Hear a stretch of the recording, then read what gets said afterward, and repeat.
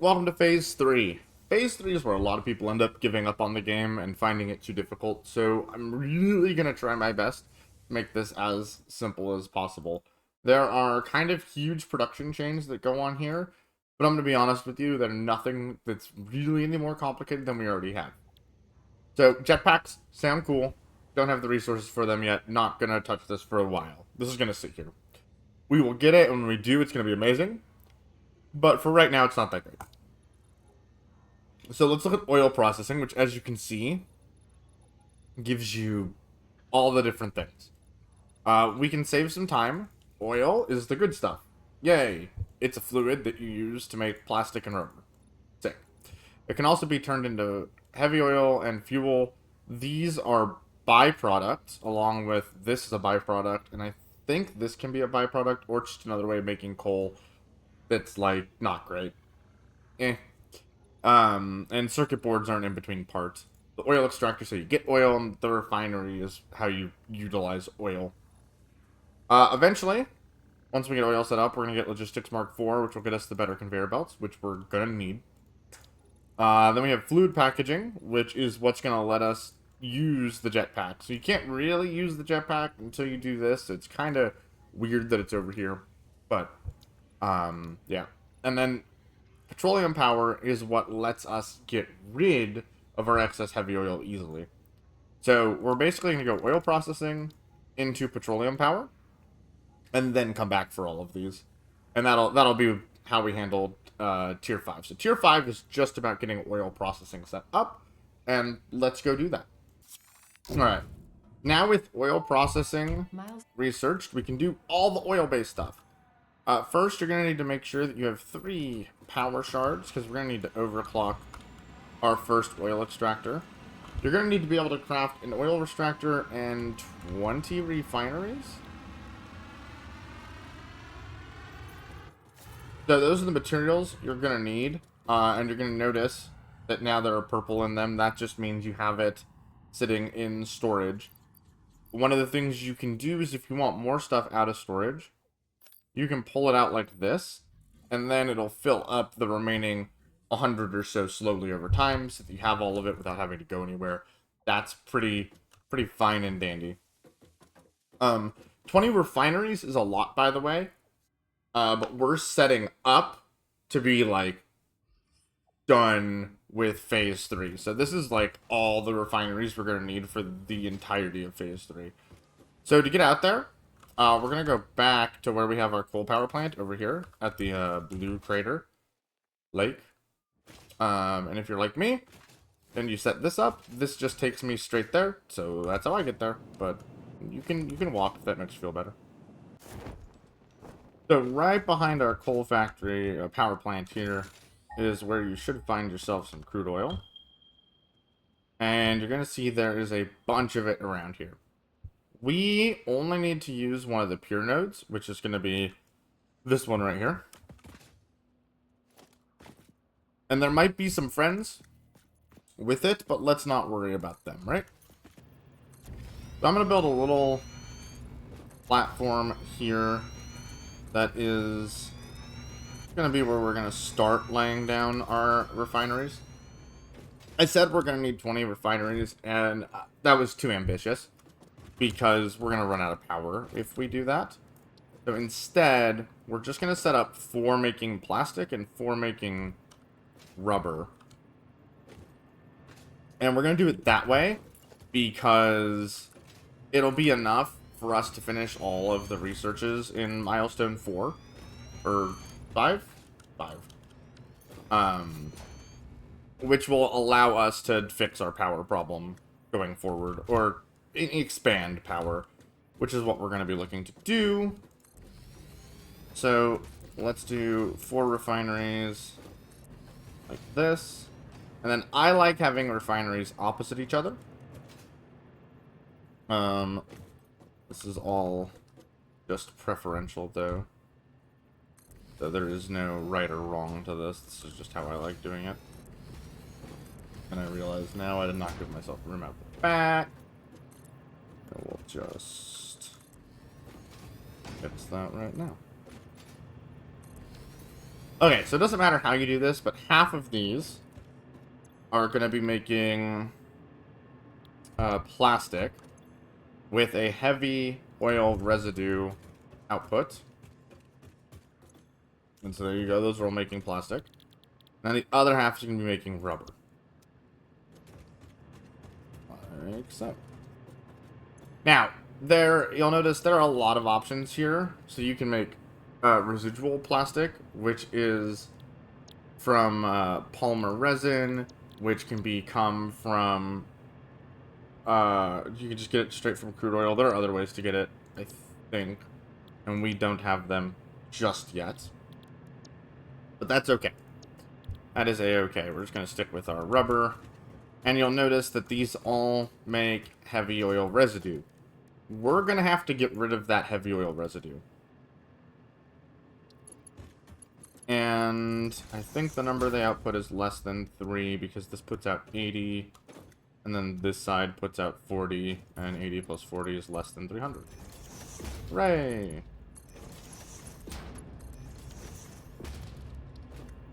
So we connect these all together. And then we can store this in a fluid buffer. We're gonna need maybe 2 of these.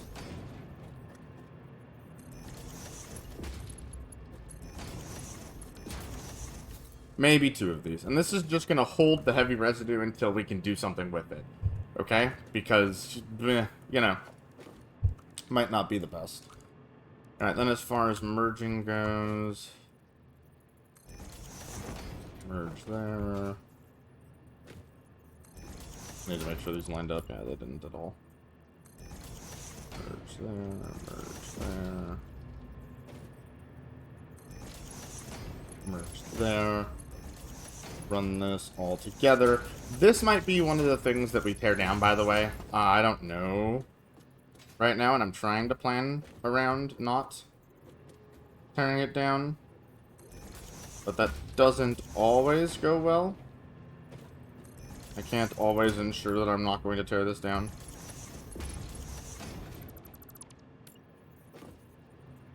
Oh, please.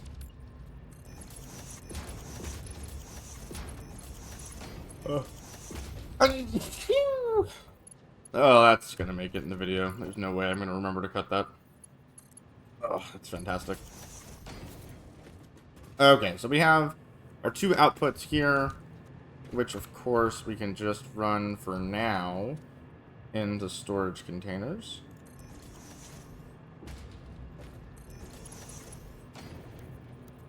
Default it up. Great. Then, coming behind these, we just need to make sure that they get oil, and I don't think if these consume 30 a minute, that's 120. And then, how much do these consume? They consume 30 as well, yeah. So it's 240. So we only need to get that up to 300 a minute for now.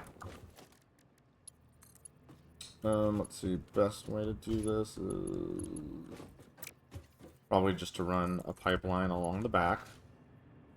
Yeah, it seems to make sense. And then you can just put your junctions where you need them. And if you hold control, it'll snap them into place for you. Look at that.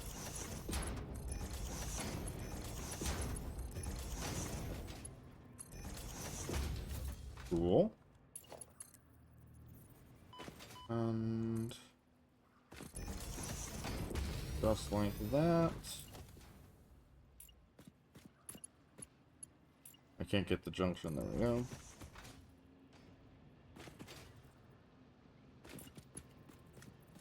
Bring that here.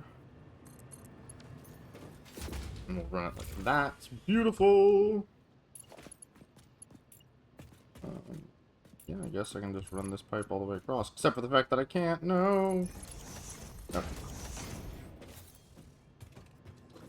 That looks good. Then it's going to be the same exact thing. Just put a junction in front of all of these. Pipe them in. Supply them with power. We're gonna switch over from using the pull Mark 1 to the Mark 2. We're gonna put this in our helper now. Mostly because this power pull is just so much better. Like, it is crazy how much better it is.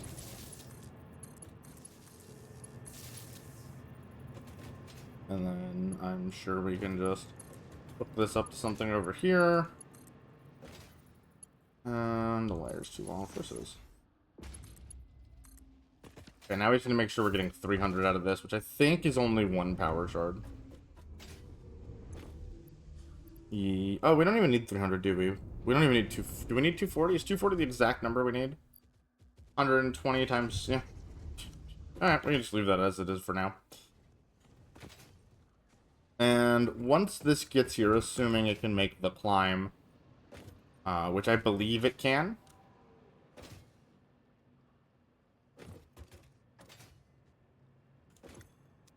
Maybe it can't. Maybe this is just slightly too tall. Alright, fair enough. So remember, if you're, like, slightly too tall, just add a pump, which I didn't actually add. Make sure the pump is facing up. So the arrow indicates that it's going that way. Just make sure of that. And you should see a green light and it actually moving. And then we should see oil coming up here. Looks better.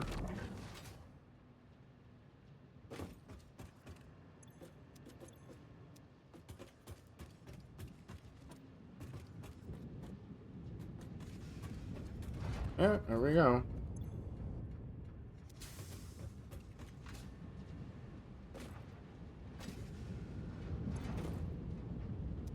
Reverse plastic and rubber producing. Wahoo!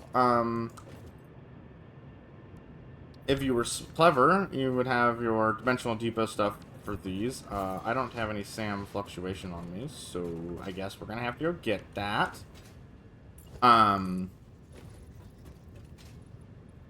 To save time on traveling around the map, whenever you get to somewhere and you need to get somewhere else, it's probably worthwhile to get some hypertubes laid down.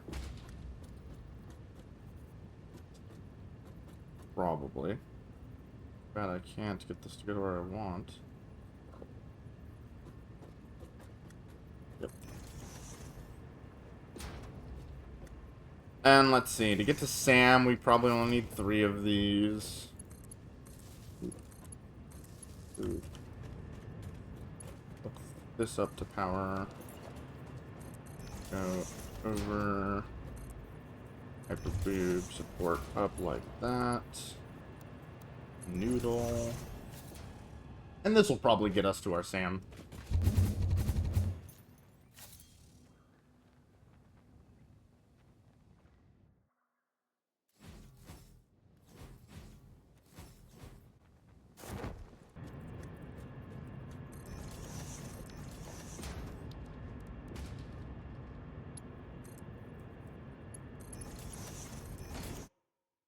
Okay, so we're back, got our dimensional depots set up, which means we can find both plastic and rubber in here extremely slowly. So I might just pull it out by hand for right now, but it is nice to know that it's all set up for us. So one thing we're going to have to keep in mind with our fluid buffer here is that this is going to fill.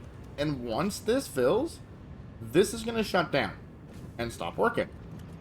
If you want to, you could just lay down more buffers, but this heavy oil residue isn't, like, of value. It's something that I'm happy just to throw away. So, I'm going to throw it away. Switch to the full pipe network, and you can flush, and you can throw this away. Now, you probably don't really need to do this more than once, but if you need more and it just stopped working, that's going to be one of the leading reasons why. Is because this fluid buffer has backed up. But we're going to take care of that really shortly because we do not want this to be an issue in any capacity.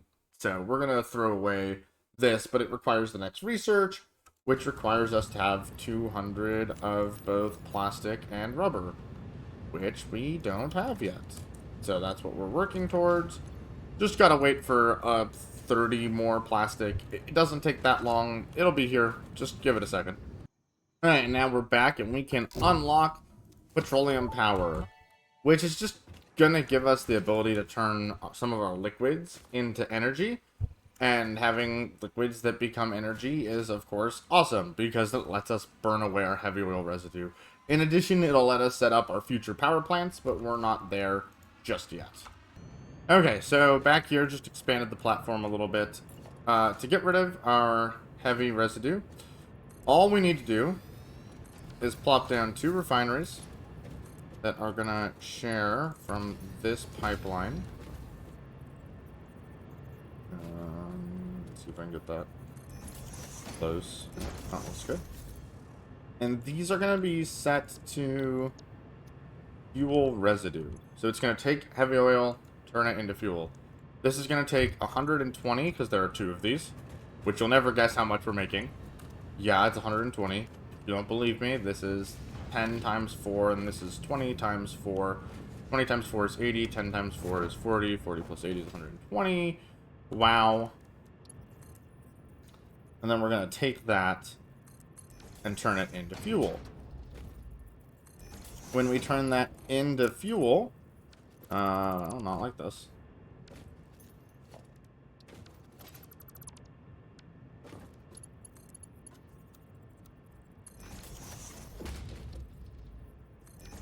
Sure. Or, there we go. That looks great. When we turn that into fuel, we're turning into 80 fuel. Now, the fuel-powered generators... I'm gonna fall. No! Now, the fuel-powered generators take a total of 20 a minute, right? So if you hover on this icon, it'll show you, hey, look, your fuel burns at a rate of 20 fuel per minute. Which means if we have 2 machines that are producing a total of 80 a minute, to dispose of it, we need 4 machines that consume a total of 40. A total of 80, sorry. Speaking words hard. So all we're going to do is just get this all laid out. And then we'll hook it up to power. And we'll watch it run, I guess, for a little bit. Because what else is there to do in this game but watch machines run?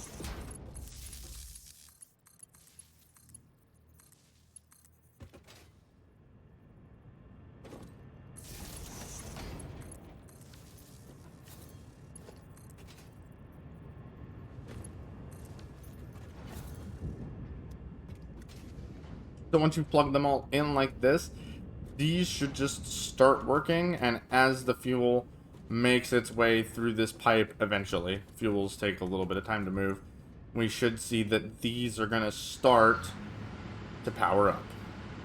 Alright, after waiting around for the freighter to return, we can go ahead and get the next thing, which is fuel packaging. Now, this is just going to allow us to put any liquid into a package. Wow, isn't that great? Now, this isn't always the best, most important thing in the world, but it is useful for the jetpack, duh. And it's also useful because we want to unlock turbofuel. Turbofuel is going to be what we're going to use to not only fuel our jetpack, but also power our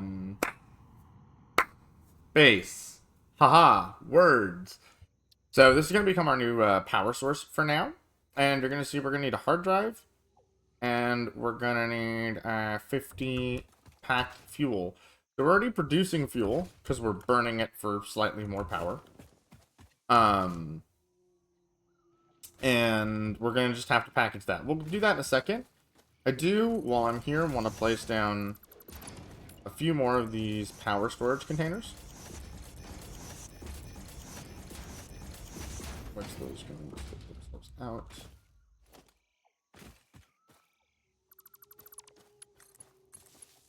And I just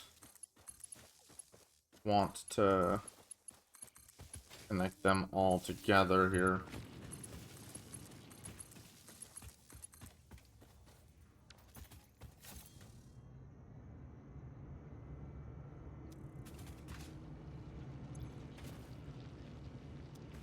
So our power is just kind of hanging on right now, and those slight bumps to our fuel generators, those that we're getting, is going to help just keep us up above that line. And while that's all fine and dandy, we're going to obviously have to upgrade. This is going to just charge so that hopefully we can upgrade pretty easily. And yeah, that's what we're doing. So let's get back out to our fuel.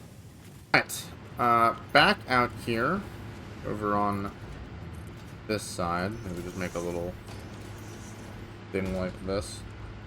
We're gonna throw down a packager. And you can see, oh my god, there's a whole bunch of recipes. So you can, first of all, package anything.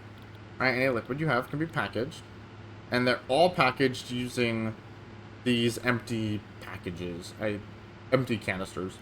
And you can also unpackage stuff. We're not going to be unpackaging ever, because the only reason we're going to be packaging is for research and for our jetpack. So let's package the fuel. And you're going to see this is going to take 2 empty canisters. And, well, we don't have those, do we? So we're going to have to get empty canisters. Now, canisters aren't hard to make. And we're going to set up automation, very mild automation for them later. But for right now, we're just going to make them here. And they are made using plastic. We need 50 empty canisters because we want 50 packed fuel. Which means we need to put in like 26 or so plastic. But I'm just going to put in whatever plastic I have on me and it'll work out fine. Give these both power.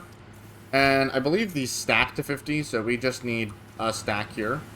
To make sure it gets fuel, I'm going to disconnect the rest of the generators for right now, so that fuel gets redirected into this.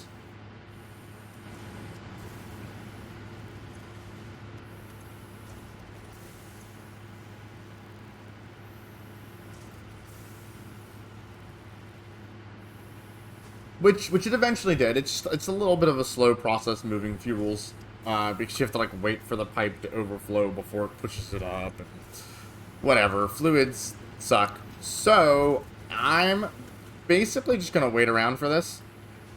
But we need to find a hard drive first. Yeah, we need to find a hard drive first, and there are actually 2 hard drives somewhere near us. There's one that I think is off this way.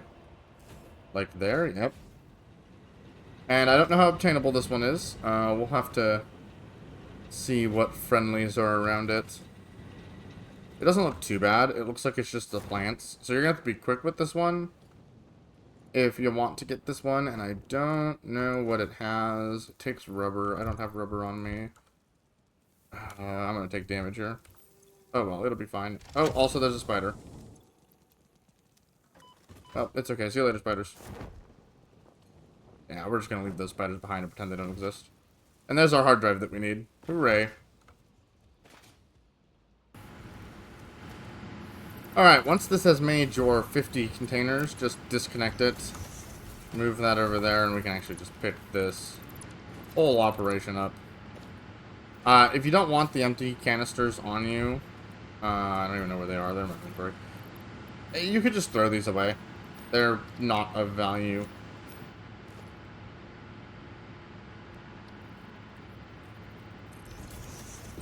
Alright, so in the M.A.M, you are going to go to sulfur. If you have kept your compact coal on you, which I have had on me for a very long time, exactly for this recipe, you can go ahead and research that now. Wow, we did it.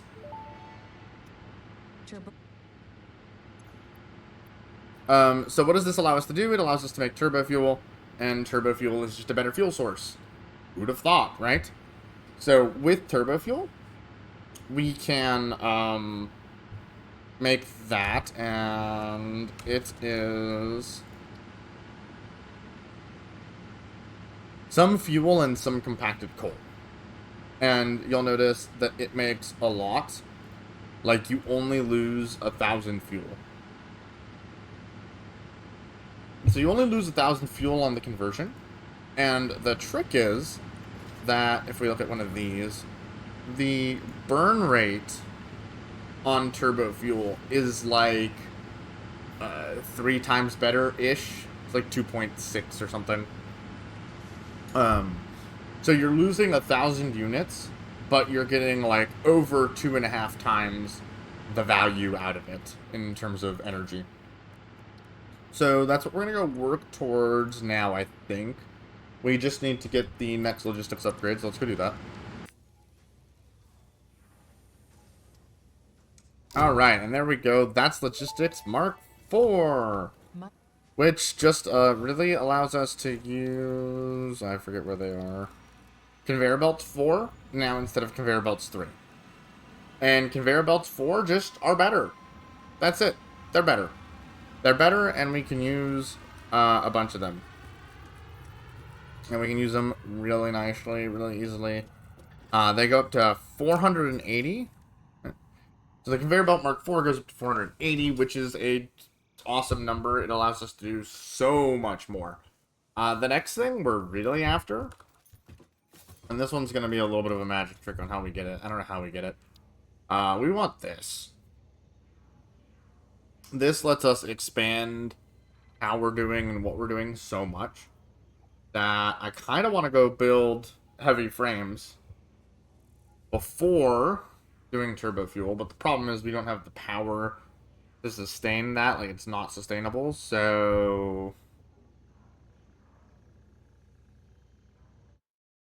Alright, well, time to research industrial manufacturing, because we're gonna do just a little bit of cheating. And by cheating, I mean we're not gonna use our factory for something, and we're gonna kind of handcraft. So, welcome to the manufacturer. I'm not really going to talk about it right now, but basically 4 inputs, 1 output. It allows you to do things like this.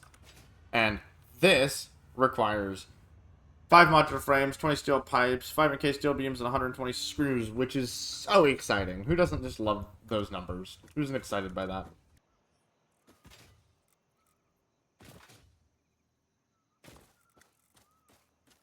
Alright, so we're looking to get ourselves our screws.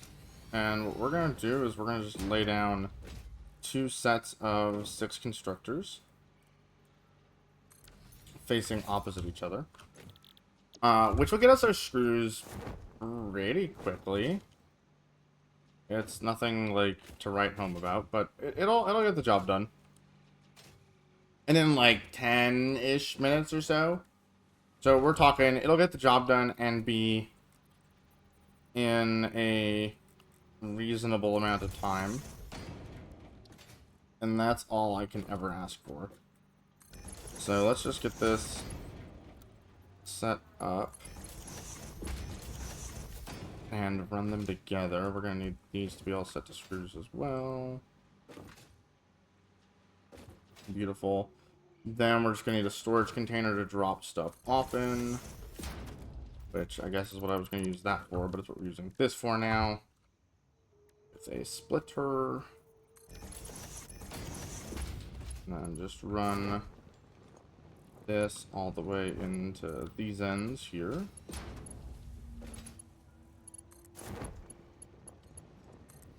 And here. Okay, so this is how we're going to... It is... Caroline, okay.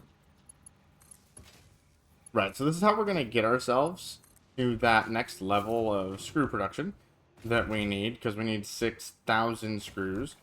Now, it is 6,000 divided by 40 times 10, so we need 1,500 iron rods, which, that sounds really doable.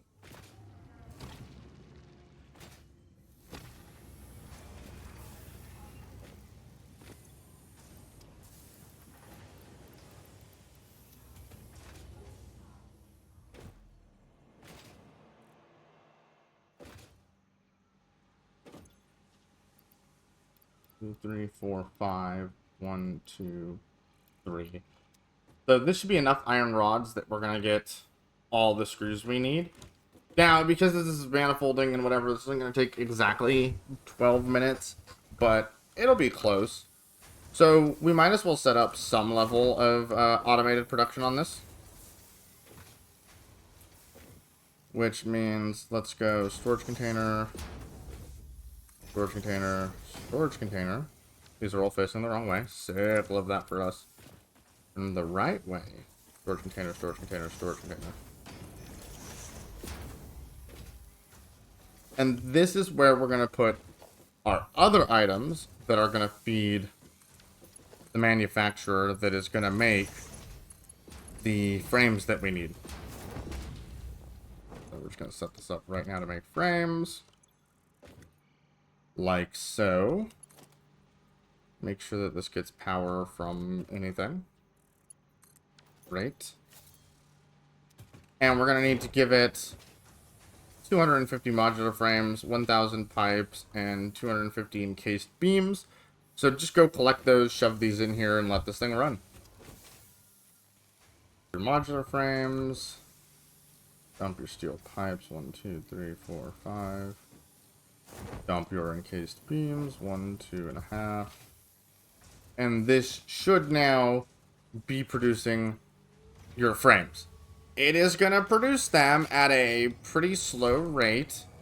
And it's a little costly on power. So let me check how our power's doing. Power's doing fine. So what you can do is we have those 3 shards that I made earlier. And just am not utilizing. We can shove those in here and just crank the speed on this up, which isn't going to take place for this first one. But then for the consecutive ones, it's going to really ramp up. Now notice the cost on this energy-wise is expensive, which is why I made sure to check our energy and see that it's working just right. Also, I realize that these belts aren't fast enough, and they won't be fast enough at this tier either, but at least it might help. Drug. Drug.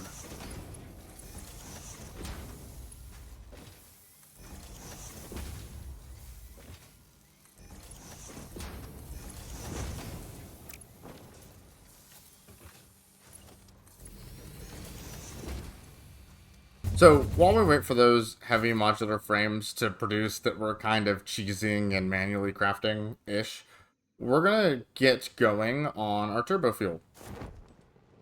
Now, turbofuel is going to be made somewhere in this area. Our coal is over here, and we have the sulfur we're going to use right here. So I'd say we should make a platform right about here that we can work off of. Yep.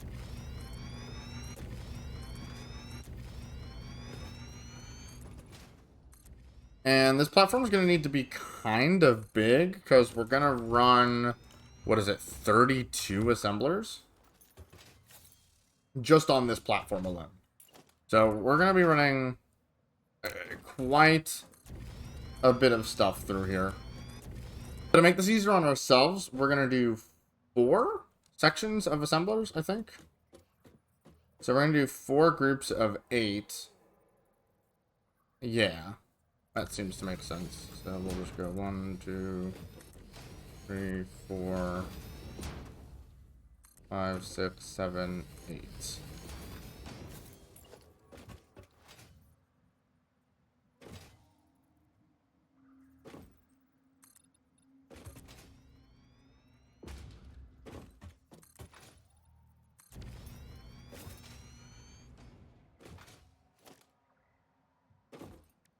Then each of these is going to need splitters, right? And we're just going to run splitters like this.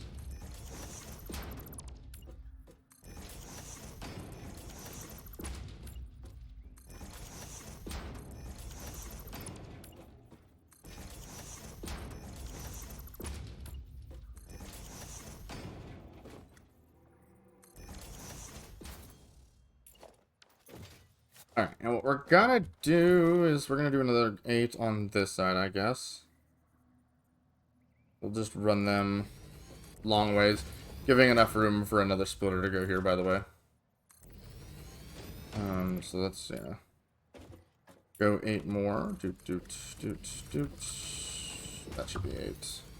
And you can tell it is because it says 16 on the side. That's beautiful. So these ones are running down this way. And we're gonna be stepping up our production. We're not using Mark 3s anymore. Mark 4 conveyor belts. Add those to the hopper. Because they're gonna be all we use from here on out. So we're gonna go 1 belt to 8 machines.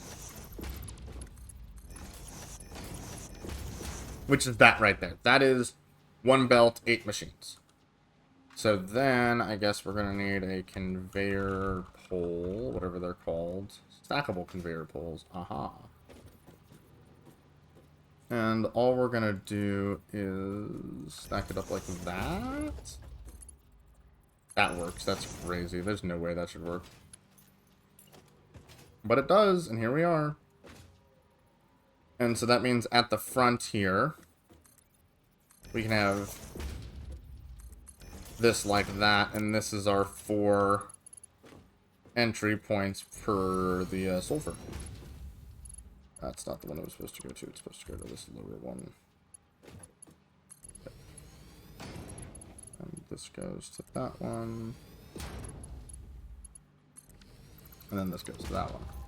So we're going to have 4 rows of sulfur here.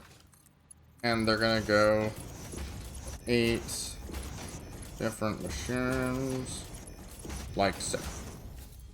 So that's rows 1 and 2 done. Then what we're going to do is we're going to slap down 8 more, which means I could have planned this a little bit better, but that's okay.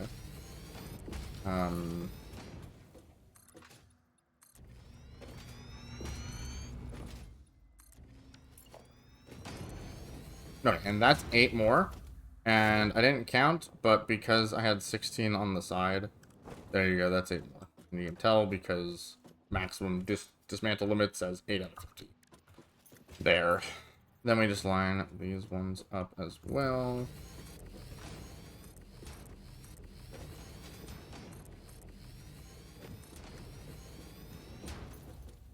And there you have it. That is all of that done. So we're going to need to do the same thing. Just keep spreading this all the way down, just like we did. Then we're going to go here, there.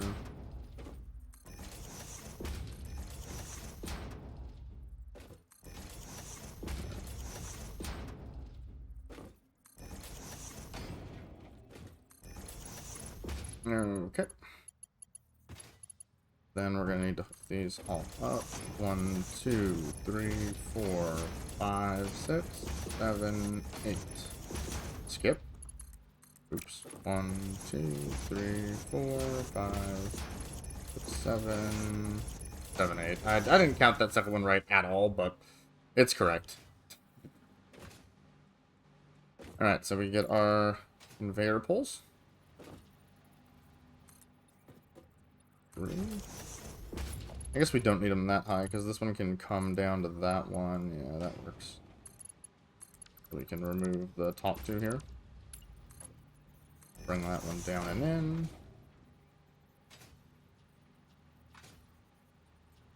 And then finally one right there. Bring that one down and in. And that is all of the sulfur for all of this compact hole. All nice and laid out. It'll manifold itself out. You don't have to stress or worry about that. Then, because our coal is over here somewhere, whenever it wants to ping, it kind of makes sense to run that up to the backside of this instead of going to the other side. So we're going to run the splitters this way on the coal. We'll do it like this. Yeah, that was 1, 2. Oh, I don't need to count these. Just run these all the way down. Just run these all the way down. So we're going to have coal coming in from the back and sulfur coming in from the front into our huge assembler array.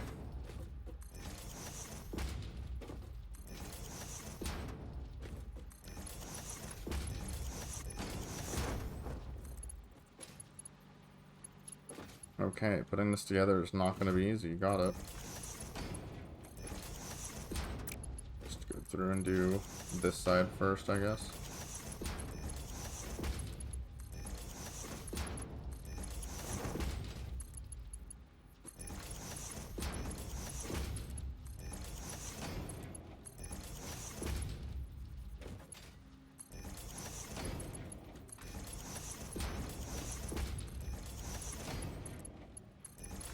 Okay, so it's 1, 2, 3, 4. 1, 2, 3, 4.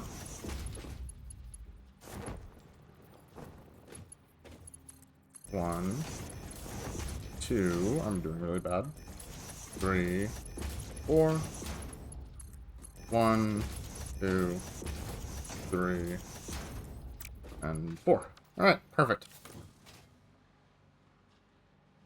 Now for the part where we hook these all up.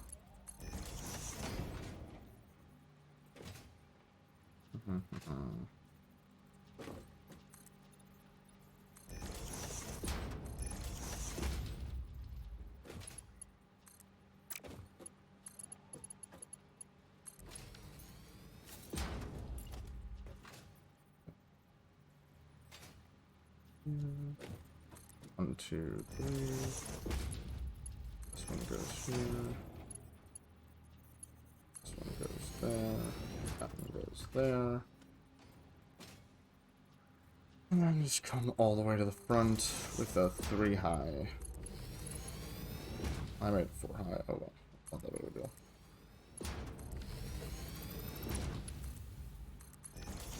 And there you go. This is your coal input. So we have coal input on this side. On the far side, we have the sulfur input. Now we need these all to be compacted coal. So just copy that compacted coal and paste it all the way down. And if you just sprint on these, you can kind of do it. Doesn't really work, does it? No. But with a little bit of like jumping and micromanaging, you can get it.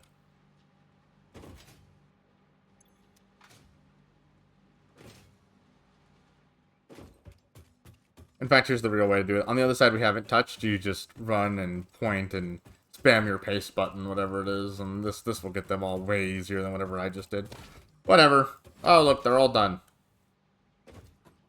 Okay, so here's the fantastic news. The fantastic news is these produce at a rate of 25 per minute. There are 32 of them, right? And so if we took 25 and we multiplied it by 32, that means we're producing 800 a minute. Now this has all been pre-calculated, but the belt part hasn't. So the nice thing is, if you multiply it by one side, that's 16, which is 400. And 400 just happens to be less than 480. Which means, on each side, we can just run them into mergers. And we do not have to worry about like any level of splitting or balancing or anything at all. This is just going to work. And not only is it just going to work, but it's just going to be absolutely beautiful. Except for the fact that I'm hovering. Just go through, line up all your mergers. Which this is always the slow part.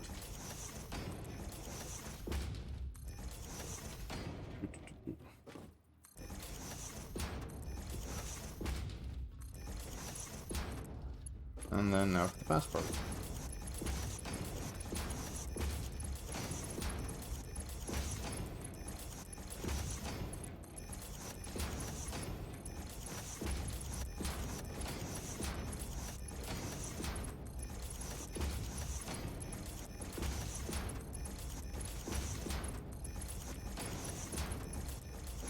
Alright, and that there is one side done.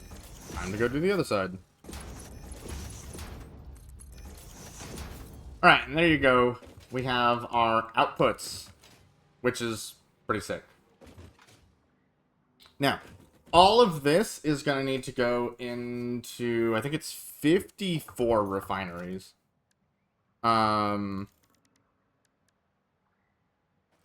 Which, I mean, needless to say, if you look over there and see the supplies required for this, is a lot. So much so that you're going to have to actually gather things. Unlucky. Because we can't just, you know, get away with it. Now, this is going to have to be way lower, like somewhere down there. Because, again, transporting fluids up is kind of a nightmare. It's not the worst thing in the world, but, like, it's easy to mess up, and we're all about not messing things up. So somewhere, probably down in this area, is where we're going to build all of our fluid-based stuff. So, let's go make a platform somewhere down there. Oh, but before we do that, we need to give these all power. Duh. And this is going to be really easy to mess up. Because we are not actually plugging any of this in right now. So everything we're doing over here is not going to be plugged in. In fact, we can actually really finish this off, can't we? Navigating this mess is difficult. Here.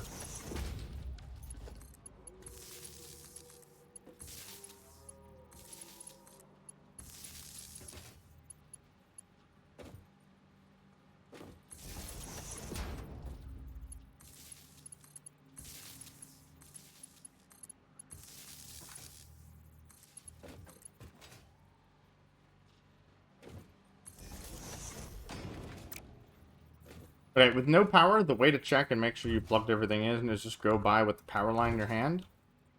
And if it tries to connect to anything, meaning you get the blue outline, you get the click and all that, that means you didn't successfully link it up. And didn't happen, so all of those have been linked up, which is great. Now we're just going to try to do the same thing on this side. None of them can, so I believe they're all connected to power. We'll find out later when we go to turn this on, and we'll double check, but that won't be for a little bit. And speaking of things that won't be for a little bit, let's run down here, and let's get ourselves our mining operation going.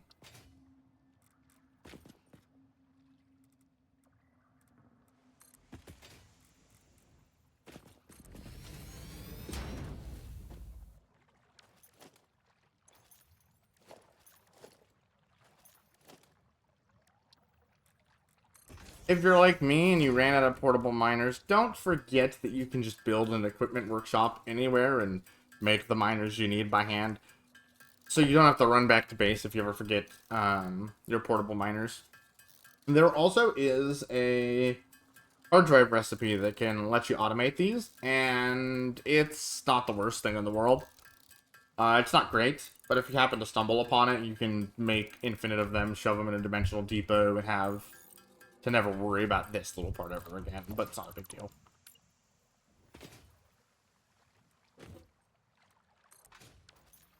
Also, while you're here, you should probably clear out these guys, just so they don't bother you.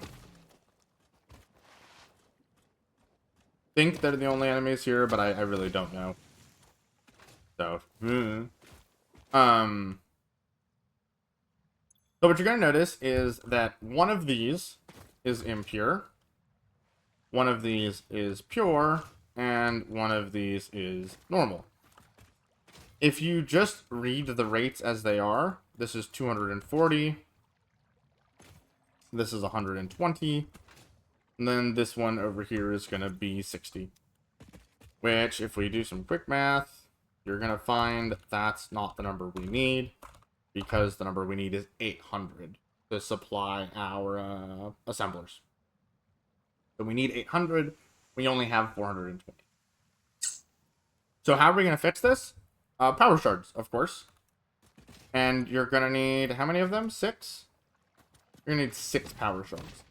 Now, we are right around the corner from getting double power shards. So I'm gonna wait on power sharding these. We're gonna come back and power shard these. So this isn't gonna be completed right now, because as I said, we're gonna come back and power shard them. But we're gonna pretend that it is completed and is working at the rate we want. So what does that mean? Well, this one is the pure node, and the pure node unloads at 480, which is great. This is the normal node, and it plus the node in the back output at like 360. I think that's the rate they output at when combined. So all we're gonna do is we're gonna take these 2 belts and we're gonna balance them. So how do we balance belts? Well, we go splitter, splitter, and in front of those splitters we go merger, merger. So the splitter runs into the merger in front of it, and then it goes to the opposite merger, like so, and congratulations, we've balanced the belts. So now, no matter how much they have on them, they're going to even themselves out. And this is going to give us 2 belts that we're going to take up there to our platform, one way or another. And then we're just going to run those 2 belts into splitters. And then just take them to their own line. Like so. And let me actually do this just a little bit.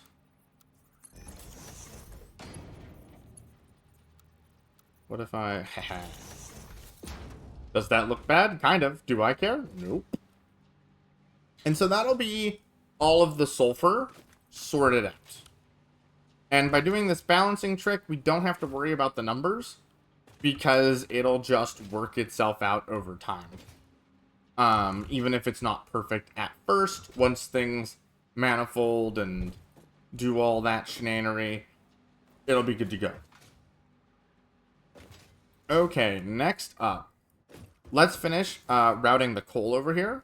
But we're not going to touch our coal, because our coal is how our base is powered. And we can't afford to shut down our base right now. And we're just going to wait on that, but we're going to get everything set up for it. And so what needs to be set up? Well, we need, obviously, 2 splitters. I should do some quick math and make sure that that number of coal over there is acceptable. So it's the same exact idea. We're going to run these 2 lifts in, and then splitificate them however we have to. Oh, can't do that one. Can't do that one though. Which then means this one there. Yeah, that works. And that'll be the coal coming in. And so we're just going to take this all the way down to the ground level.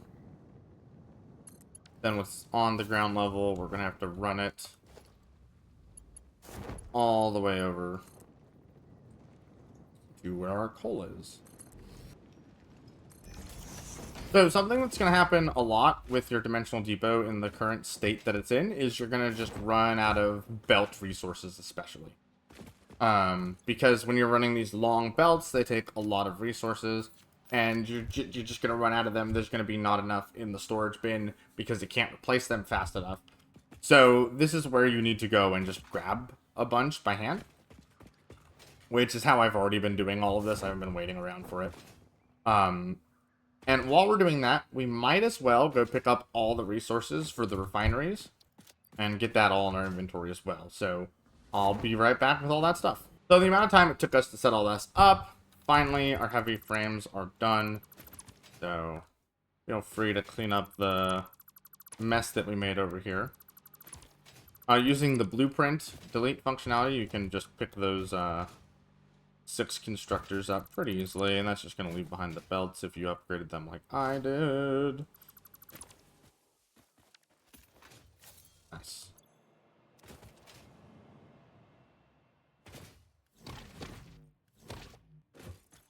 So that means we have a new side quest available to us, which is unlocking this.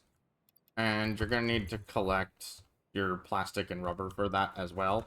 So while we're all there running around collecting other stuff, we might as well go and get that as well. Okay, so I started building a little platform, and I did this just because we're probably going to need to expand it. Might as well give time for concrete and iron plates to refill back in the dimensional depots. But also, I want to just drop off the items that I've already collected enough of. Because I need more inventory space to do all this. So I put a chest down there so that I can go gather the rest of the items to both complete the Pipeline Engineering Mark II and get the rest of the copper sheets and motors that I'm going to need. You're going to need a lot more copper sheets than the 1,000, by the way, because they're going to be your belts. So you might want to pick up more. Okay. So Pipe Engineering Mark II is really simple. It just gives you access to better pipes. That is it. These pipes cost 1 more copper sheet and more plastic, or plastic in addition. But they go up to 600 a minute, which is double the capacity of 300, which is really needed for a lot of things. Alright, so this is all the stuff we're going to need to build those refineries out. I'm going to get more encased industrial beams and probably more copper sheets just for piping and belting, because we still need to finish a bunch of belting, so yep, I'm gonna go grab those and then we're actually ready to get building. Okay, so let's see, these can produce up to 300 each, which I think we're gonna want. Yeah, we're gonna want that 300 coming out of these. That means to get 200, we're gonna need 3-ish of them. Running into this. Now, a 3 to 2 balancer is still pretty straightforward. Essentially, each splitter goes into each merger. And not the same merger, the opposite mergers. Something just like that is how you're going to balance that. And then that can just run into these like that. And then when we're ready, we can disconnect, reset this all up, run this in here, and just kick it on. That being said, I'm also going to draw... Let me upgrade this power pole. I'm also going to bring power from here over to where we're working. Again, this is not connected power, but this is going to be the line we connect when everything is all ready to go.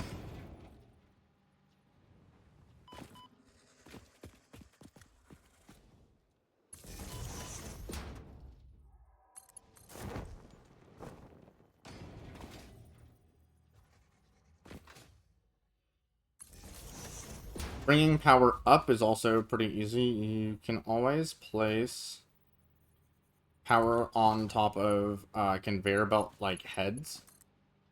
And so that'll allow us, once we get up there, to connect that power up.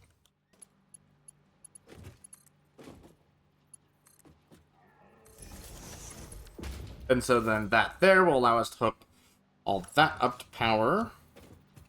And we can probably be clever and take that over there as well. So let's just go ahead and do that. We're going to take this over to our new platform, which is where we're going to start laying down our refineries. So I have no idea if we're going to have space for this, but I want to try to place 2 rows of 27 refineries. If we don't have enough space for that, we'll figure it out from there, but that should work.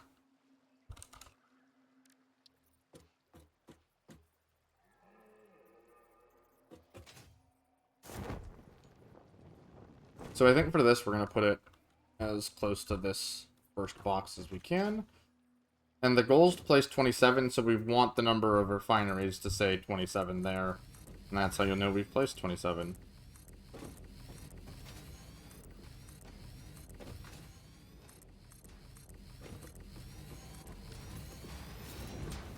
Alright, that should be 27. Let's give it a good old double check. Which I have to double check because I accidentally placed some refineries the wrong way, so that threw my count off, and I wasn't sure. But there we go, that is 27 refineries, so yes, they did fit in here. Yeah. You could break this up slightly differently if you needed to.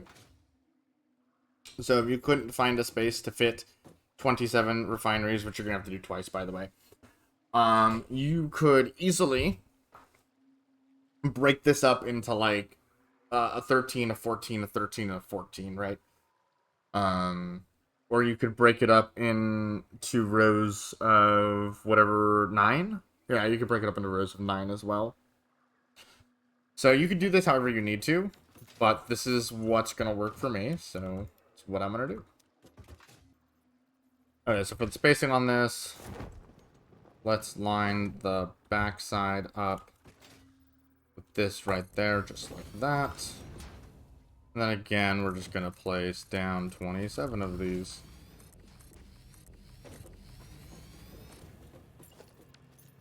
Alright, and if this seems like an obnoxious amount of refineries, that's because it is.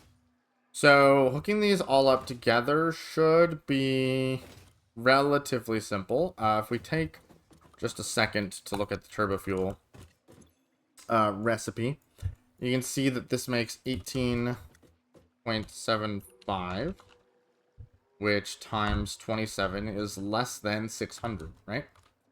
So what that means is for the input, or for the output, we can just run these belts all the way down. And this is not a belt, this is a pipe, but that's okay. So just take your Mark II pipeline, run it straight down all the way, and this has no byproduct, right? This just makes turbo fuel. I hope. Yeah, it has no byproduct. Okay, that's good. I was like, wait a minute. So we don't need to belt anything out of here. Just gonna make this all nice and easy. That looks good. Okay. And so there you go. This is, well, actually, no.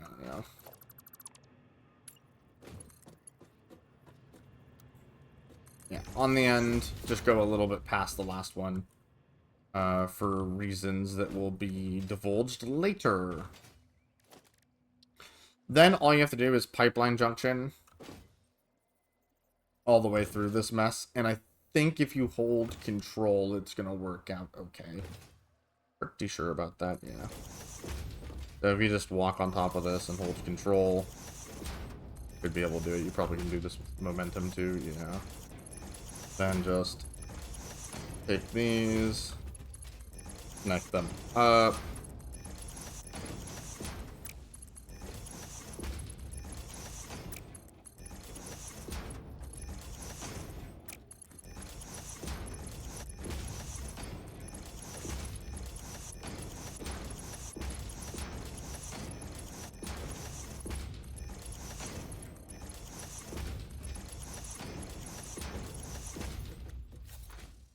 Alright, and that is one set of outputs all hooked up.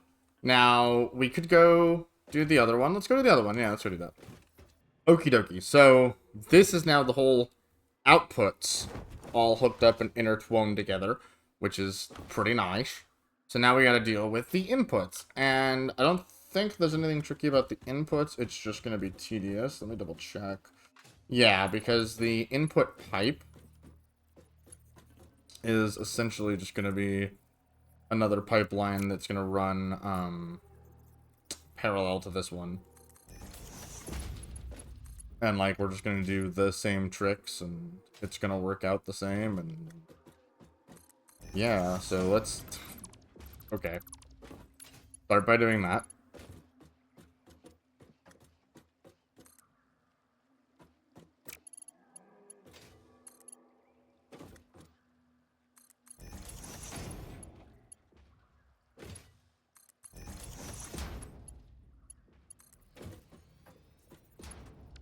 No.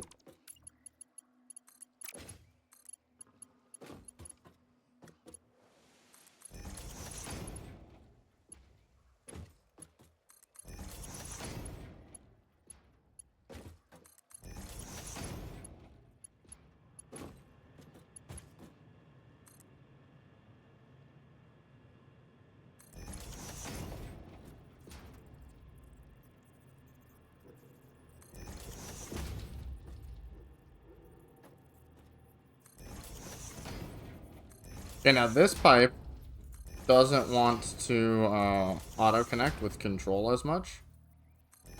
So you're just going to have to run through and line these up by hand because it just doesn't want to do it. Oh, except for these. Yeah, something happened with my spacing. Like, some of the machines, the refineries at the back must be spaced out a little bit wrong. Because the control thing is working. I don't know. Also, I have no idea why I wasn't doing it like this earlier. That was so much faster.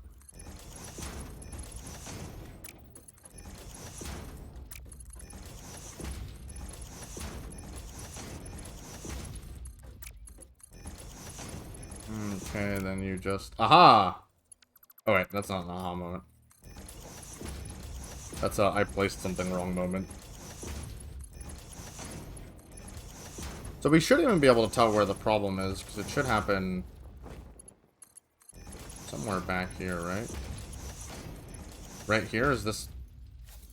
Yeah, this one's spaced out a little too much. Oh well. Too late for me to fix that. That's just an aesthetic thing anyways. Okay, so that's all the inputs for oil on... Not oil, this is for fuel. On this side. Now we also gotta work mergers in here. Or splitters? Splitters. And hopefully this is gonna be kind to me. Okay.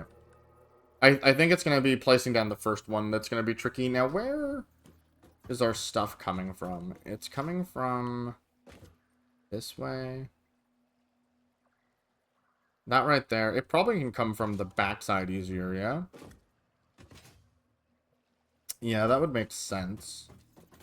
So we can probably take from the back forwards. Is where it seems like this is going to come from best. Our compacted coal, that is. Let me just expand this a smidgen back here. Pull out a splitter. And so we just want the orange arrow facing us. And if we just tab it over, that should be fine. Is there an easy way to place these? Yes, there is. Holding control and just finding the right spot is going to place it down for us just fine. And then the beautiful thing about this is the one line feeds all of these, so you don't have to even worry about it.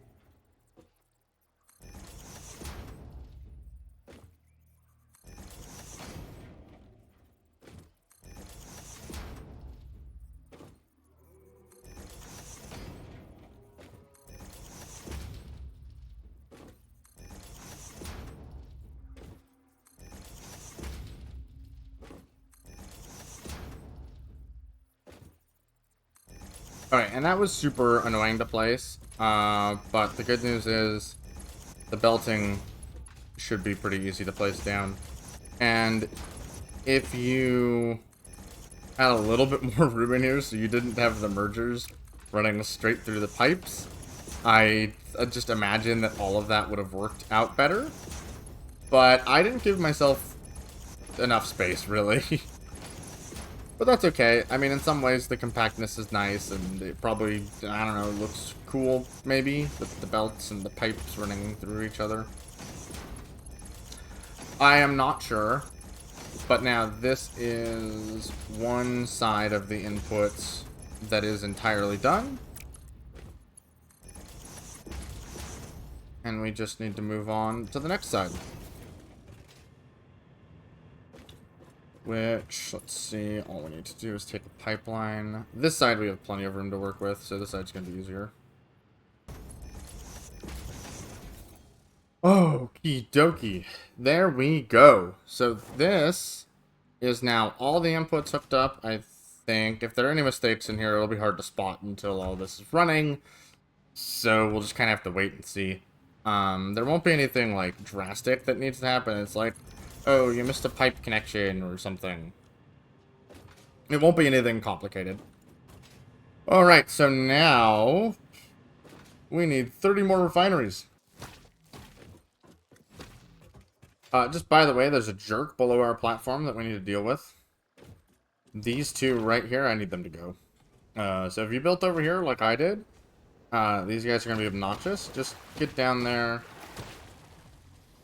And apparently, I aggroed that one. I don't even know how that's possible. If you aggro it, it's fine. Just pull away from it. And either hope the flying things chase you or they don't. Don't engage with this guy right now. He's a little annoying. Let's see. I can probably come back at these.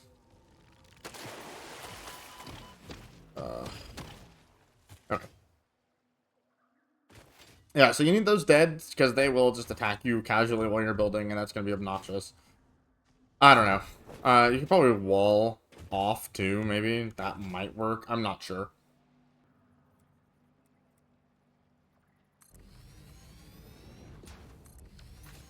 Okay, so I recently learned that, or relearned, that refineries can go into Mark 1 blueprints and actually kind of fit. And I've been playing around with the auto connect feature, which I've never used before. And we're going to start utilizing that now. What I did learn is that it's going to be kind of jank to do so. So first things first, I'm going to start with a merger not there, because that is way too close. Could be about here. You need it to point inwards to the refineries so that you can put a lift on it. And it also needs to be able to connect to these, which means I put mine one too far in. Okay. Try that again. Just find... There we go. And so what we're going to do is we're going to use this merger. Take the two things and merge them on to the top merger, which... a little bit of finagling, you can get in just like that. Beautiful. Then, what this is going to allow us to do is just run really tiny belts that are in a straight line from that merger off both sides. Beautiful. Okay. Now, the jankness hasn't stopped here because we need to do something similar with pipes. And I think finding a space where this is going to work is going to be maybe a little awkward. Let's try centering it on the belt first. If we can get this to work.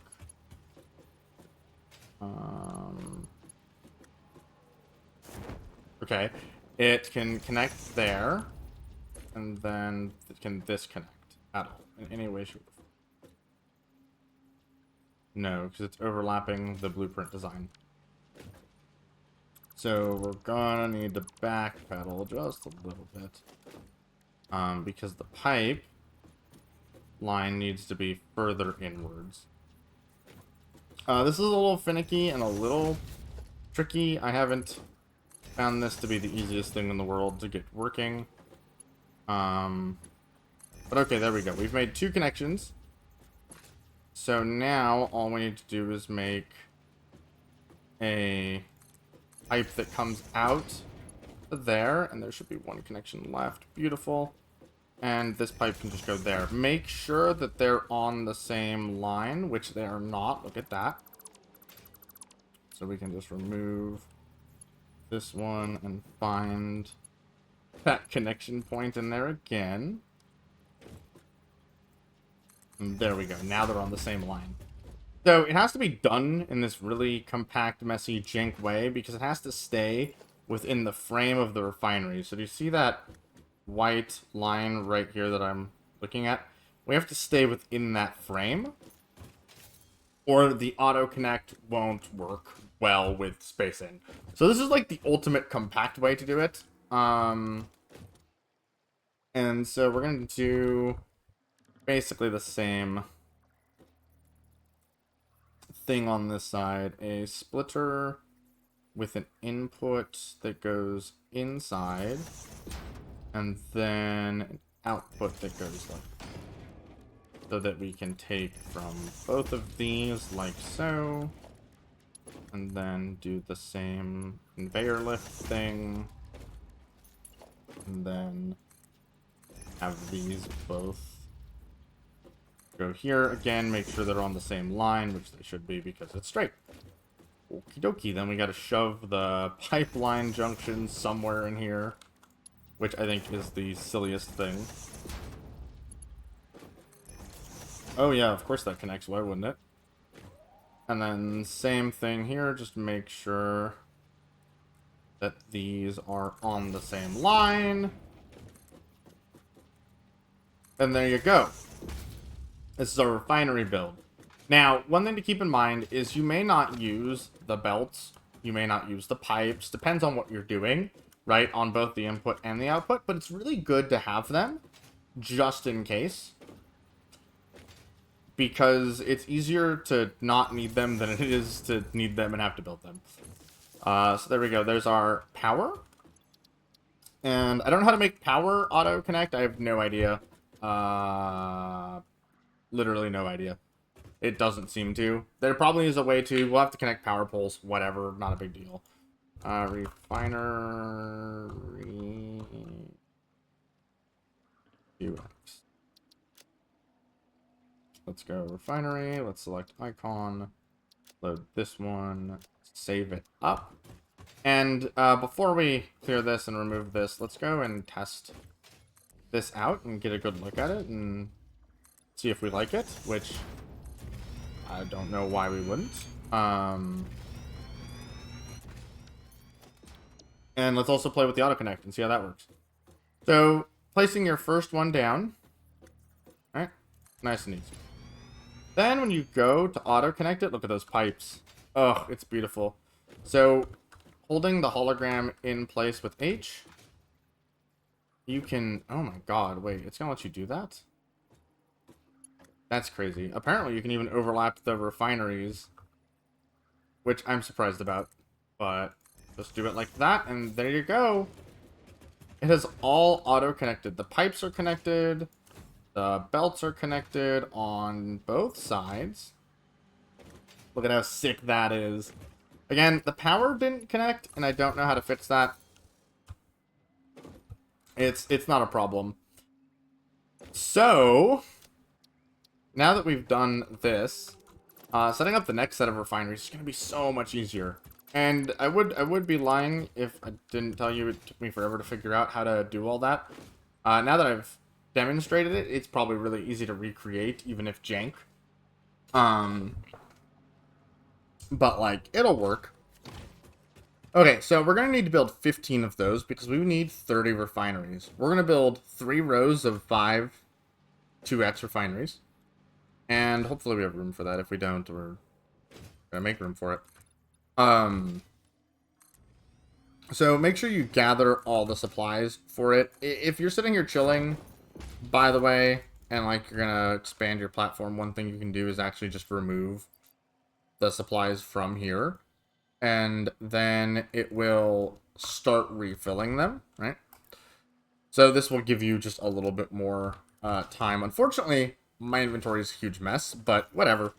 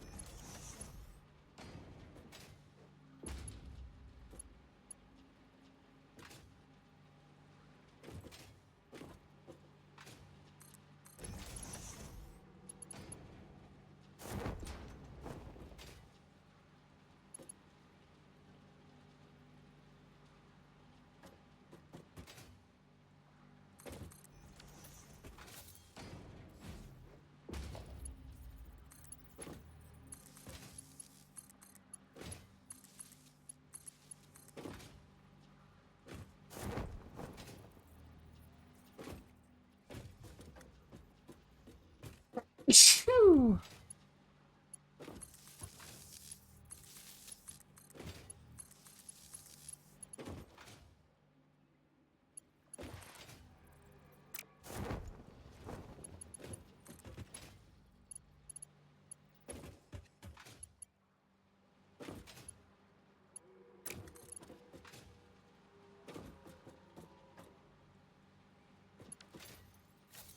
Another thing you can do while you're waiting around for stuff to fill up from your dimensional depot, if that's what you're doing, is you can actually hook up the power on the first two sets of refineries, because I'll be honest, I forgot about that.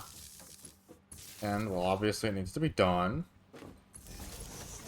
And this is just something you can do that'll buy you a little bit of time while you work out how to... Well, you work out your resources. And it's something that needs to be done, and yada yada yada. Okay, now to check all of them, because some of them probably aren't going to be powered, like that one. Just take your power line, slide down through the machines, and just point it at all of them to see if they connect. Make sure, of course, that you do this to both sides, and, well, apparently I'm going to do it from behind. It's easier when there aren't power poles in the way, because that can try to connect. But it looks like I did a good job other than the one that I missed. And this is really easy to mess up, so don't feel bad if you did.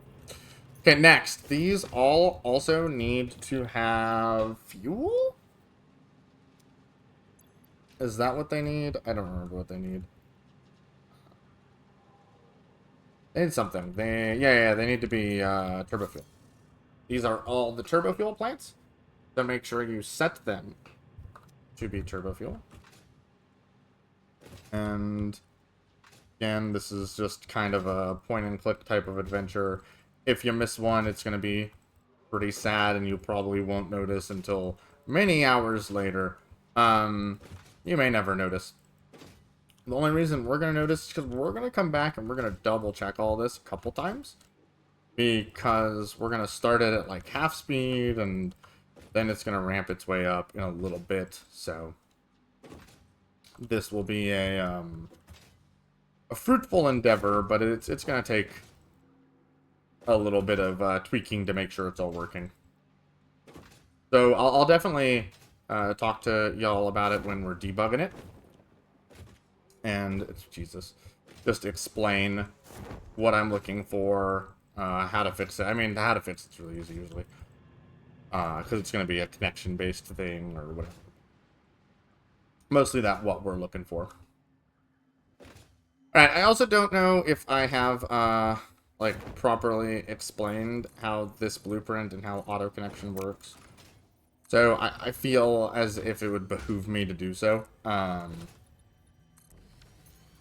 So I think there's enough room to place another blueprint set here. Yes, okay, perfect. So first of all, I had to make sure that it wasn't auto-connecting to itself or the other stuff, because the first blueprint I laid down really wanted to auto-connect to these pipe connections. So I still have stuff to learn, but that's why there's this gap here. And then sometimes there was a gap in the buildings themselves because it disjointed the connection. So just be wary about it auto-connecting to other things, because that could end up being really tragic. So over here, these blueprints don't connect to themselves, from what I've seen. So you are free to line them up like so, and they won't connect onto themselves. Then, all you have to do is have it facing the same direction, which it should be by default. Hit H, line it up till you see that blue line, and then get it as close as possible until it's not yellow. And we just do that with the H to hold it in place, and then the arrow keys move it around to line it up like that. Make sure it's good. And there you go. Do that one more time. actually need to do it one more time, but I kind of, well, I'm not gonna make you wait for the pipes, and I really should just go, I'm just gonna go get pipes and stuff. I'm gonna collect some more resources, but, like, you should need to sit here and wait and watch me.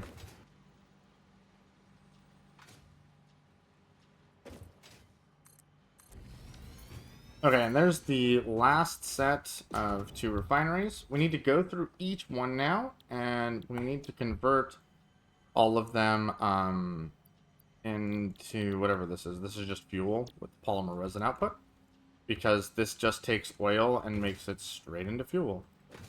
So we're going to need to set all of them to that. You could have done that in the blueprint, but this blueprint's going to be general, and if we do more stuff with refineries, which we will, we're going to use it there as well. So go ahead and set all of them to that recipe. And then don't forget that you need to hook all of these up to power. Every single one needs to be connected power-wise. Again, it'll be impossible to tell if you messed anything up until way later, but, you know, such is life.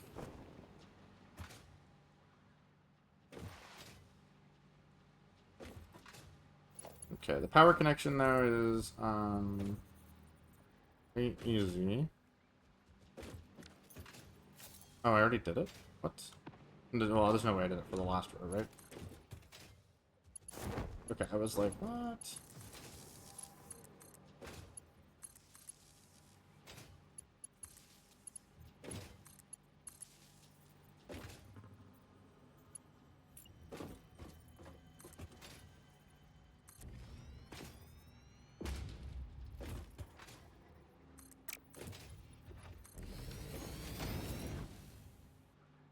Let's see.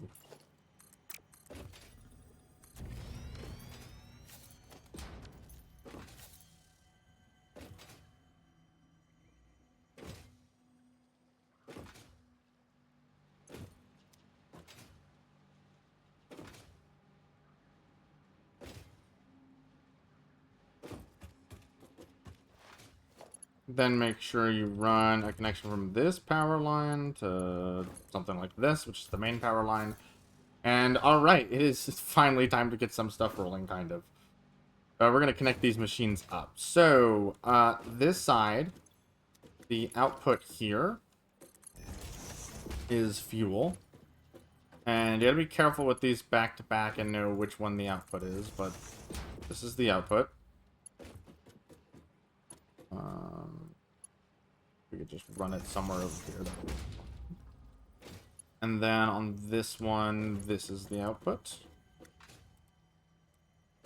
And we're just gonna kind of drag these all over to each other, so that we have our 3 outputs close to each other. So these are gonna be fuel. And this is what the turbo fuel needs as input. Now again, we have 3 pipes, and we need them to become 2 pipes, because there are 2 rows of that. So how do we do that? Well, it's nothing new. We're going to place 2 pipeline junctions, and then each of these is going to get its own pipeline junction, which I'm actually going to place directly on the pipe, and apparently I'm going to make some dismantle crates, and I'm not sure why. Not sure what this dismantle crate could possibly be for, but okay. Then from each pipeline junction, just run it into one of each side.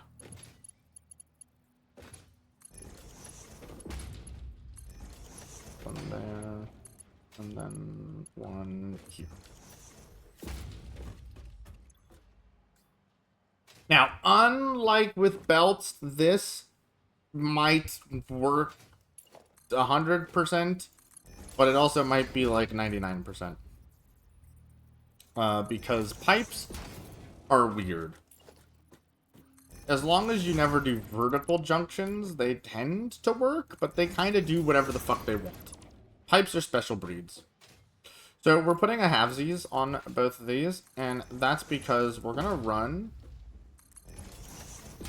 these down this way. And we're gonna run some the other way. So one of the best ways to make sure that pipes do what they're supposed to is by splitting the inputs and the outputs. Okay, but I'd really like you not to connect. So if we take this one all the way down here and connect it at the end here, which is a surprise, what this was for. Let's actually do it this way. This will allow this to flow all the way through this. And then, if we take this end,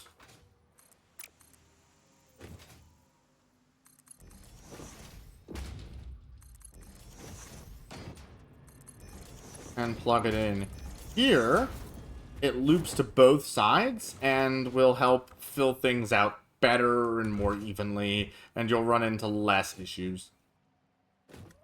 So we're still manifolding, but we're manifolding from both sides, and that tends to work out better with fluids. There's also a saying about not using the full throughput of the fluid in the pipe itself, but I am not a believer in such heresy. And again, this is one of those things, if this runs at like 99% efficiency, do we really care? Probably not. Do make sure you're putting it into the input for the second row, which is this pipeline here, and not the output from the first row. Coloring the pipes would have been helpful, but I haven't unlocked coloring, because who needs to color stuff? Not me. Okay, next up is we need to take this side to the front. One thing that's really important to do, if possible, is not change the elevation of your pipes. If you can keep them flat, I highly recommend you do. That solves, like, most issues with pipes if you just keep them flat. Okay, so this one here should be the input line, because it is. And then this one here is the output line. Beautiful! Okay, so that's all of the fuel hooked up. We now need to deal with the polymer resin. And the polymer resin is what comes out of these here. And it's coming out at a rate of 900 per. Yeah, that's correct. And so what we're going to do is we're just going to run them into an industrial storage container. Hooray! And let's see, which one is that? That is this one. And so unfortunately, because there are 3 lines, we're going to need to do merger splitter shenanigans again. So we're going to do 2 mergers, and then each individual line is going to need its own fantastical splitter, which we can probably do something like this. Okay, this is the output line, it runs in there.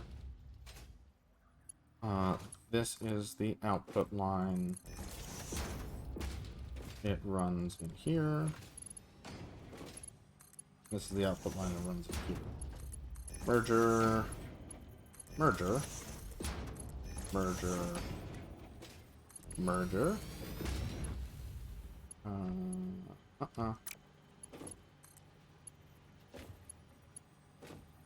Okay, this one doesn't like curve, that's fine. Default. And then the bottom one needs one. And then throw these into both like this. And we have something special we need to do with this. We just can't do it yet because we don't have it unlocked.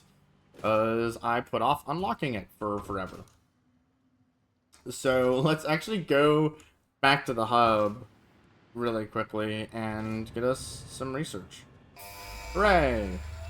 So the resource sync bonus program does two things. One, it allows you to create the awesome sync, which just throws away items into the void as fast as the belts can give it items. And it turns them into tickets. Those tickets can be spent at the awesome shop. And I don't have screws, so I'm not going to place it. We don't care about... I don't care about the tickets. I don't care about the awesome shop. There's a bunch of decorative stuff in there that's kind of fun. There's some stuff for achievements in there that's kind of fun. I don't give a rip about any of it. In terms of, like, beating the game. Nothing in there is super useful, in my opinion. There's some fine stuff, but there's nothing that's like, whoa, mind-bending. So if you wish to look around in it, that's up to you. What this does allow us to do, though, it allows us to throw away items, which is the easiest way to deal with any byproduct, is just to burn it. And while we could deal with polymer resin, and we will do stuff with it, I am okay with just burning the polymer resin that we don't need. So let's see, I can probably place 2 sinks here.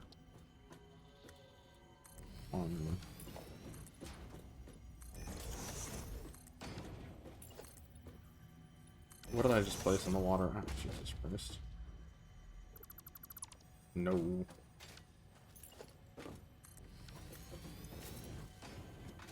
So we can place 2 sinks down, and we can just run the belts into them like so. And then we just need to hook these up to power. And so what these will do is they'll take the items and they'll turn them into tickets here.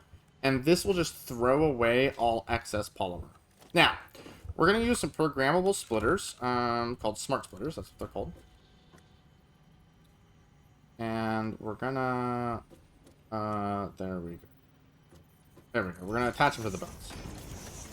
And we're going to set them on a really simple mission. Overflow goes forward. Anything else goes to the right. So anything to the right, you can actually copy this setting and paste it to this. You can see they have the same setting. And now we have 2 excess lines of polymer resin whenever we need it. And we can turn that into various different things. So we're going to throw it away until we have a need for it. I do have something in mind for some of it, but there's no way I'm going to use all of it. So I have something in mind. We'll come back to that later, but that's polymer resin taken care of. We have compacted coal, but we haven't hooked that up, so let's go hook up the compacted coal.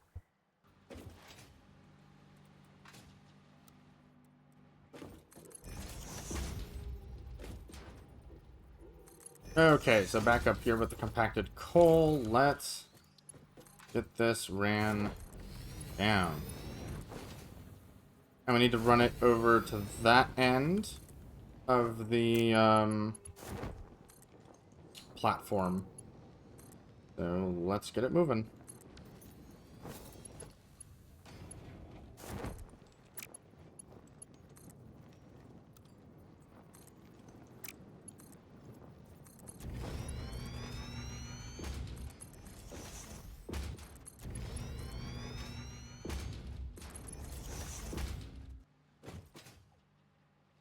Bad news, I set it up to go down to that end. Well... shoot, you know?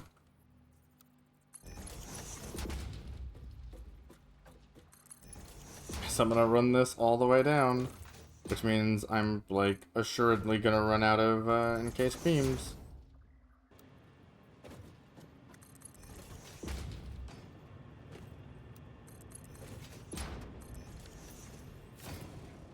Okay, it looked like I had enough, so I was able to hook both of those compact coal lines up.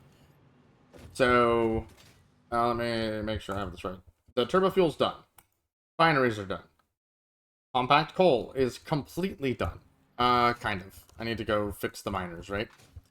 Yeah. Polymer resin. Dealt with. So now, all that's truly left is we need to get the, oil over here. And that's going to be a little bit of a magic trick. Wow. Okay, so good news. I lied. We only need 4 oil nodes. I don't know why I thought we needed this stinky one right here. We can just leave that one alone. It stinks. So the oil nodes we're gonna need are these 2 normal ones here and here. And then these 2 pure ones here and here. These might be heavily protected, so I kind of highly recommend that you just kind of do this on the run.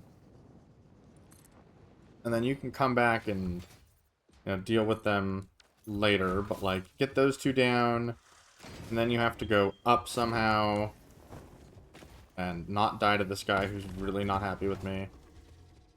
Because the next ones are up the mountainside a bit, which we can keep pinging them to find them again. This way. Get your oil extractor in your hand while you're not aggroed to anything. And just place, I think the other one's like here, place. Beautiful. Then get your power pole. Put them up. Just kind of run away. Look up. Look up. Beautiful. And then you can just take this back through here. Gonna make some friends, that's okay.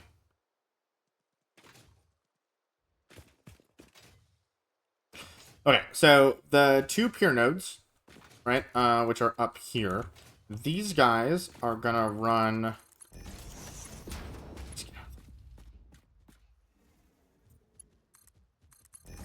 These guys are gonna be running at 600 eventually. They aren't yet, because we haven't overclocked them, and we will have to overclock them to get them to run at 600 per minute. The 2 normal ones are going to be running at 300 per. Nope. Yep, I knew you were here. And at 300 per, you know, it's not like worst thing in the world. Can we just run them into each other? That's beautiful. So they're going to merge and become a 600 pipe that somewhere in here is going to let me attach a pipe junction to it.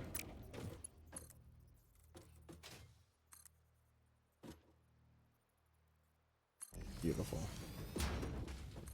And then we just need to run these over.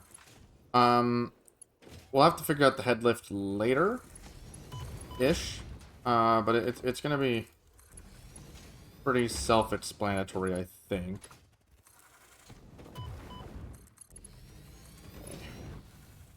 No panic, just keep moving.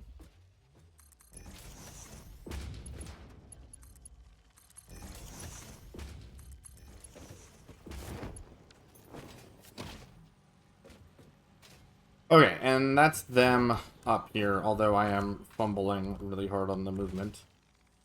That is a-okay. Ow, ow, ow, ow. Ah, they're up here.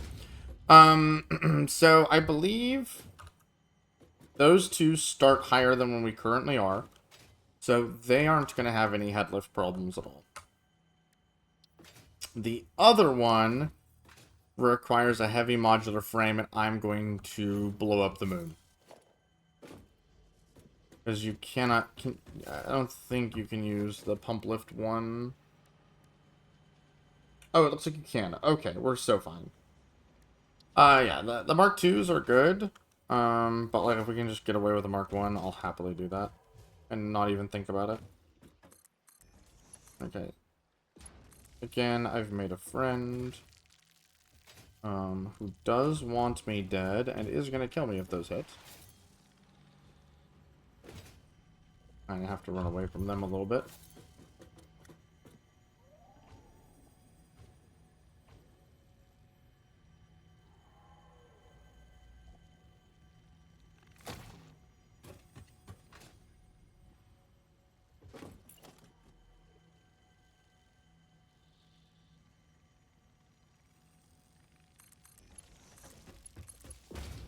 Just in case we need it, I put it there.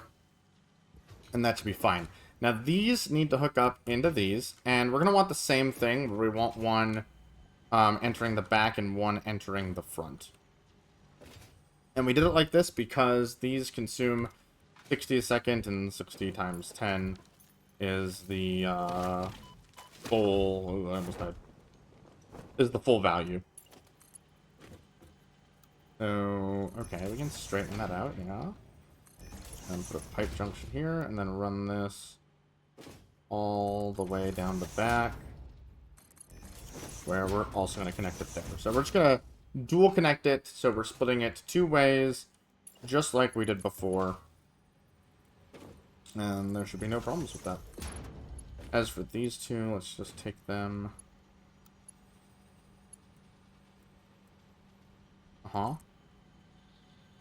Okay, that works.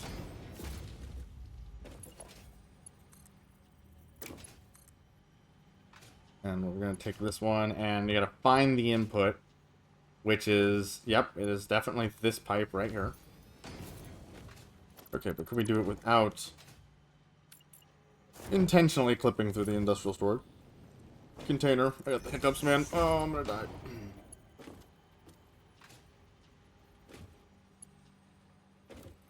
Okay, there is that. And I need to see about splitting it and running it to the other end.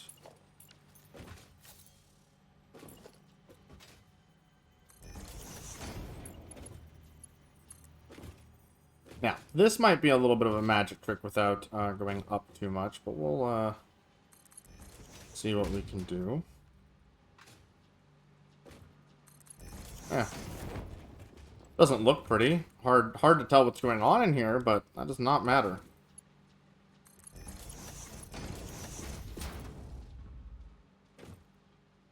And there you have it. Beautiful. I hope that's the input and not the output.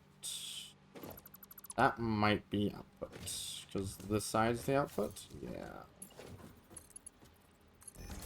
Yeah, it has to go into the far side. Because the far side is the input, yes, and that side's the output, yes. Okay.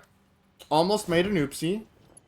That would have been pretty bad.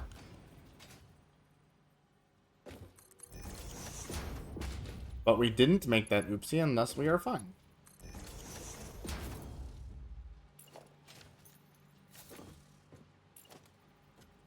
There. Pipe junction there. Run this down on the inside. Best I can.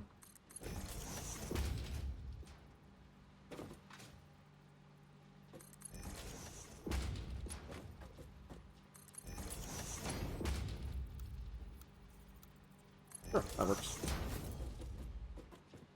Okay, and there we go. I think that's the oil done. Besides the fact that it needs to be power sharded. So we have all the oil we need, we have all the sulfur, all the coal. They need to be, well, we don't have the coal hooked up at all, but once we do, they need to be power sharded, and it's all good to go.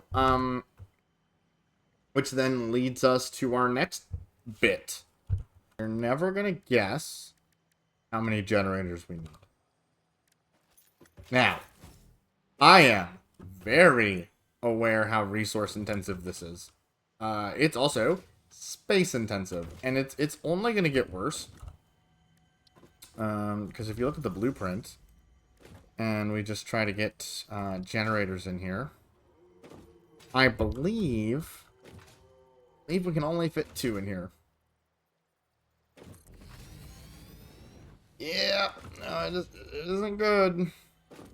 Can't even fit 2 in, really. It's bad. So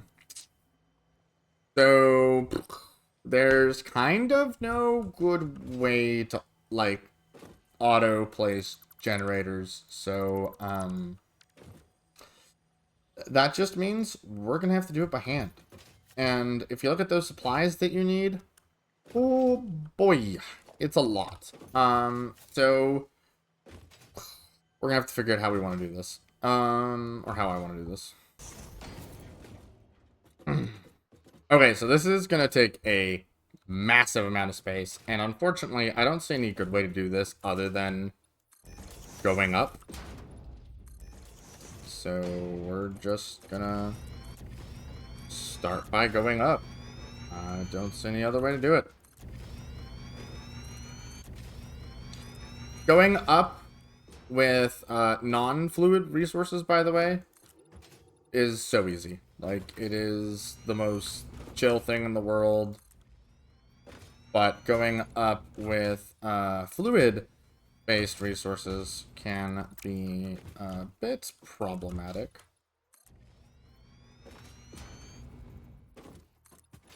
And we're going to see. Hopefully we can get enough space for this to work out nicely. And I'm probably going to have to pick up some concrete and iron plates by hand. Because, yeah, I'm already out. Alright. Okay, so this platform is going to need to be massive. So get yourself ready for that. Because there is no way to do this other than just making it absolutely absurd. So I'm going to go pick up the supplies I need, and you should do the same. Yeah, you're going to need a couple inventory trips. I'm actually going to go back up.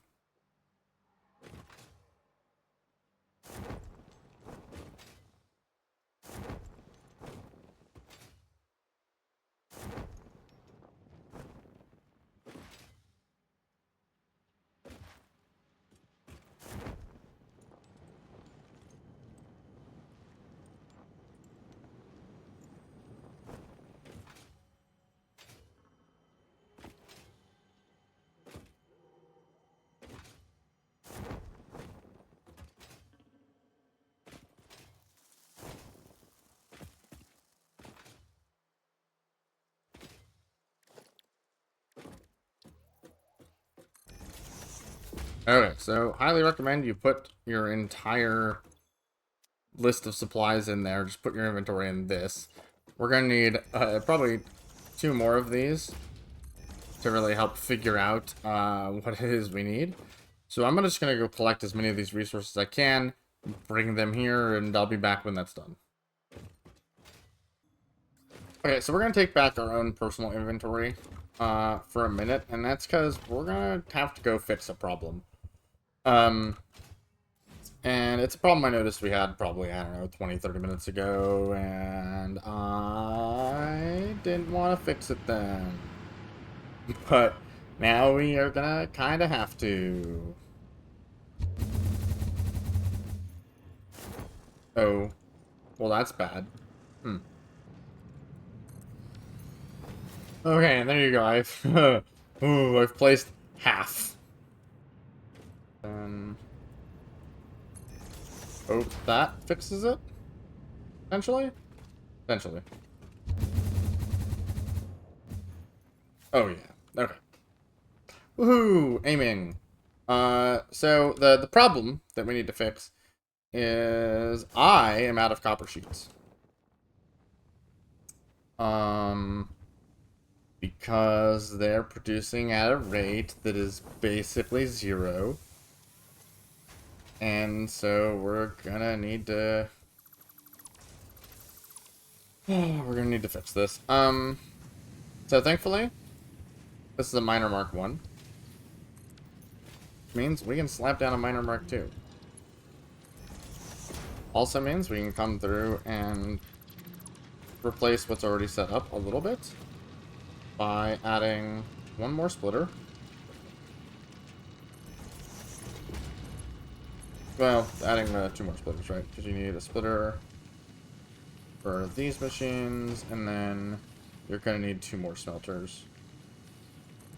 Facing the wrong way. You're gonna need 2 more smelters, which can just get split into like this. Yeah, that seems fine to me.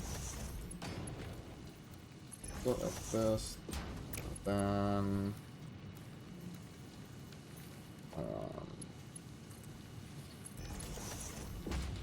yeah, that looks great. Split.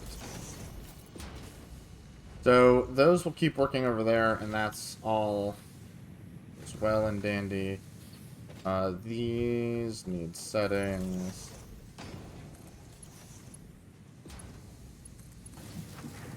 You can build over old power poles, by the way, with the new ones, and just straight up upgrade them, which can be nice. So 1, 2, 3. Same idea as before. Merge the 2 smelters into here. Split it.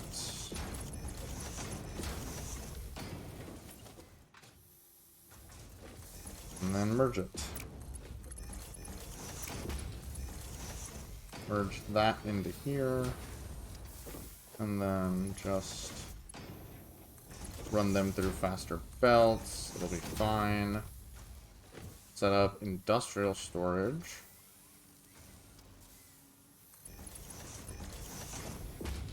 Put a dimensional depot on top of that.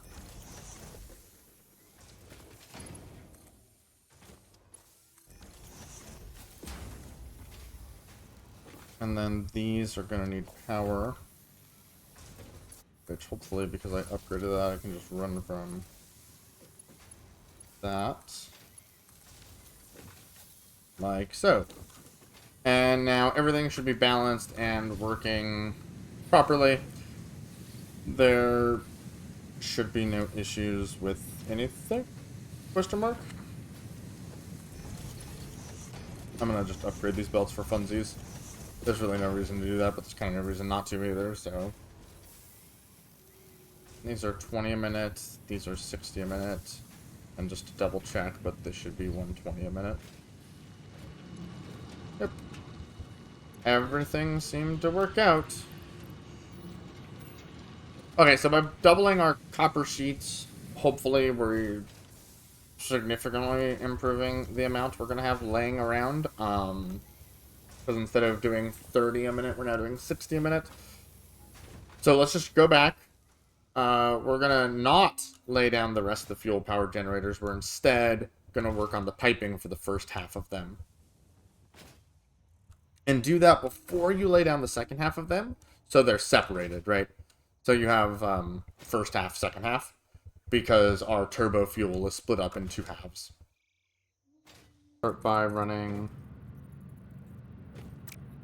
pipeline Mark II straight down the middle of this. But don't put the stupid support at a junction ever again. Okay, once you get into a rhythm with this, it should be nice and easy.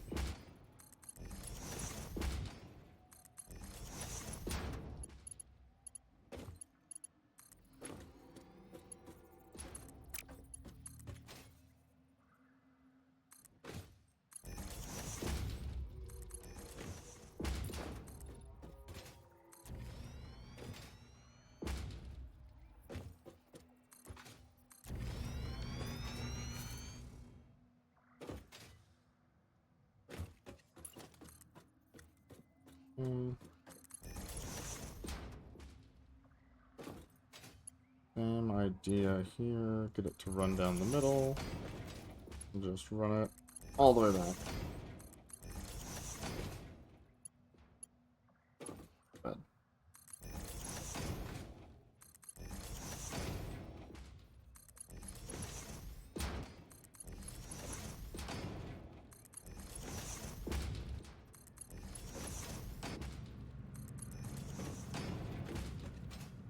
And then just come around and connect it onto itself. Okay, so we've made a full loop of belt. I have no idea what that is. Oh, I see. Then just take your pipeline junction, and now you should just be able to sprint down and do this significantly faster, because it's going to lock itself in place as you're running through.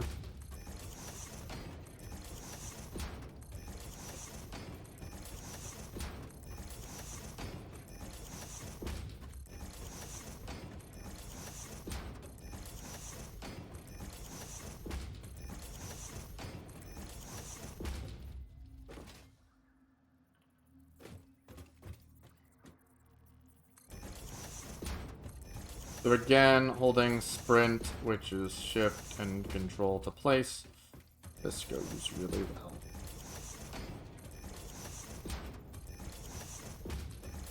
And it's pretty fast. You just click the second you see the pipe junction latch into place. I missed that one.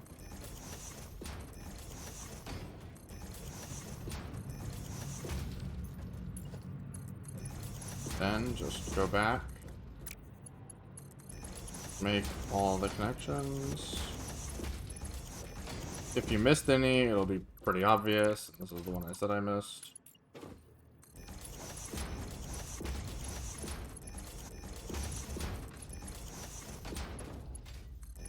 What the hell is this?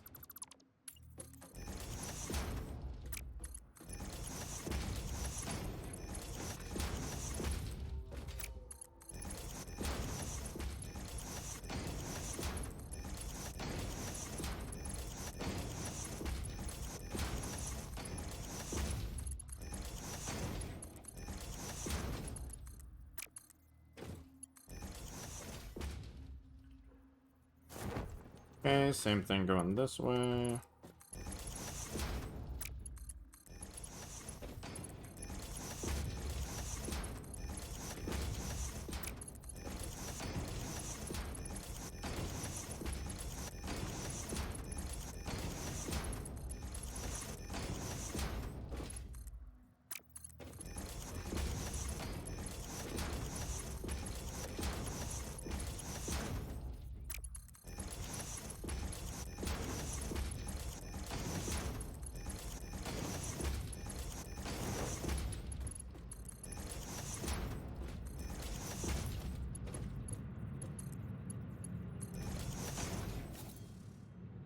Alright, now with the pipes all hooked up, the final thing to do is to power pull everything together.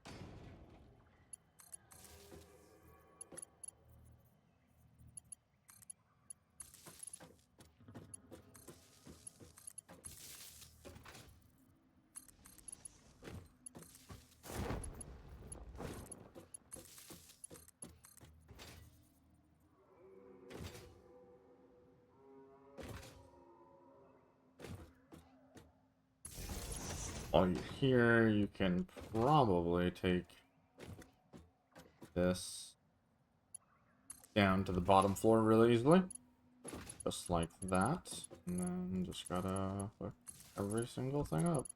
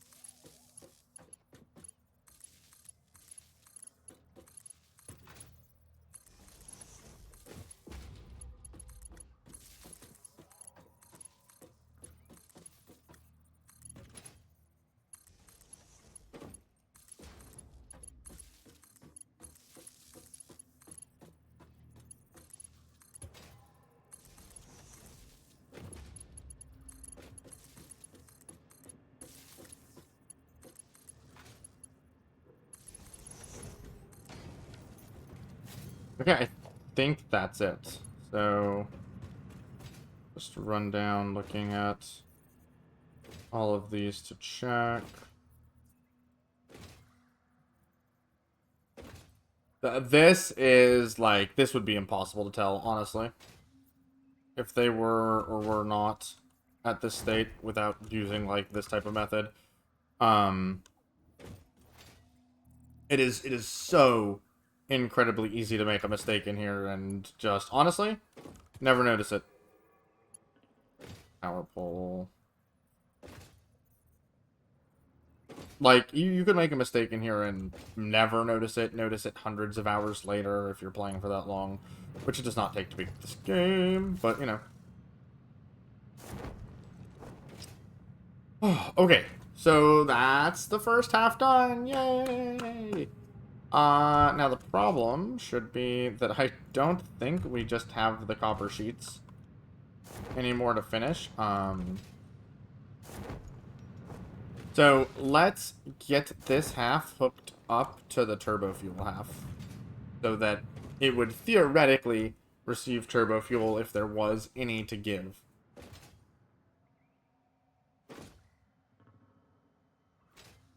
So come to the far side over here, because the far side is close to where the turbo fuel is, and I guess I'm falling now, so, alright.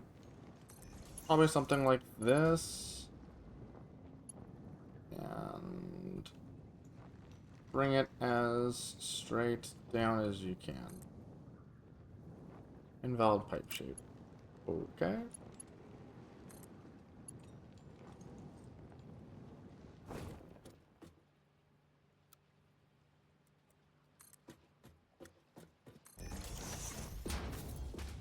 And there you go, something about like that. Now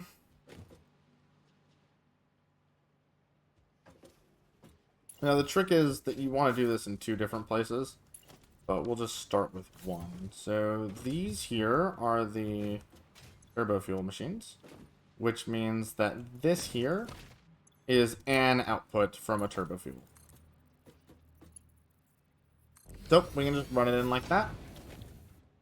I'm gonna overpump this because it's probably better to overpump than it is to underpump. Which means let me put a new power pole here. Okay, so we follow the blue circle until it gets stuck, which was right there, but I misplaced it.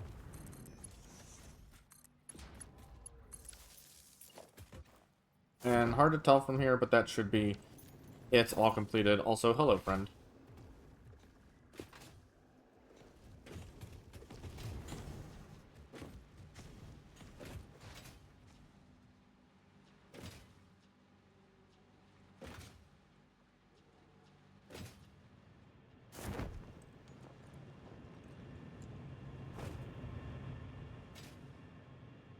Now, we also want this end to work its way up there. And... Huh.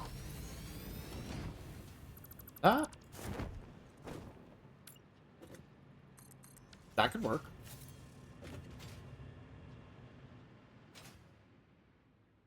It also need to be pumped though. Let me do that before I go up. Get a new power pole here. Let me get a pump. And that should be sufficient.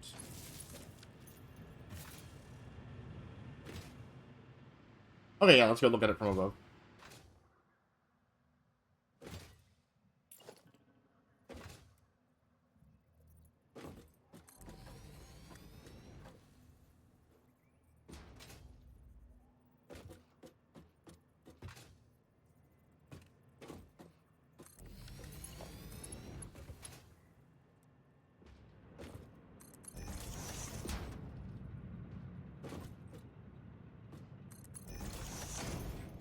Oh yeah, that's beautiful. That could absolutely work.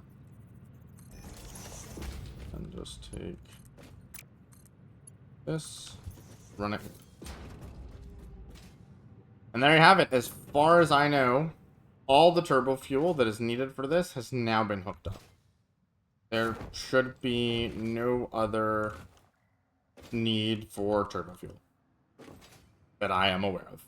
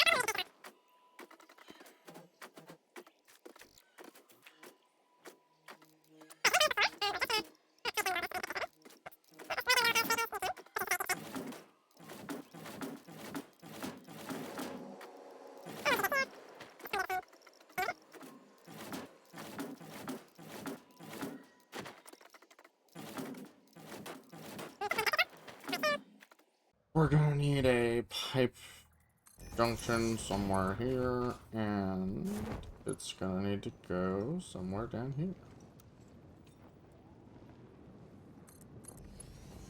And this is a pipe output, so that goes right there. Let's get a pump.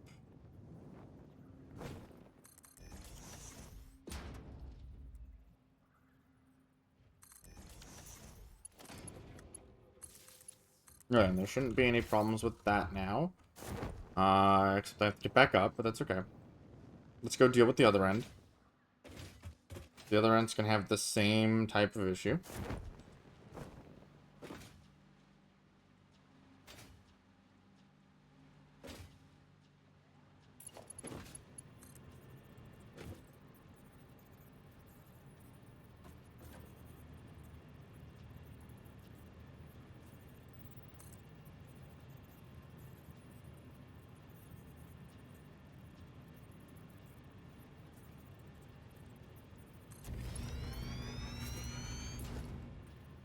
And we just run it up. Double pump. Get those in there and then check that out up top, see what we have. Wow, would you look at that? What a weird place for that to be. Okay.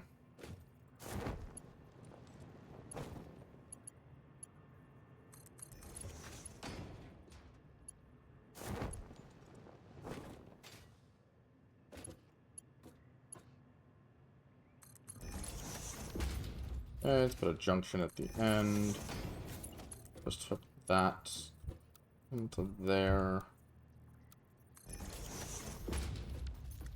Like so. Then we need to place the pipe.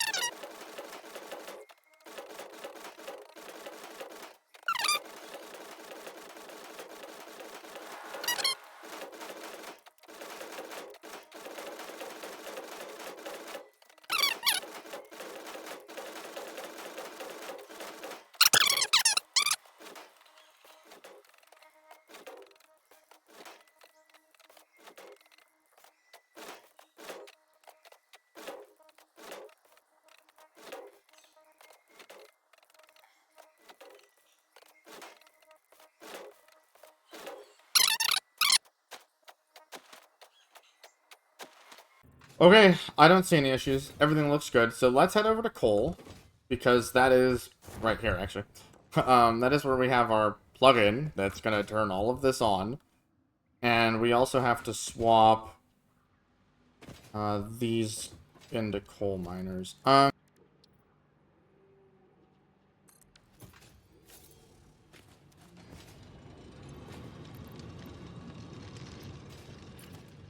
So we can switch to the 3 that we're gonna use to miner Mark IIs just right off rip.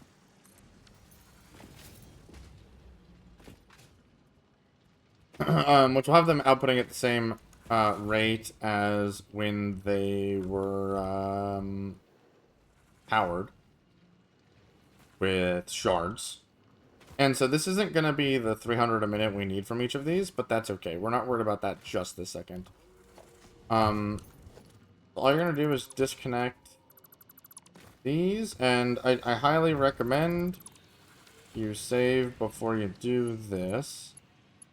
Because if this doesn't work, you're going to want to reload. I'm thinking it's going to work.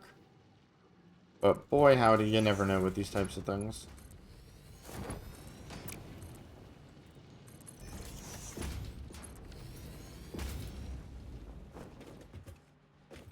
And then last but not least, it's time to hook this up to power, isn't it? So that should overfill our power in a few seconds, and we're going to tap into the reserves. That save that we just made, if this goes wrong, you are reloading that save. And we'll work on a solution from there. I'm guessing this won't go wrong, but it's hard to tell. It is hard to tell. Everything should be picking up. I gotta get up here. Oh, I'm gonna die in this, aren't I? God bless it. Not like this. Okay, coming up here, sulfur is coming up, which is good. And so is coal, which is awesome. Everything up here is yellow, which means everything has a recipe at minimum. Although not much production is going on, because they're manifolding in opposite directions, aren't they? Yeah. Well, no, they shouldn't be. Yeah, well, they are. Yeah, oh, no, they are manifolding in opposite directions, which, in retrospect, is either terrible or amazing design, and I'm not sure which just yet. But these are producing, which is good.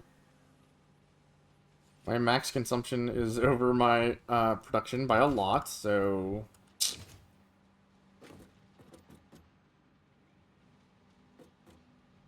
we can already see some is going down, which is good.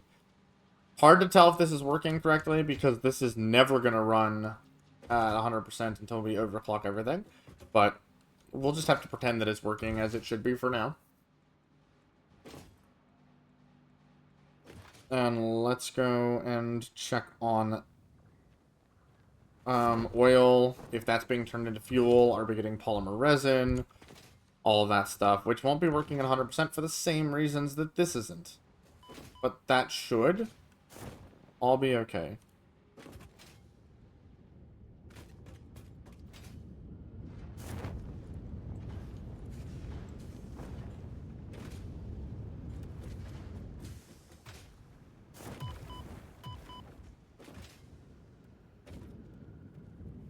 First things first, scanning for red.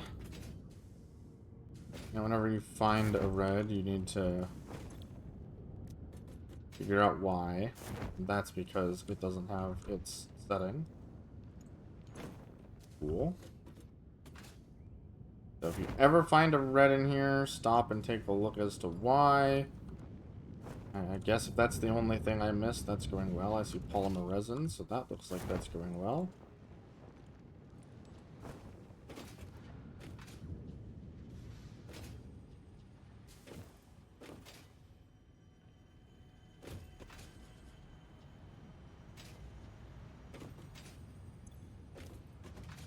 Okay, polymer resin is coming through.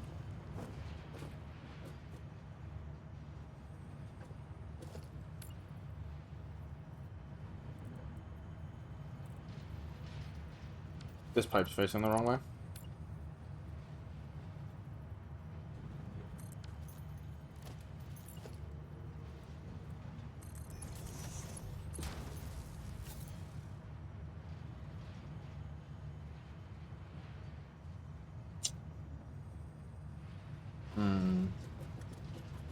Okay, so debugging. Why is this pipe not flowing?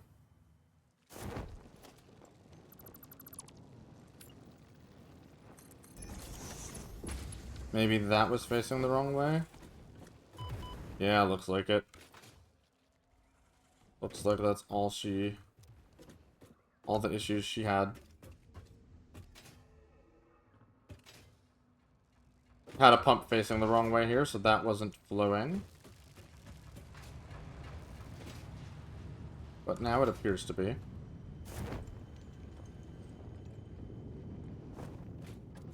So we should see things filling up and working.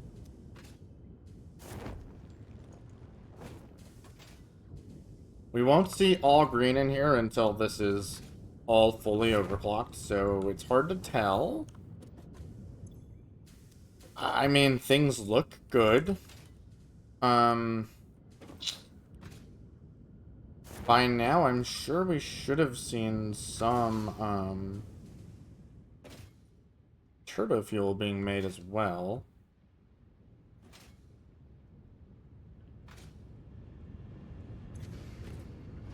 Yep, turbo fuel is being produced. That's good, that's good, that's good.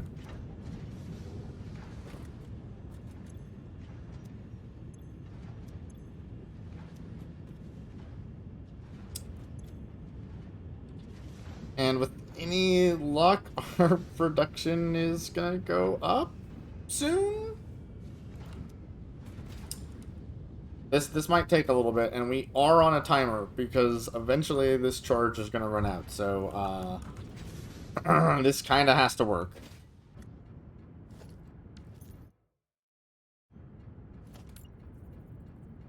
I have a pump upside down. I was wondering why this wasn't working.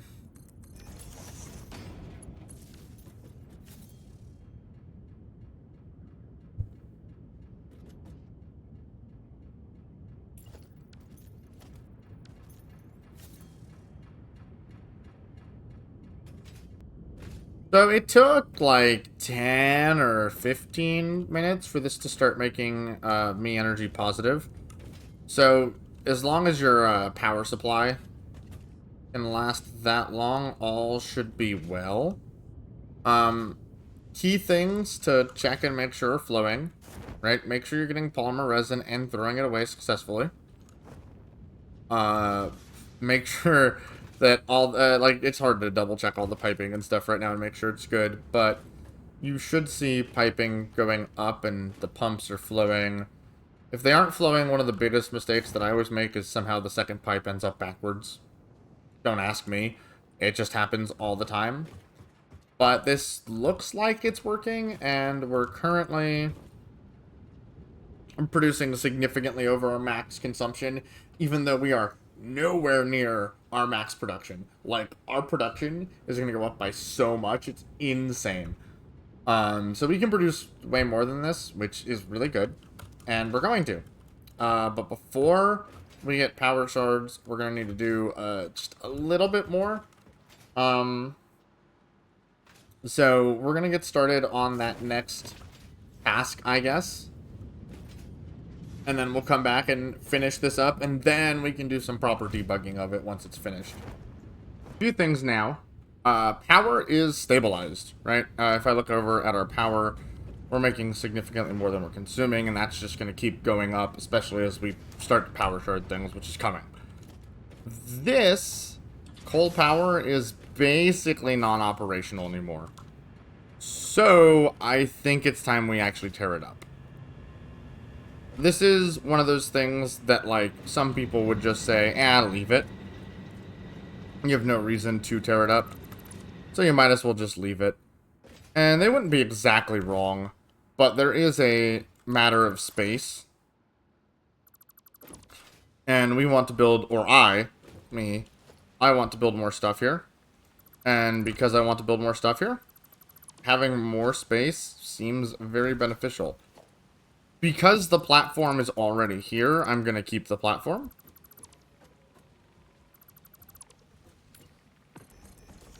That one never gets old. But I'm just going to clear this up.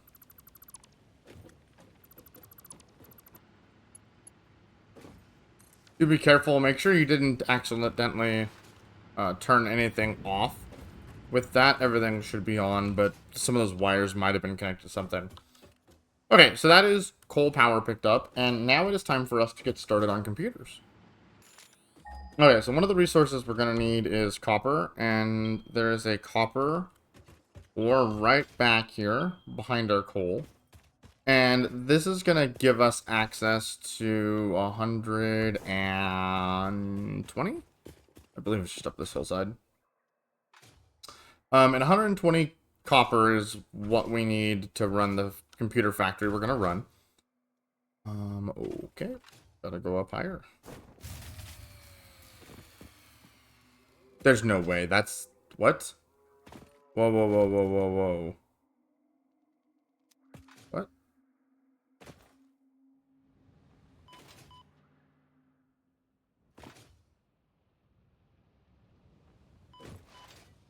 Okay.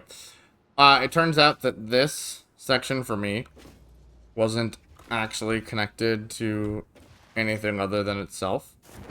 So when I disconnected the power, it was powering itself because it technically has fuel generators, but it wasn't really able to power itself. So you should be able to plug those back in, and when you plug something like that back in,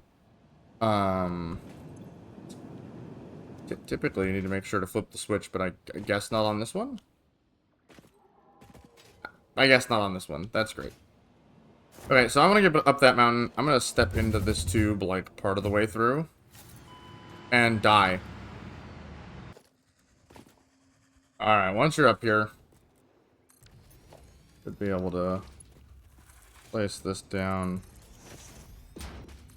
and begin sending it down. You're gonna need power. So of course make sure you get that. And this should be producing at 120. Great. Now, we want more than 120. We're going to feed this one power shard. And we already have these power shards from something. I don't remember why I have them on me, but I have them. So we're going to make it 180 because we want just a little bit more.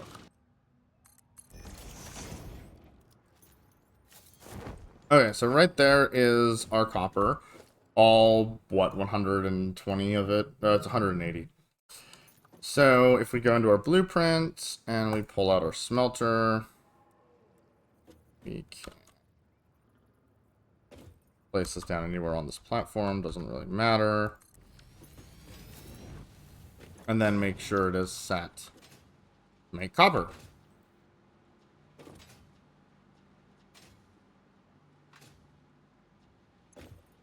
Hooray! Copper. Now if we want 180, we only need 6 of these. So we can just remove the back 2, as they are not needed. We can leave most of this stuff. It can all sit here. Not a big deal. We haven't upgraded this blueprint to Mark IVs yet, but no worries. We're not gonna have to fuss with that. So now, if we just take one of these, mess up. Holy chills, what did I do? How do I build? Okay, there we go. And then just bring power down here somehow.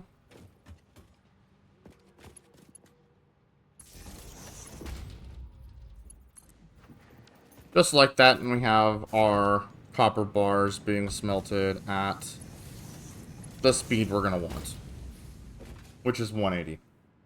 Okay, now, we need 3 machines, 3 constructors, that are gonna be dedicated to copper wire.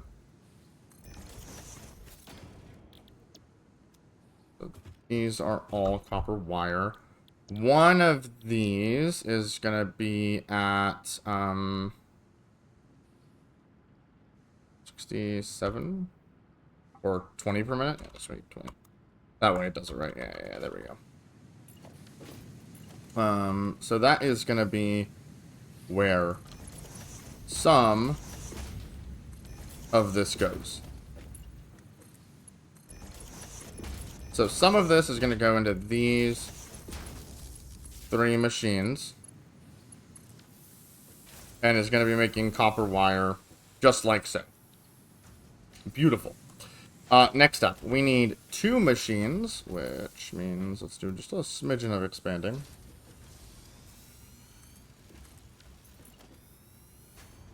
And I cannot wait to pick up that construction container.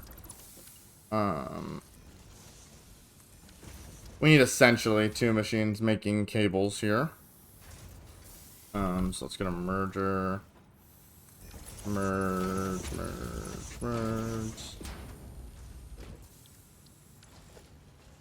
Splitter.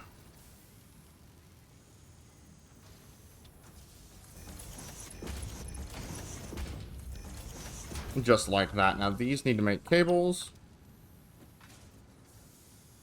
And the rate at which these need to make cable is 20 and 20. For power reasons, I think it's better just to make one of these 10. Yeah. So 120, sorry, one is at the full 30, and then the other one is at the 10. But they are both making cable, if I can click. See? Look. Wow.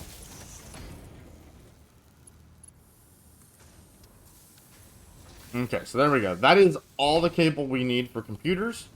We're just going to run these into mergers for now and just leave it alone. Now we got to go back to the copper. And with the copper we're consuming being 40. So we have 180 minus 40. So we have 140 left, which I believe means we can place down 7 of these. Am I correct on that? At 100%. Yeah, we can put down 7 constructors.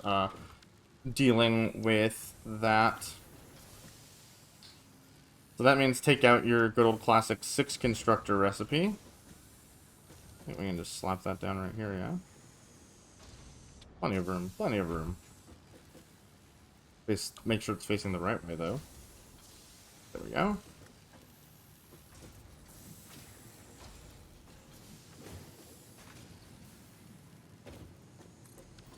Beautiful. And we can add 1 more constructor to the front. Like so. To get your 7. You don't have to go through and upgrade these. I don't even know why I am, if I'm going to be honest, but I did.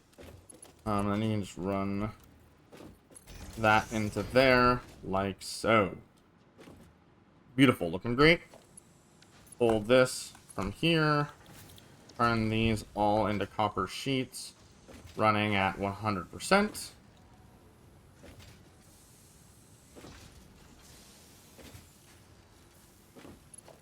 Beautiful.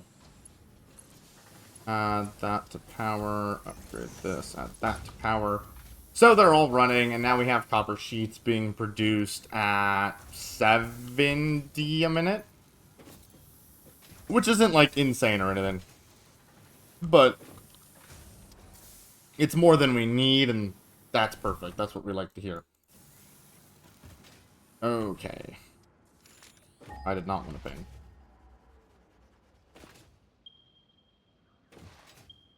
So, coming over here, we originally planned to add more refineries to this. Because I believe this oil pipeline, if I'm not mistaken, can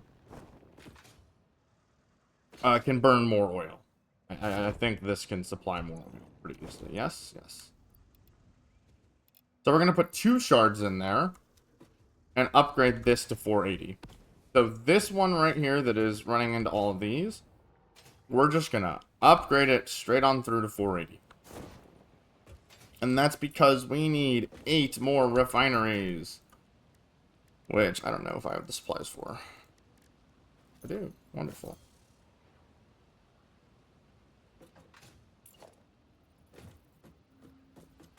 We should have room here to plop down 8 of these. So 1, 2, 3. We actually have we have a recipe book, don't we? Hold on. I forgot we blueprinted this. Oh my god, look at us. We're so smart.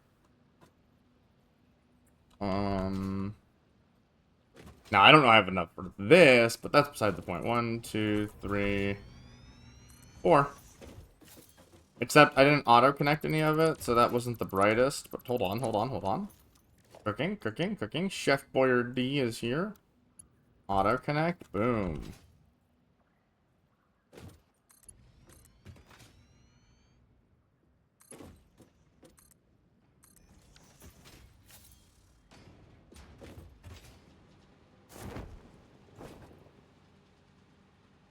I mean, there you have it.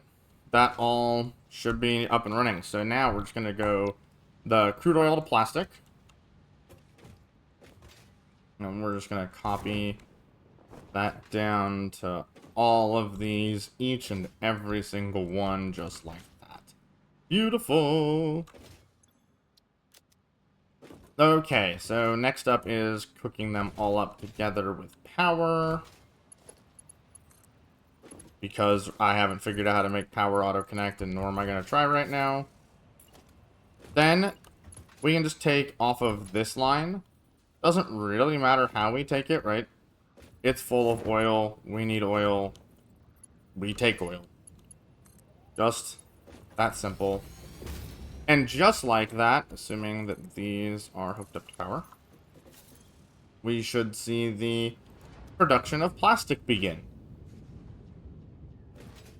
Now, we are left to wonder what we are going to do with the excess heavy oil. So from there, we're going to need 2 more refineries, and we need to rotate them so that the backside is facing this way, right? Yes. Hit H on that, because I don't know if we want that to auto-connect or not. No, we do not want it to auto-connect. We'll connect it ourselves. Is that right? That doesn't look right.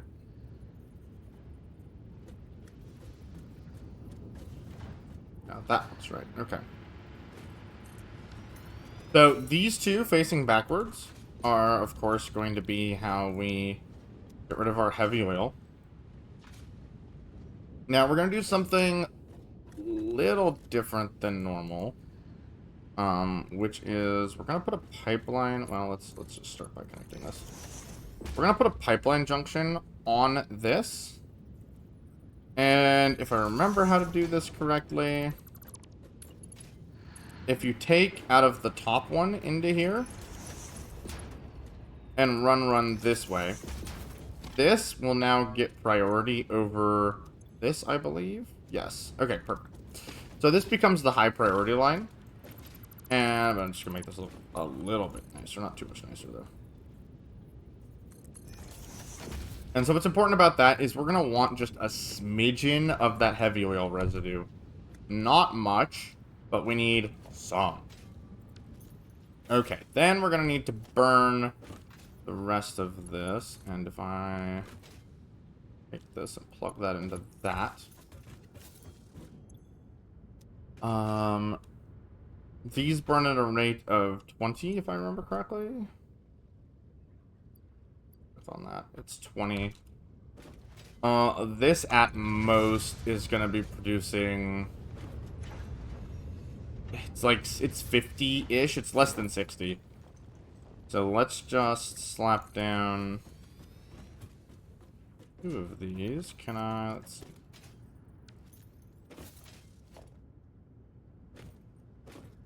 Okay. The room in here is a little tight, but I'm gonna make it work one way or another. Oh, that works. Sure. Works for me. Okay, and that is gonna be coming in this pipe. Just run that into there. Oh, I need 3, don't I? Yeah, I need 3. I've only put down 2. I need 1 more. Beautiful.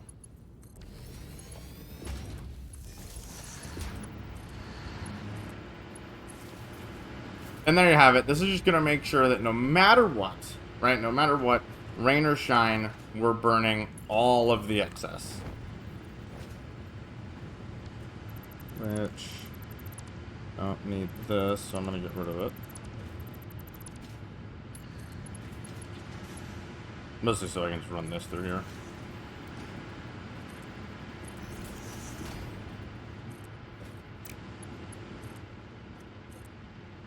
Okay, and this line of plastic is all we're gonna need for computers. We technically need words. We're technically gonna need a little bit more for this, but that's gonna come from somewhere else, so don't worry about that right just this second. Or do we want to worry about that right this second? Huh?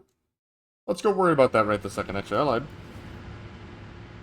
So, we have another way of getting plastic, and I don't know how much of it I want, so I guess we're not doing that right this second. Oopsies, I lied. Do I need plastic for this, by the way? No, okay, beautiful. Just for this. But the reason I don't know how much we're gonna need is because I don't know how much it takes to make circuit boards. It takes 30, 15, so we have 70 divided by 15 means we can run 4.6 of these. Ow, ow, ow, ow, ow, hey, rude. Where are you?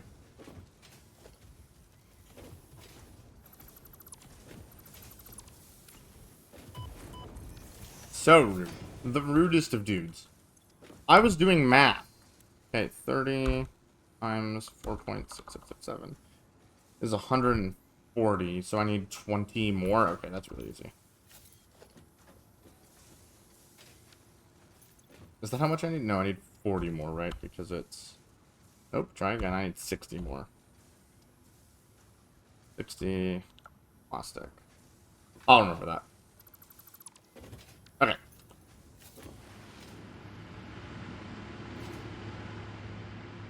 So, remember a while back when we were throwing away this polymer resin, but also working on an alternative for it? Well, we're going to need that to produce us some extra plastic here, using the residue plastic. We need 60 of this plastic. So that means we need 3 of these.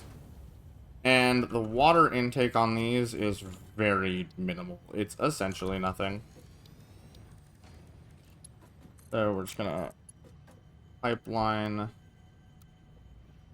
this up to here. Run that into there.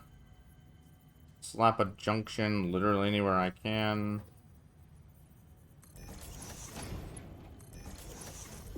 And then just run that up into those. We're gonna need a pump on this somewhere. That looks great to me.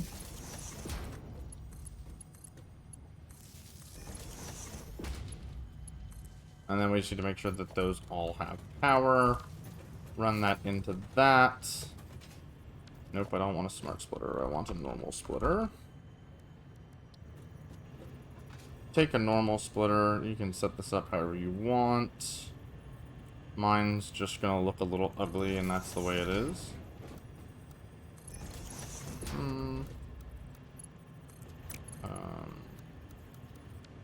Not gonna look this ugly though. Okay, we're gonna expand this platform by 1.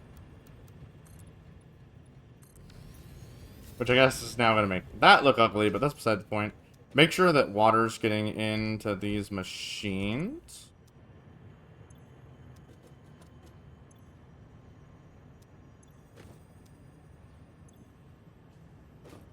Okay. Okay. Okay, perfect. And make sure it's enough water. I think these produce 120 by default. Yeah, okay. And this is only consuming 60, so that's basically nothing. Alright, let's place this splitter a little bit better. Conveyor splitter. Here-ish. There. There. There. There. Beautiful. This is going to take some of our polymer resin, turn it into some plastic, which we can just merge over here.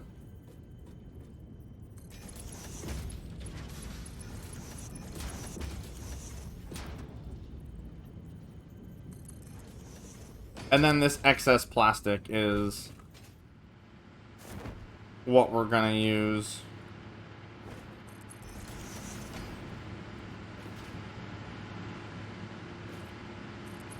with our already existing plastic.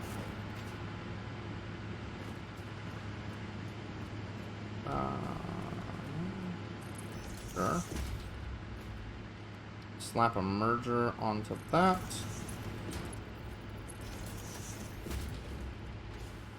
And there you have it. That's all the plastic we're going to need. Maybe I can pick up that dismantle crate now. That'd be pretty cool. It's right here.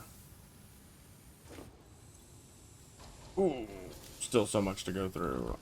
There's coal in here, though. I can throw that away. Okay, so next up is to utilize that to the best of our abilities. And if you saw correctly, we're going to need 4 assemblers. 1, 2, 3, 4. But it's actually 5, because it's 4.66666, whatever that number is, right?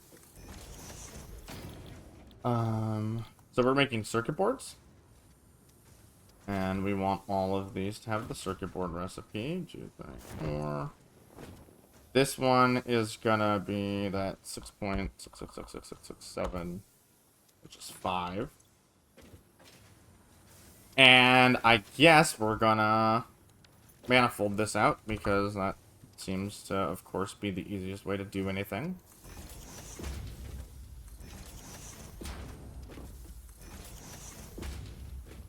I mean, who just doesn't love manifolding, am I right?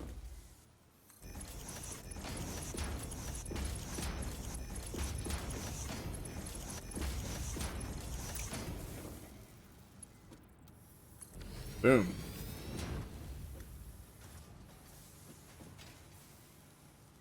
Then we just need to make sure that these all have power.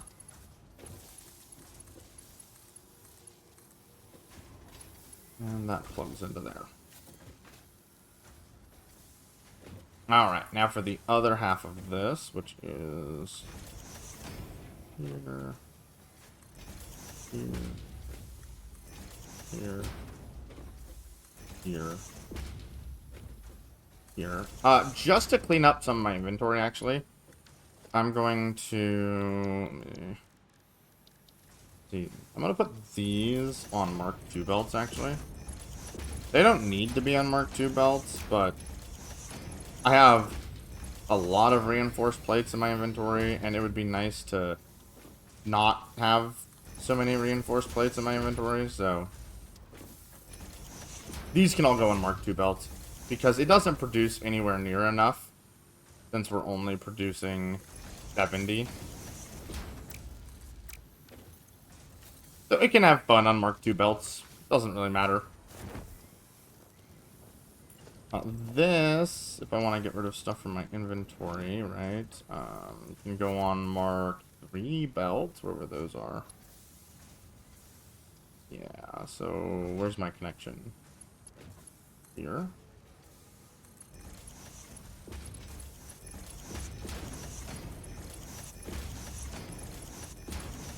And it technically manifolds out faster with the higher tier belts, which is why I tend to use the highest tier available. Just right now, my inventory is a mess, and I would like it not to be. Okay, so this here is making circuit boards, and circuit boards are a semi-important item. They're not, like, the most important in the world, but they're also not, like, useless.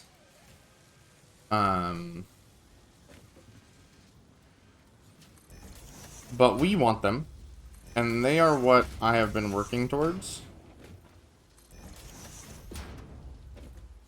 And they're why we did power the way we did it. I can do these slower, right? 7.5 a minute means that what? This is producing like 30. 7.5 times 4.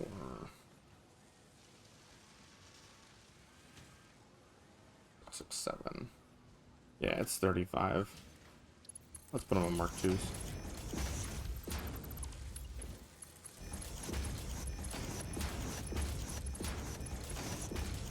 Again, the belt size doesn't really matter. I am just using Mark IIs to try to hopefully clear up some space in my inventory. And so there you have it. Circuit boards are being made. Friend is back, friend is gone. And we want these put into a dimensional depot. We're not gonna probably need them in, like, huge quantities or anything. We need a couple lying around here and there. So this chest is gonna fill up with enough over time to satiate our needs, which is perfect. From there, let's finish this off. All we need to do is lay down 2 manufacturers, which, yeah, this space looks pretty well suited for manufacturers. Something like this. Yeah, beautiful. Beautiful.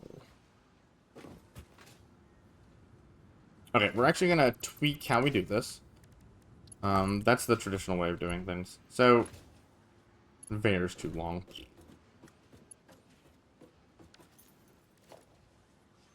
Okay, let's run into a splitter then. So first things first, both of these are gonna need circuit boards. Duh. But what we can do is we can put a smart splitter on this track, on this belt, if we're doing so. Make sure it snaps like this and isn't like this, which means you have to be looking at the belt. It's oddly precise, but it works. Send overflow to the side. And then send the overflow into there. So any overflow, which there will be because we're going to be over-making this stuff, right? Any overflow is going to go this way and then into the depot. That way we can have the depot as full as possible and have backup storage for this just in case it needs it. Which I don't know why that would be, but just in case. Okay, next, we need to take half of our plastic and run it here. Which is this. And you know what? I said I was trying to save on belts. Just because I wanted to inventory space. Let's do that. That being said, keep this section Mark IV. Because the maximum loading speed of these, by the way, is, well, it's Mark III, because it's, yeah, it's Mark III. Is the maximum loading speed of these. But at least keep this section fast enough to continuously supply that. The rest of it I don't care about. That being said, we need to take this and split it this way. Wait, actually, hold on. Oh, actually, it was clever. Put a splitter on top of this, yeah.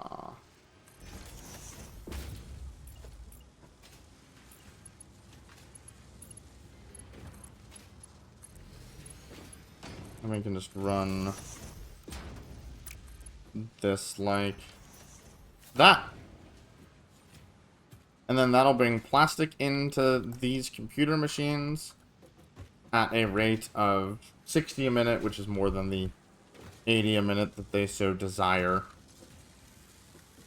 Okie dokie. Next up is to bring this cable over.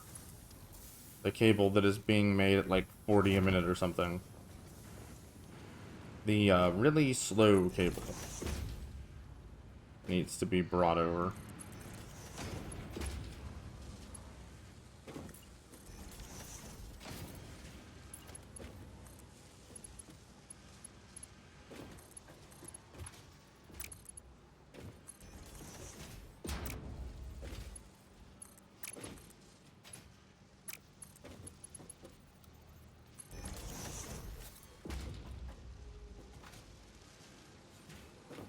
And with that, cable is going to slowly come on over, and we can finally make computers. Once I find this an outlet. Boom. Now, as exciting as this is, do not forget to merge them. We can definitely run this on Mark II.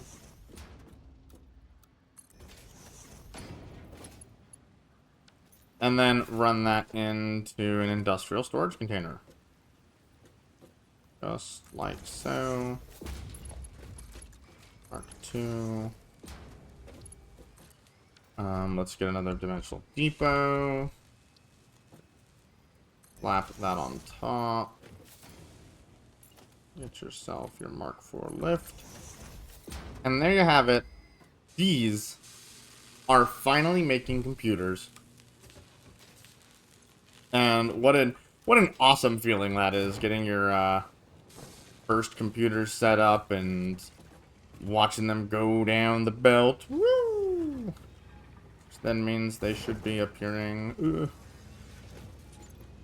should see them here. Woohoo! Computers! Yay! Before we leave this area, we're gonna head back to base. Make sure you have at least 50 circuit boards that you have access to. They may not be in your dimensional depot just yet. If they aren't, they're in these machines, and you can just pull out probably 50 or so pretty quickly. You definitely have access to 50 circuit boards without, like, messing up anything. Just pull it out of one of these two. Depending on how long it took you to build all this, it's in your dimensional depots. Who knows? But you should have 50. Take those and head back to the hub. Alright, back at the hub, we have a few things we want to do. First of all, you probably could have unlocked this earlier, but in the M.A.M, alien technology, alien energy harnessing. The only reason we didn't unlock it earlier is it doesn't really do anything until you have access to circuit boards or computers. We only care about this side, though, the circuit board side. So let's go ahead and add this to our to-do list. So collect those materials right there. Alrighty, so now that we're back here with all of the goodies we need, let's go ahead and unlock the... I don't have them in my inventory. Alright, let's try that again. Wow, now that we're back here with all of the stuff that we have to do this, let's do the research.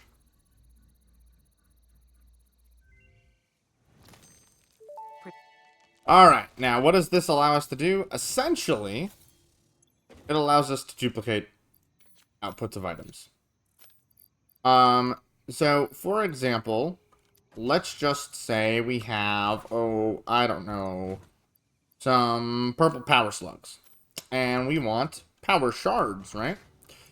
So what we can do is we can place down a constructor.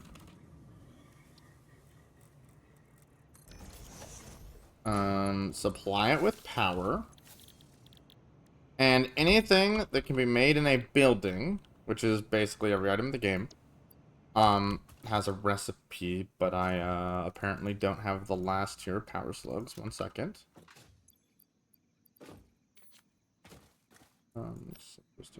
And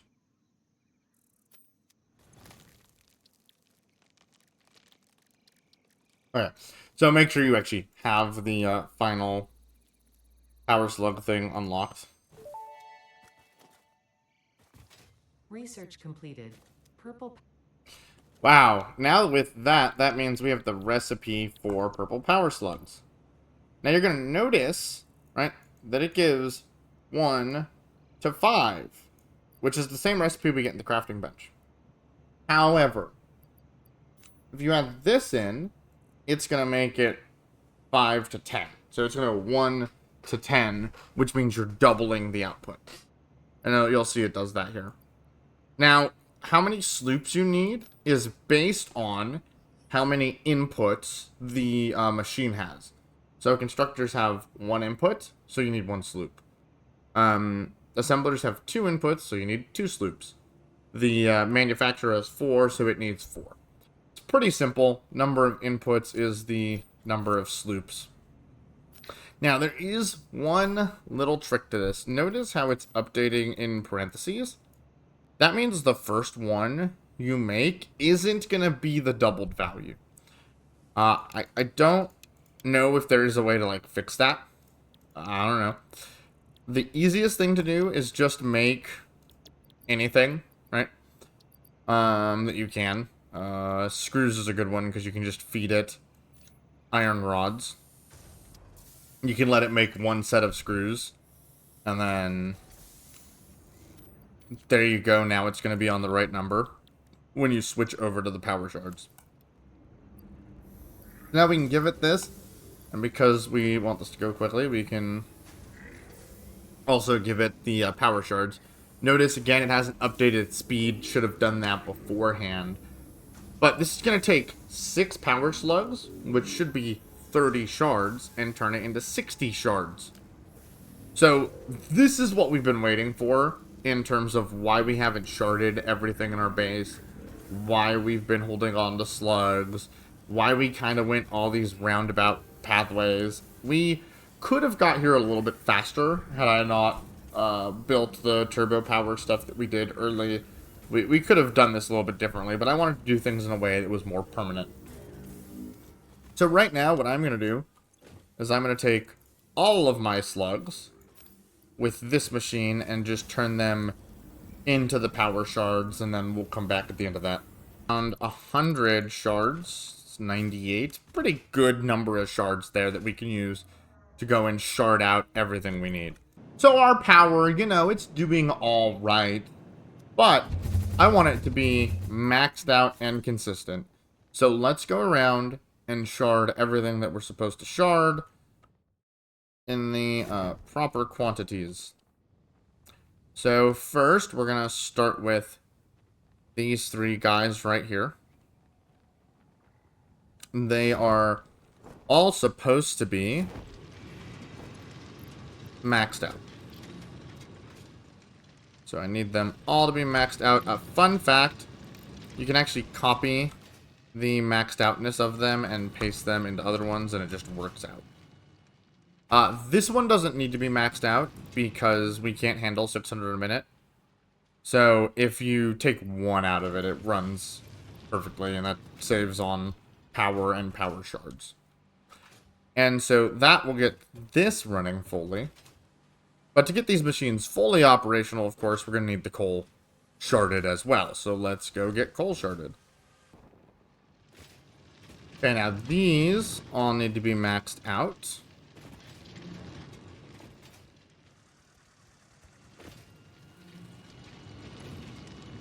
And there you have it. All of those are maxed out. You can literally watch the throughputness of the belt change. Look at that. Look at how much more full this is. Isn't that fantastic? So with these producing faster, what's now going to happen is the compact coal is going to come out at that rate of 800 a minute we're expecting. And that is fine, dandy, and beautiful. So from there, we need to just make sure that oil is coming in at the correct rate. So every single oil extractor hooked up to power needs to be maxed out and needs to be producing at a full power shard rate just like so. Which means those two at 300 are now finally going to combine to 600.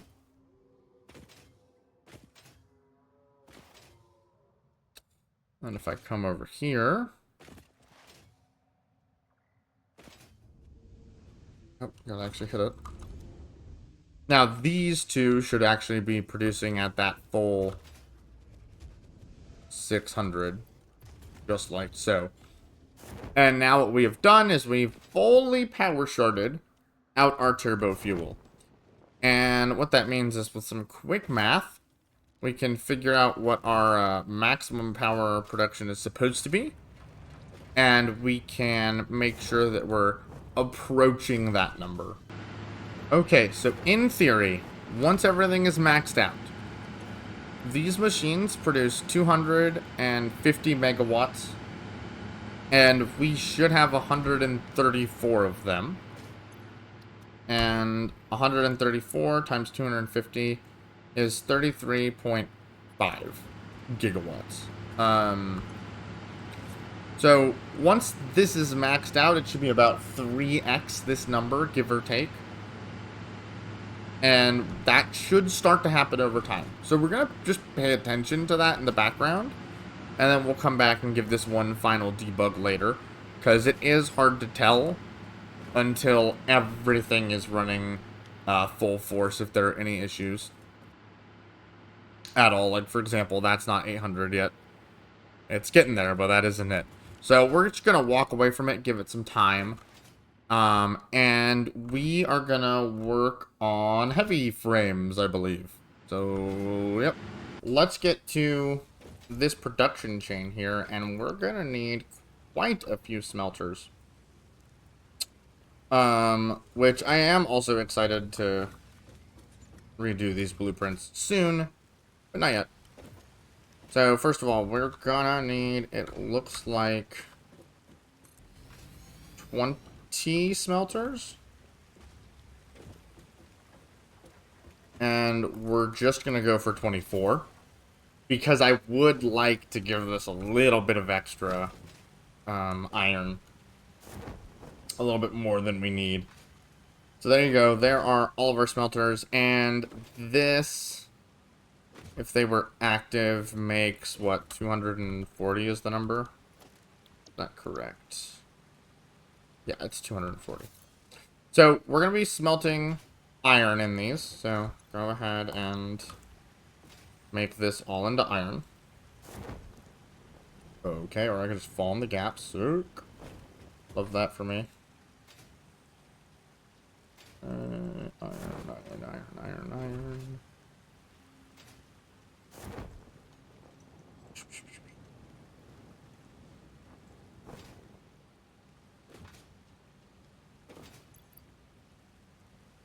Okay. So those are now all set up to be iron at 240 in, 240 out, which is muy bien.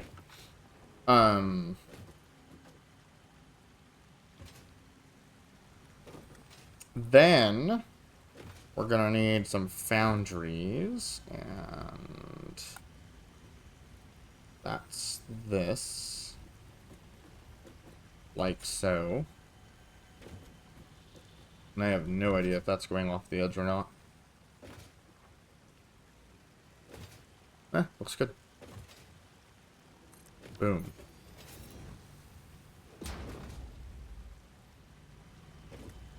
Now, the only trick is, before we couldn't do this, now we can. We actually need 8 foundries here.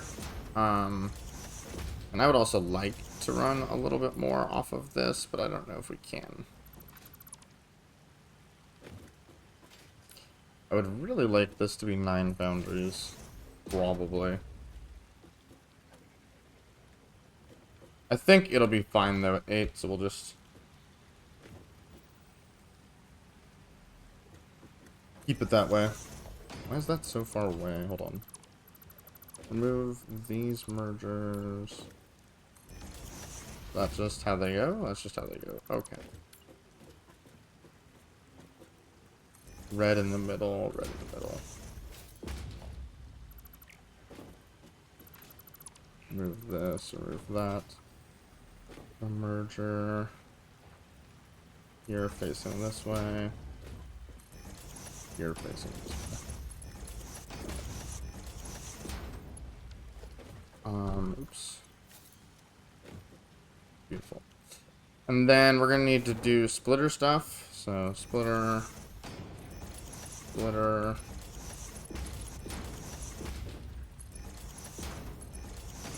Now I've already said this, but I'm gonna say it again. Really important that the down the middle belts are Mark IVs. Okay? That way, these two inputs will be at the correct speed to handle this. I don't think the outside belts matter because this is 45. Why is that slower? No idea. Oh, I do know why. Yeah. Because that's how it met the number it could meet before. Yeah. Good times.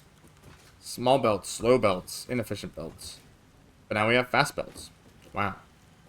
Yeah, because these don't produce at an out rate that matters, so you can just only do, like, the ending belts.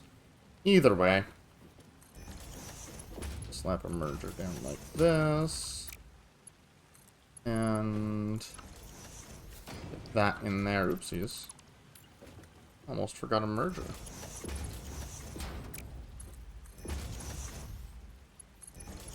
There we go.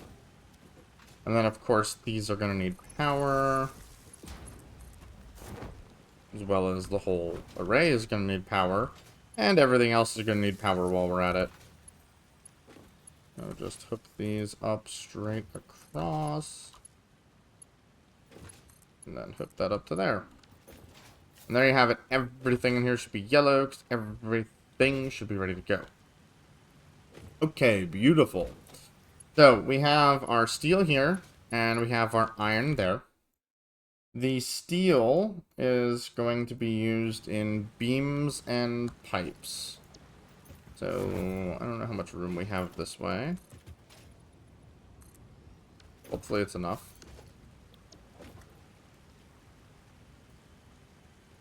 Boy, howdy, looks like enough to me. Beautiful. So we want constructors like that. And constructors like this. These constructors, we only need 4 of them. So you can dismantle this bit in the back, which also means you can make this more compact. And normally I wouldn't do this, but for this project I shall. Because, I mean, look at the space.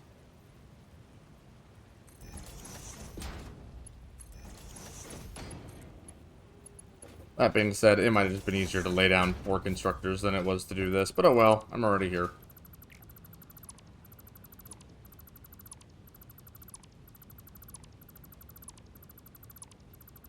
A little too late for that.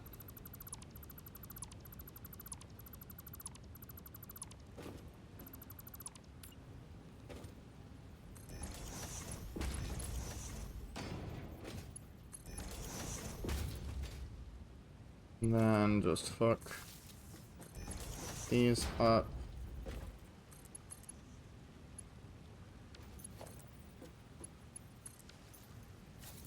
Together. Now, 4 of these are going to be steel beams, and we'll do that on these faraway ones. So steel beam, steel beam, steel beam, steel beam. They take 240, so you don't need to change anything there. And then these are going to be steel pipes. So steel pipe, steel pipe, steel pipe, and steel pipe. There we have it. So the steel pipes from here are just going to run straight out into the heavy frames. So that's like 1/4 of the leg essentially done. These are going to need to be turned into encased industrial beams along with some concrete. Now, we don't have the concrete, but that's fine. It can be added. And I don't have my chainsaw on me, do I? Nope. These work, though. They can blow it up, yeah? Yeah. I think they can. Oh, hi, friend. I didn't know you were here. Perfect. Just gonna blow these up. You can actually chainsaw these down instead, but that way I have room to build. Ooh, look, a sloop. I think I can get this.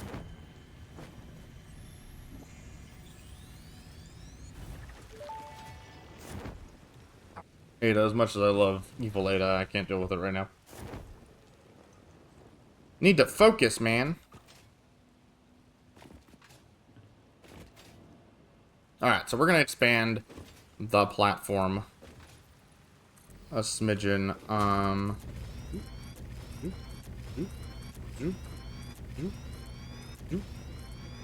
Zoop. Beautiful. And in our expansion, we're gonna lay down 6 more constructors. And we're gonna push it back a little bit, like so, because we actually want to slap 2 more constructors in front of it. Something feels wrong here, but that's fine, I guess, whatever. Okay. Change the straight down the middle stuff to Mark 4. And then set these up so that they have power.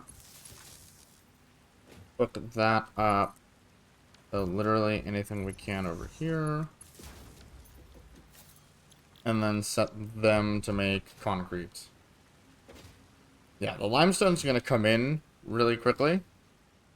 So that's why they need to be Mark 4 down the middle. The concrete comes out really slowly, so it doesn't matter. Alright, and there you have it. That is the concrete all set up.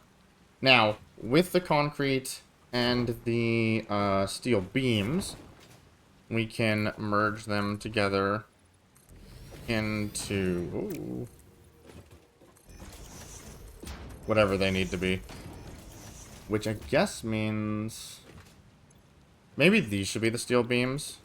Yeah, I'm going to make these the steel beams and switch those 4 to the steel pipes.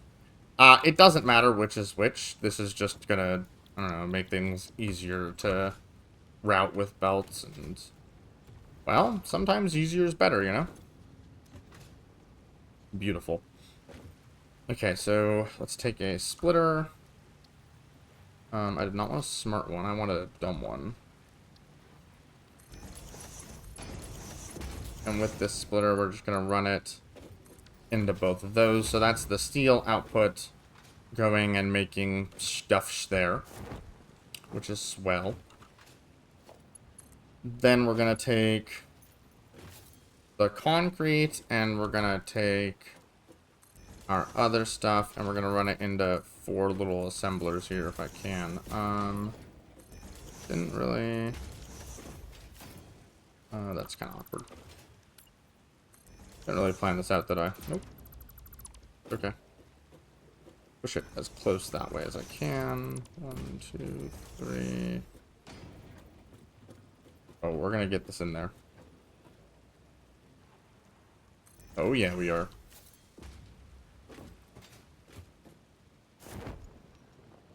In fact, it's kind of weird this one's raised. Let's not have this raised. There we go. Much better. These are going to be making encased steel beams. Boop, boop, boop, boop. One of these is going to be making 2 a minute. Is that correct? Yes, 2 a minute. One of these is on 2 a minute. The rest of them are on 6 a minute, which leads us to our number of 20 a minute. Then with some splitter technology, we don't need splitters on that last one, so let's just go like this and keep them close.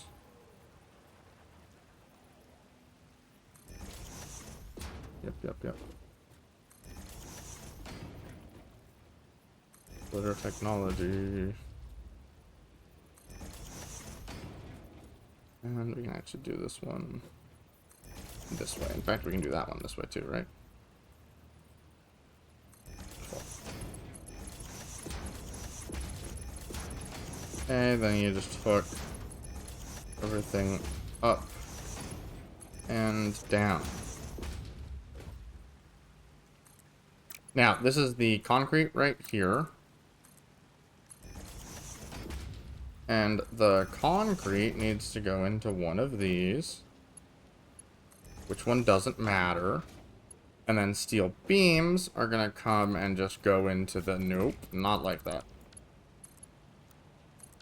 Steel beams are going to come down and go into the other one. Like so. Then, of course, like everything else, it needs power. Because everything needs power. Did I connect these two to themselves? Yes, I did. Alright, and there you have it. These now have power. With very minimal work, we can set up merging back here as well.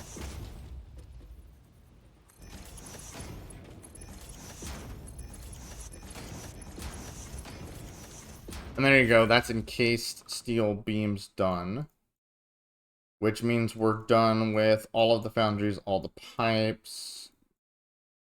So all we need to do is go back and deal with the iron. Unfortunately, the iron needs a lot of stuff for it. Aw, you spawn on there, don't you? I just kill this thing.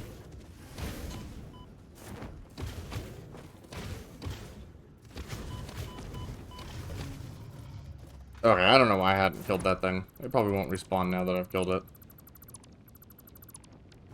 I probably could have killed that thing a long time ago.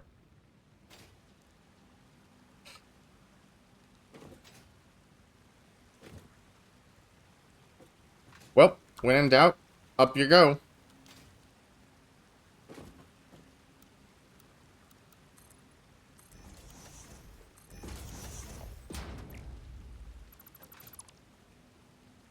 Do something like this. Give yourself a little ramp way up.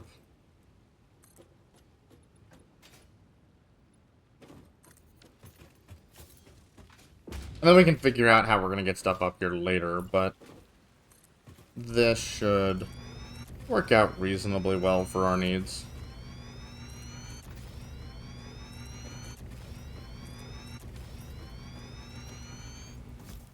Including, oh no, we have to get rid of this.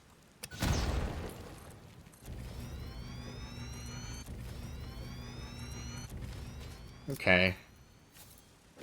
Yeah, that looks good enough for a start. It's not like blow your mind insane or anything, but like it's a good start. Okay. So we need 22 constructors on iron rods. And our constructors are set up in groups of 6. Oopsies. Are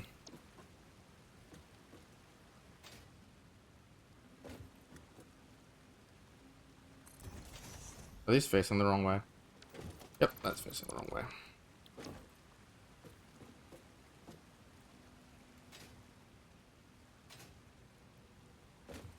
Okay, so 1,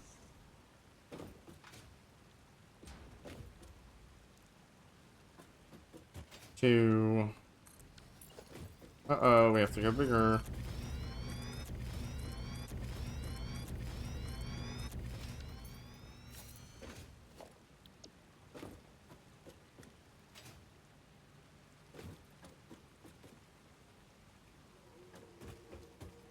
3.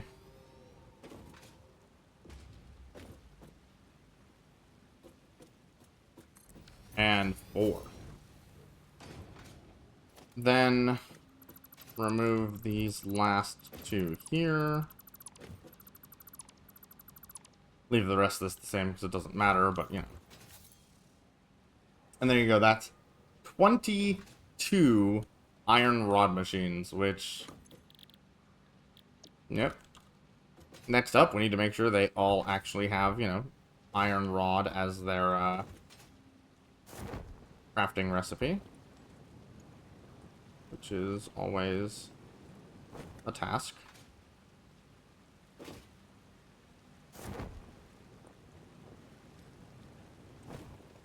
Beautiful.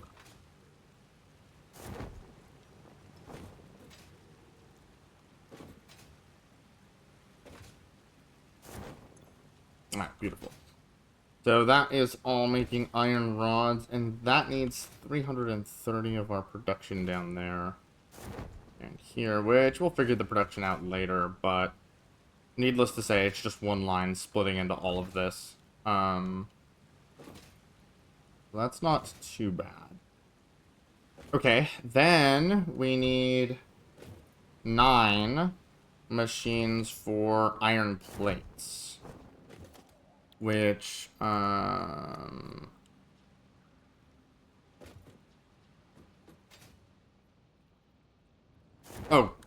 whoops. Well, shoot. I think the easiest way is just to, like,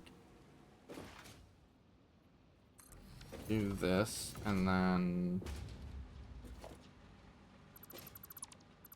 remove this from the back, and just go, like,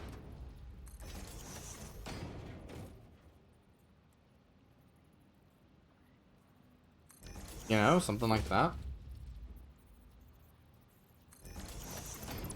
Except you just hook this up to that. What is wrong with the splitter? I faced the splitter the wrong way, didn't I? Yep. Yeah, okay. Yeah, and there you go. That's 9, right? And then we just need to make sure that we get power to the last couple here. Shoot, shoot. And then these are all on iron plate duty.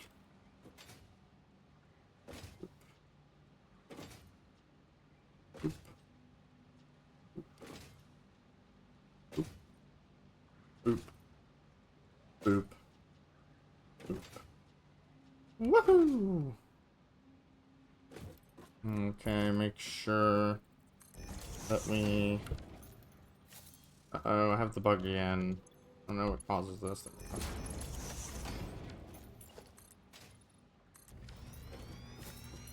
Make sure we have this right. This goes like that.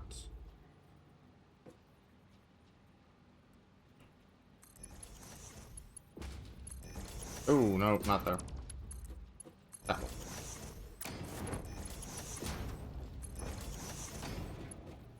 Oops. Oh well, that's fine. And this does need an upgrade down the middle. I think it'd actually be fine without it, but I'm gonna do it anyways. Yep. Looking good. Yeah, okay. So now we're gonna need more space.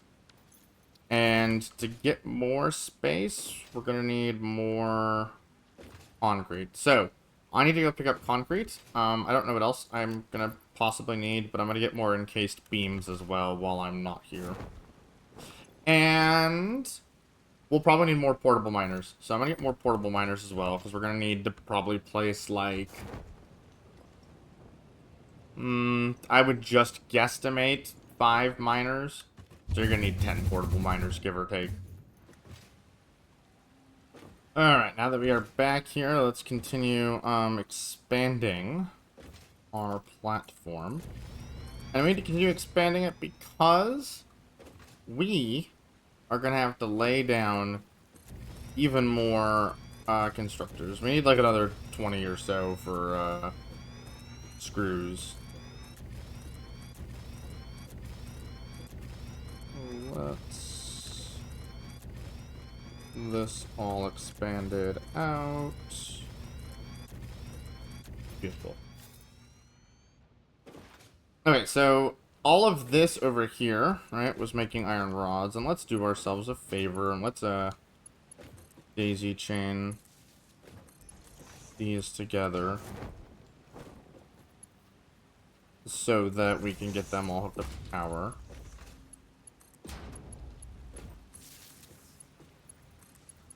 Beautiful. That way we can double check and see everything's yellow. Great.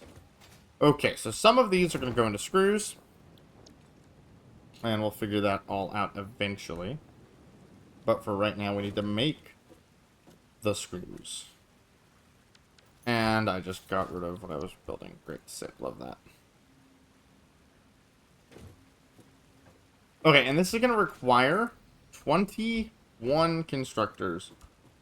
Easiest way I see to do that is place down 3 sets of 6. And then on each section, just place down 1 extra constructor in the front with a splitter that runs through it just like this. Use you? What are we doing? There you go. I was like, just power it. It's not that hard. Again, 1 splitter. Power it. Daisy chain the power. Power it. Splitter. Plug it in.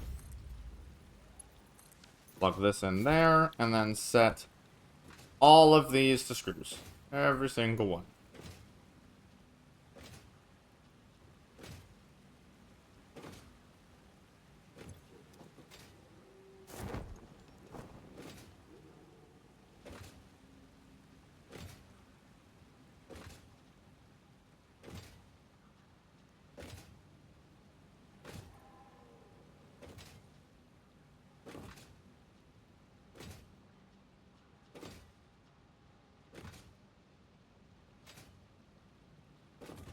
Okay, so that is all the screws placed down. Make sure that each front one goes into the merger so that its resources are, you know, carried down the line. I did that here. Not do it there. And so how much do these produce? Well, these are 40 times 7, so they're 280 a pop. So the Mark 3 belts that they're on should be fine, because Mark 3 belts are 270, and at worst it's 4 per.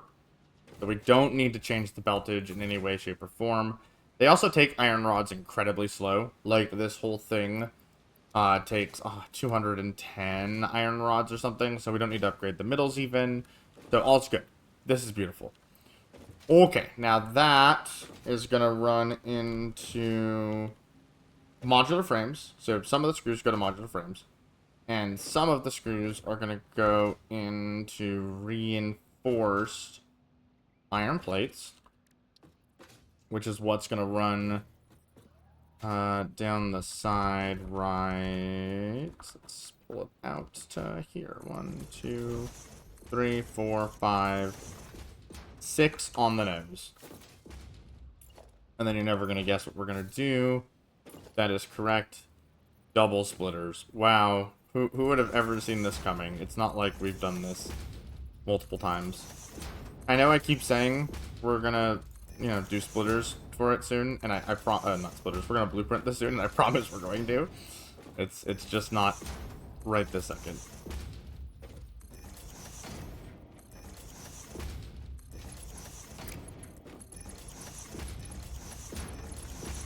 But in the meanwhile, route everything. Splitter to splitter, splitter to machine, all that good stuff. Just make sure you're going straight down with it like so. And there are no problems. Beautiful. Then power pole. Hook this up to something with power. And set these all to reinforced iron plates.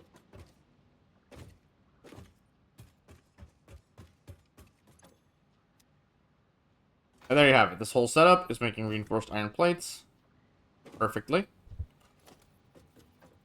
It'll just need all of the iron plates, so that's easy. All the iron plates just plug into this, and that makes us done with iron plates, essentially. We're gonna have to figure out how the screws get here, and we can do that right now, I guess, yeah. So the trick is that we're gonna need to run 3 lines of Mark IV. And we're gonna need to, you know, merge and split. Good old classic. So how do we do this? Well, 1, 2, I don't like doing it like that. I do it like this.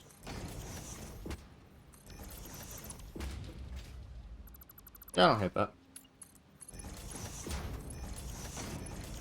So 3 mergers, and it needs to run into, we need 2 separate lines, so it has to run into 2 splitters. Hold on.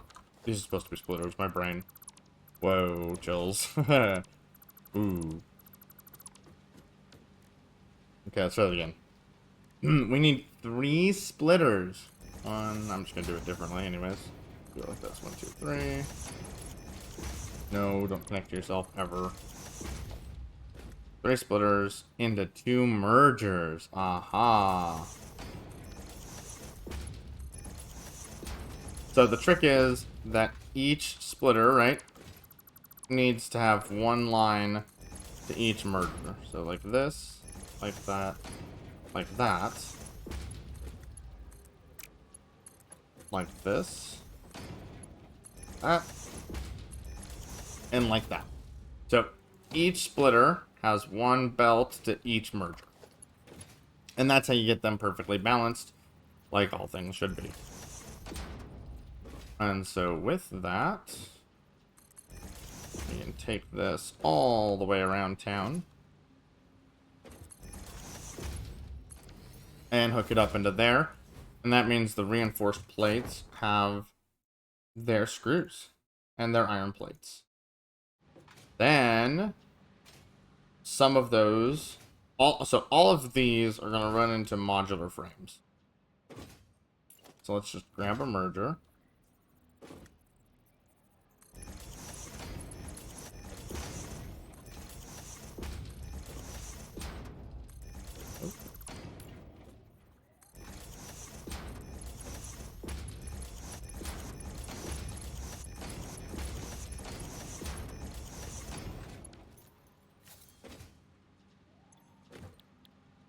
Right, so these all go down this, and that's going to run into modular frames. And modular frames require 10 assemblers. 1, 2, 3, 4, 5, 6, 7, 8, 9, 10. Double check that there are 10 assemblers. Again, F, G while looking at the first assembler, hold control, swipe across. It counts 10, therefore there are 10. Wow. And then, well, you might be getting used to this, but,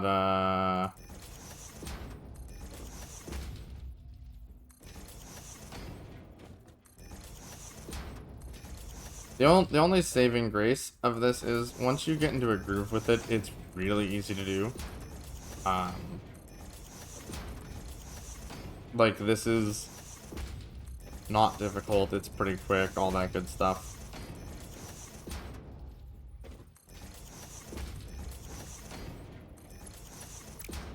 And then hooking it up is just as easy as 1, 2, 3.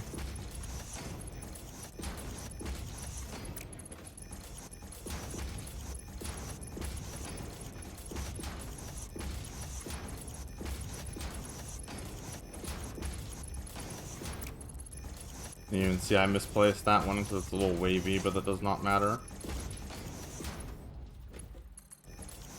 Alright. There she is. This is, of course, going to need power, because why wouldn't it?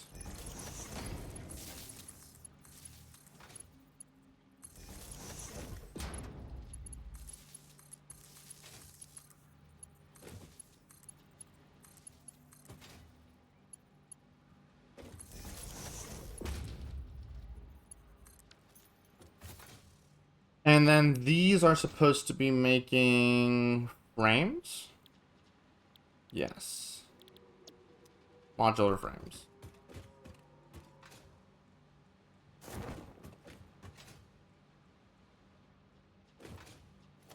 Okay, and one of the key ingredients to modular frames is reinforced plates. So there those go. There are the reinforced plates. Next, we need to give them iron rods. And we haven't dealt with our iron rods yet, so let's go look at that.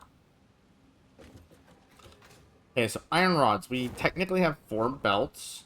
And the actual, like, the literal output on these is really low. Is it so low that we can just merge 2 lines like this? Probably. I'd bet it is. Let's double check, though.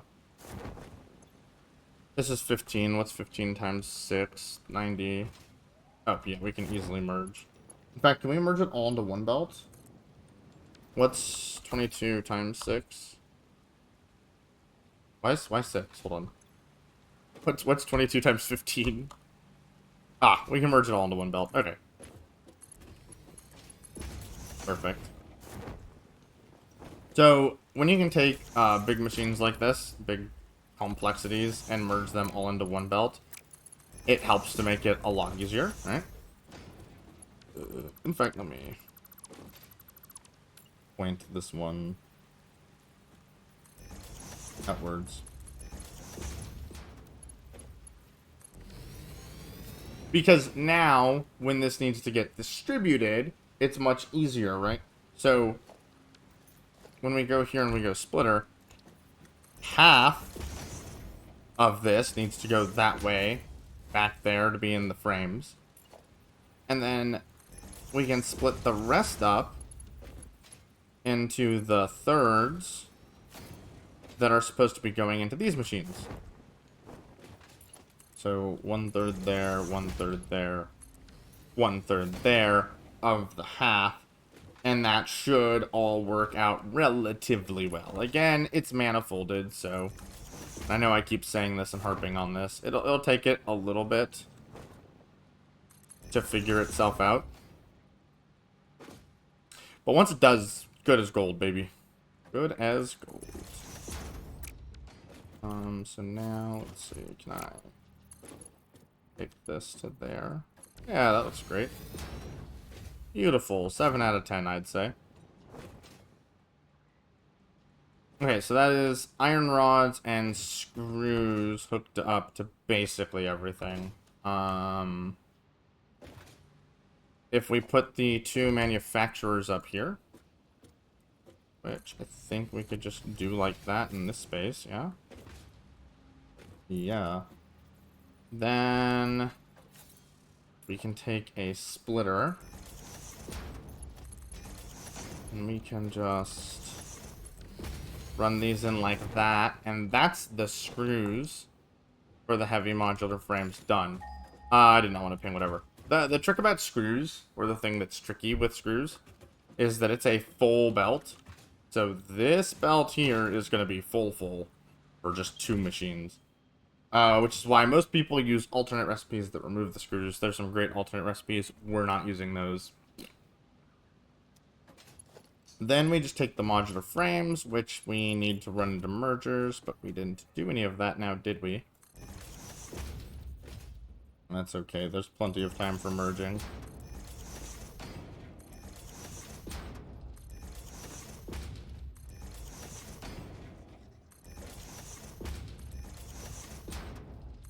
No.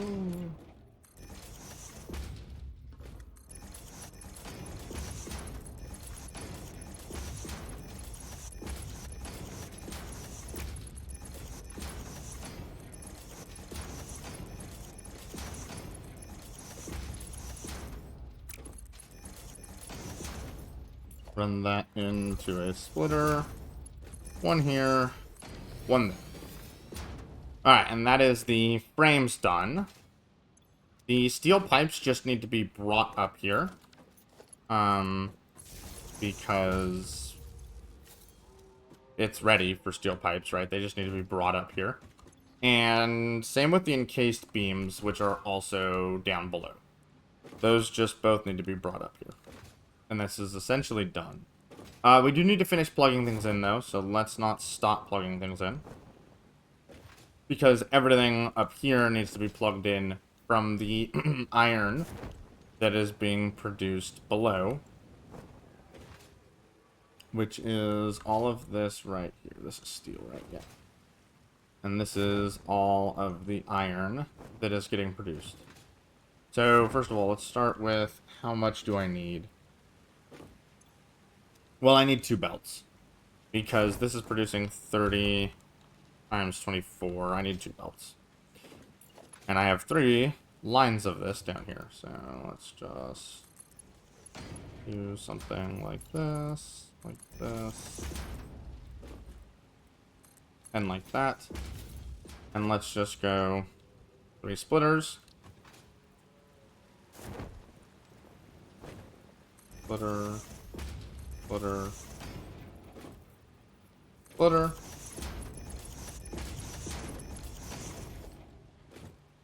And then run into 2 mergers. Merger, merger. Probably too close. Spread them out just a little bit.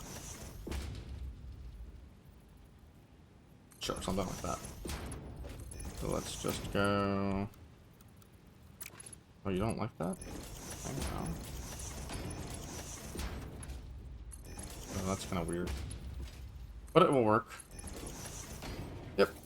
Beautiful. So again, each splitter separates into 2 different mergers. Then run those conveyor lift up. And so with our 2 splitters, one of them is just going straight into this line here, and I have no idea if that's lined up or not. It's fine though. All the way down to this one, I believe. Because these are all of the iron rod machines, correct? Correct. I guess we don't technically need a splitter here, but I'm just going to do it anyways.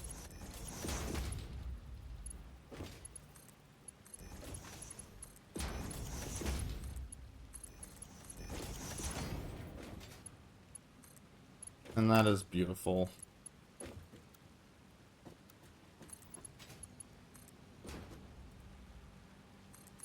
And that's just like that.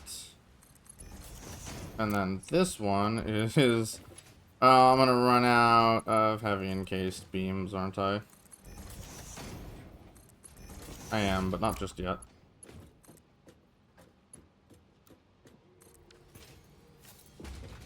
And that goes into there. So that means that everything iron is all hooked up. Now all we need to do is pull the encased beams from this right here, I believe, right? Oh. Those come up and over, and then the pipes, which are this, which is, sorry, not are, which is this over here. And apparently, I don't have the beams for that. I'm gonna wait for this, and then, you know me, I'm gonna go pick up more beams, as you do. Alright, so then we're just gonna bring the encased steel beams all the way across and through. And I'll tell you what, let's just put a splitter right here.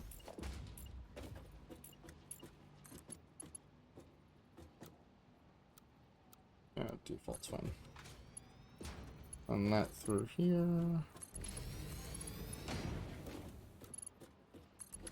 And run that through there. Beautiful.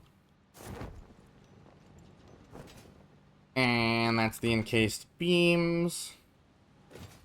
So then finally, last but not least, we just need to route the pipes on over.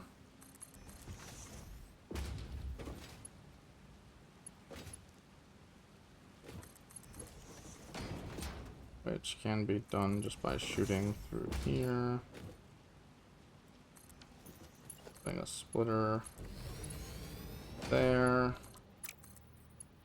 And then running that there. What about from the other side? I don't know why I'm trying to care about aesthetics. Okay, I'm not. I'm not. That was easy. Run a merger. Oops. Here.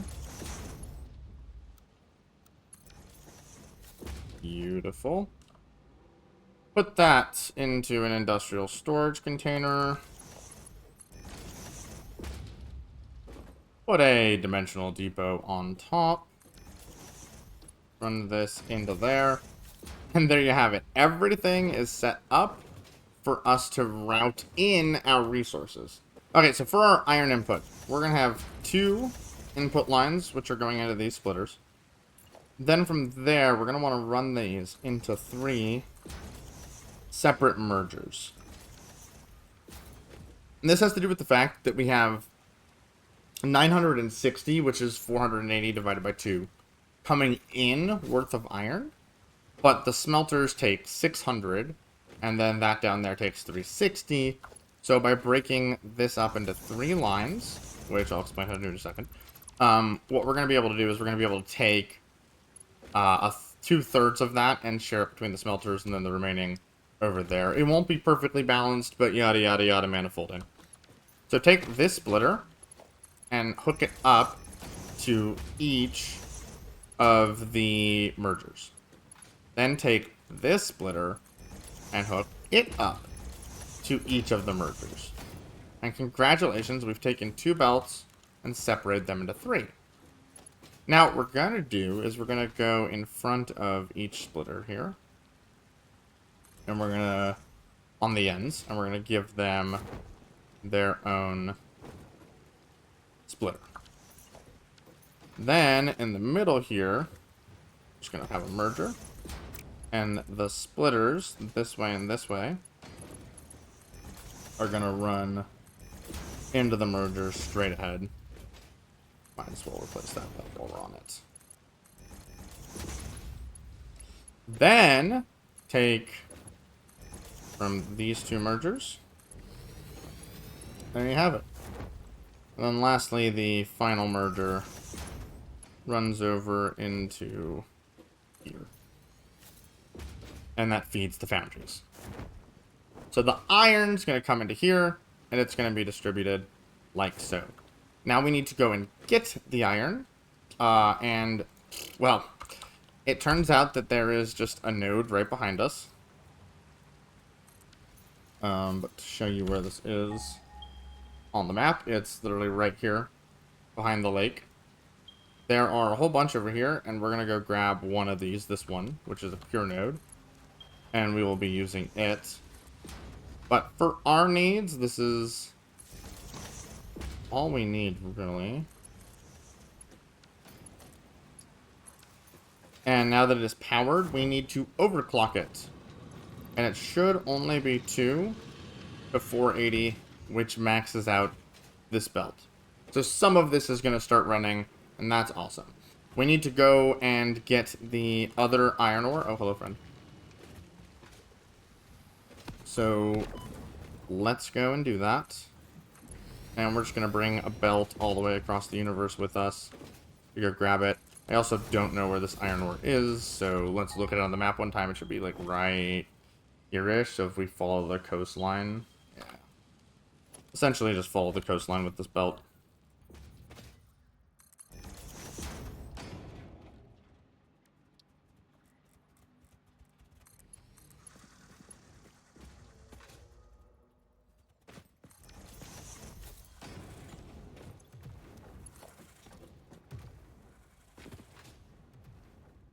And then this should be close to your power lines, just like that. And there we go. We should have all of the iron that we need hooked up.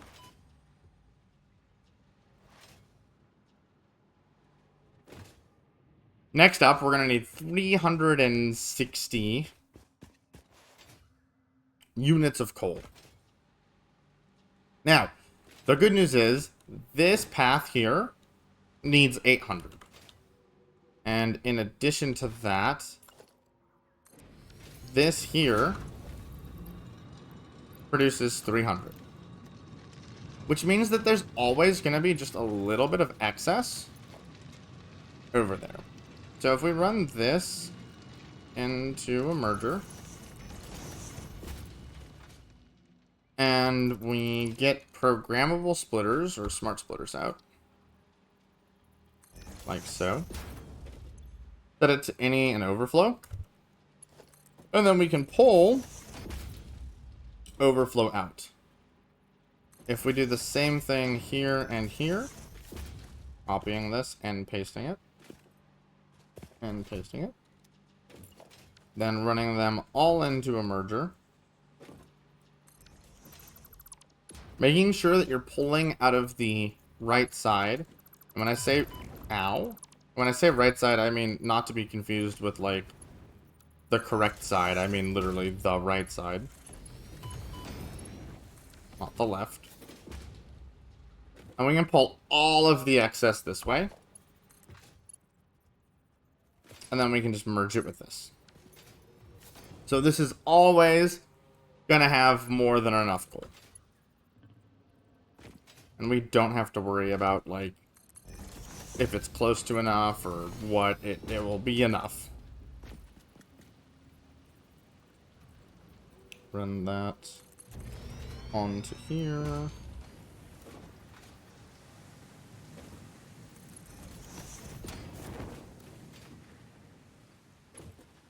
And then run that down to here. So now we should have all of the iron stuff producing, which we can see iron is going up, as it should be. Steel is going to start producing, which is going to start to kick this online. Now the only thing left for us to bring over is some limestone. Now we don't need too much limestone, but we need an annoying amount. We need an annoying amount of limestone. The reason we need an annoying amount of limestone is because there's limestone here, and there's one like here. Yeah. But both of these are normal. So let me take you to the close normal one, and we can realize what our problem is together. It's probably up this hillside. Yeah, just a little bit higher.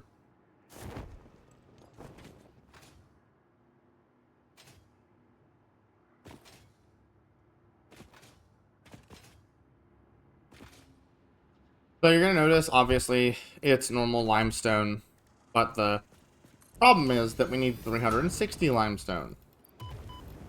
If you max this out, who's shooting me? You. I am tired of these guys.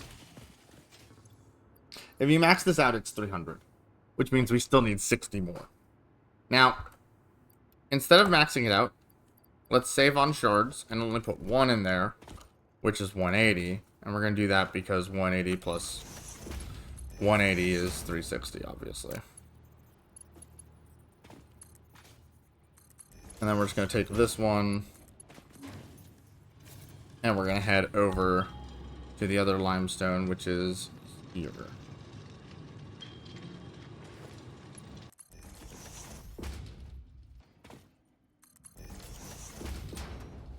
Alright, miner mark 2.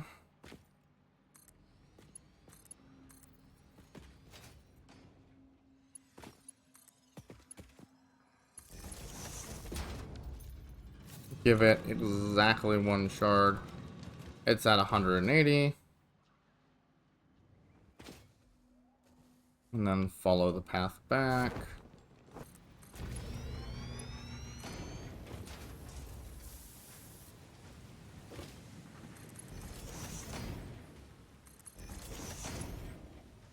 Run that in there, and there you go. That should be everything we need producing. We can come around and check out. Look at that, we got beams over here that are being fed to these machines to make the encased ones. Beautiful.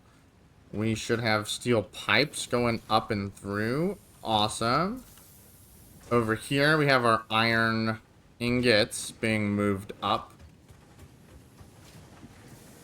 And those should be producing whatever these are. These are rods here, yeah. There they go. If I could get out of the belt, that'd be sick. which should be producing screws. Wonderful.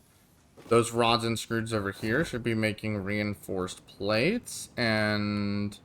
No, sorry, the screws over here should be making reinforced plates along with iron ones. The screws in there should be making modular frames. Everything's looking good. This over here is supposed to be making ingots into plates, which... Yeah, no complaints here. It looks like it's doing that just fine.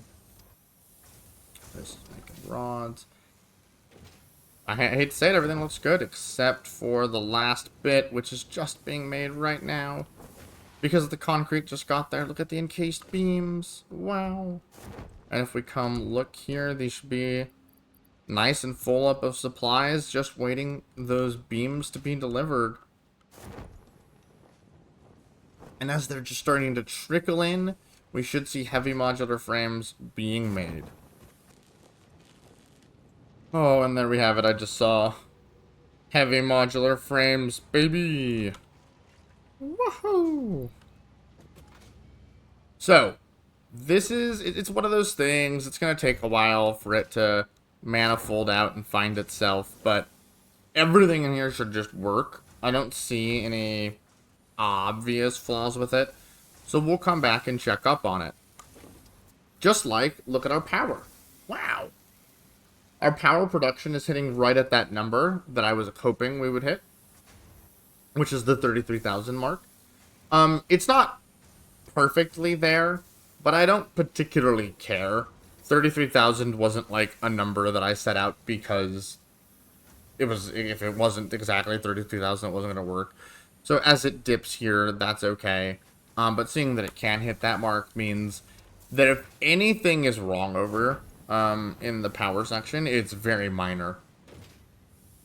Alright, I have put this off for far too long. But it is time to unlock the jetpack. Now, unlocking the jetpack is going to give us some better transportation and mobility options. So we're going to go ahead and get one crafted, of course. And we're not going to put it on right away because it's not useful right away. So we need to give our heavy modular frames, and I think our computers are probably well crafted at this point, but those as well, time to work themselves out. And so while we do that, we have some side quests to go do, all related to sulfur. So the first thing we need to do is we need to research this smokeless powder, and hopefully I wasn't dumb and kept enough black powder around for that.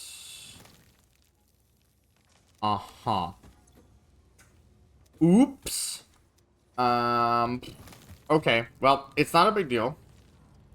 So if you're like me and you don't have the black powder laying around because you made a mistake, that's okay. We're just gonna go set up some infrastructure. So everything we're gonna do, this is all side quest stuff that's really important for exploration. We're, just to summarize, we're gonna set up fuel packaging so that we have that for our jetpack. We're going to set up rifle ammo production because we want to shoot things, and we're going to set explosive rebarb up because we want to explode things. So we're going to need a little bit of gunpowder. If you don't have gunpowder, or black powder, it's not gunpowder, just come right over here. And all we're going to do, we're going to do the simplest thing we can here, is in what we have going on over here, you notice that this is stopping every once in a while. And that means we just have excess stuff on the belt that we don't need. So let's go ahead, put a smart splitter down. And right output overflow. I'm doing this on the belt that has 480 on it. It technically doesn't matter because they both stop on occasion. But yeah, I'm going to do it on this one. And I'm just going to take a Mark II of sulfur, and we're going to go run this over to our coal.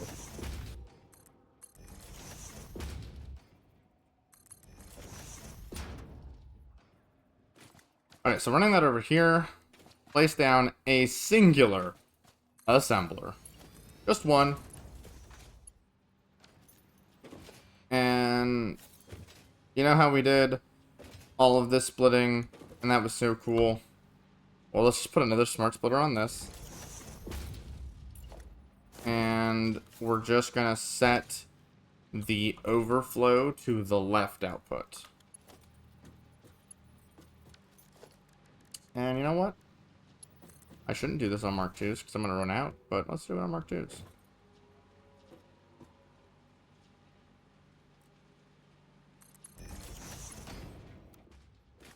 Beautiful. Okay, so this is going to come here, and we're going to turn this into powder of the black variety. And this is how we're going to get our black powder made. We just need this to start making powder when it can. It's not a rush, right? And we're not going to need that for anything, so we don't need to put a chest here. Because we're not crafting anything with black powder that I care about. No, not at all. Okay. We'll come back to this later, but for right now, just let it be, and let's go over to our turbo fuel. Okay, so first thing, we're going to place down one more of these refineries, taking polymer resin and making plastic. You can just slap a splitter down onto this, and just run that around into there. Don't think we need to make this any more complicated than it is. Just place a pipeline junction on anything you can. Anywhere it'll let you. Doesn't seem to be any of the... Oh, there's a spot right there, isn't there? Oh. And just run that into there. This will now get water alongside of everything else. And so it'll also make some plastic. The amount of plastic it makes, I'm going to run Mark IIIs for this one. The amount of plastic it makes is not important. But I am curious as to where this either Sloop and or Immersive Sphere is, because it's talking to me. I can hear it.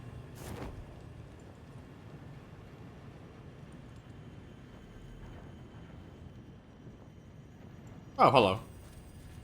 Can you believe this has been here the whole time and I hadn't even noticed? I guess I'm going to kill this too while I'm here. This thing's been a nuisance.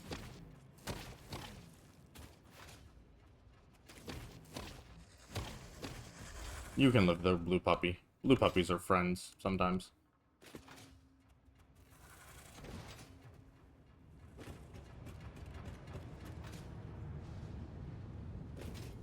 Okay, and we're running it on Mark III just because I have a bunch of steel beams, and in case steel beams I do not have. So, you know.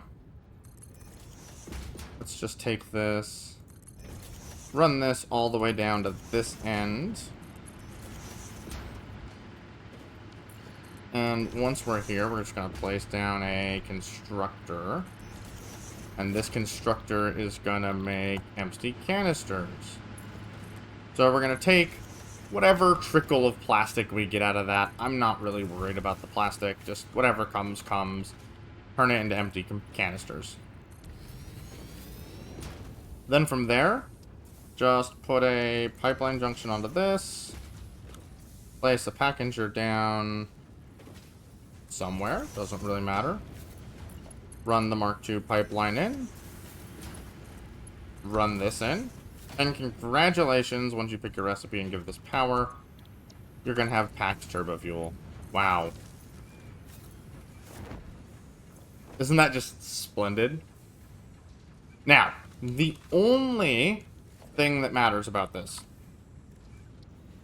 Well, there are a few things that matter. Put it in a small storage container, not a big one. Okay? Small, not big. We want enough of a buffer that we can always have access to them, but we don't want enough of a buffer that we're really eating into our power supply. This doesn't take that much from our power, don't worry about it. It takes like 3 generators worth of power and, well, we'll be well beyond that. Next thing you're going to do, go into your dimensional depot section here, type in turbo fuel, and pin it. That means it's always at the top. So let's just say when you're flying around, let's actually show how this works now that we have some, right? Goodbye, Jetpack. And it really wants to use that. There's a way to tell it to use different fuel, right? Yeah, come here, click on the gear, Turbo Fuel. So now, we have a jetpack, and jetpacks are really good. Highly recommend tapping. You go so much higher when you tap, and you can see that charge on the end there. So what's really nice is, say, you're up here, and, you know, you're flying around, and, uh-oh, I don't have any. Oh, no. Because it's there, you can just pull more out instantly, because you know, like this, where it is. It makes it really quick to grab if you ever need some in a pinch. We'll let that stockpile, but I'm going to keep using it now. The parachute is essentially useless for me. And that's going to produce more of that than we never need. So hopefully, if we come back over here to our little black powder buddy, he's made more than enough black powder. Let's just plop down a M.A.M and get the research done here so we don't have to go all the way back to base. We need plastic.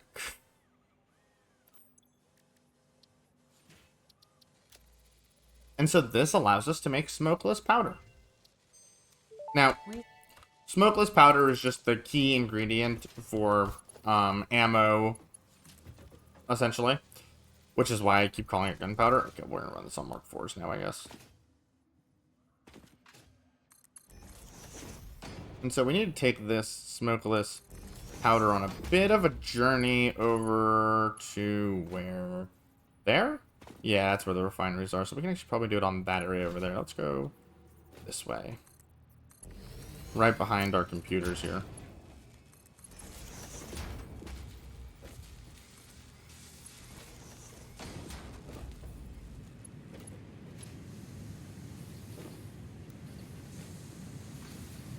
And then we can just take this over to, like, here.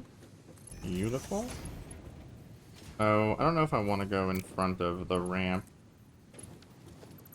I don't think I do.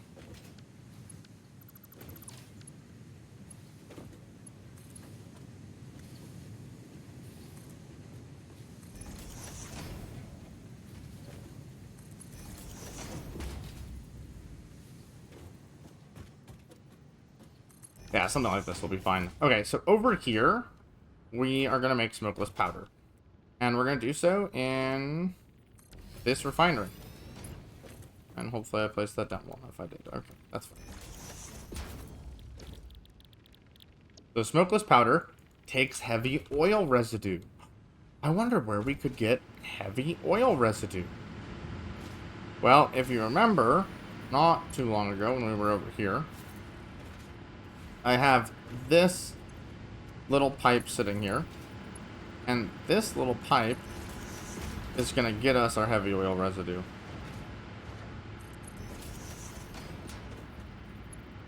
And it's just going to make its way right down over here. Beautiful. Ow! Rude.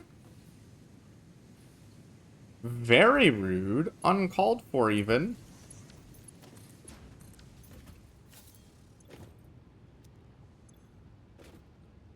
Okay, and this should begin working, I think.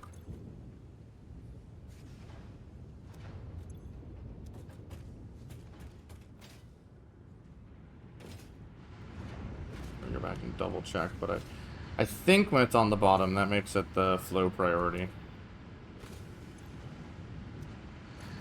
Yeah, it looks like it to me.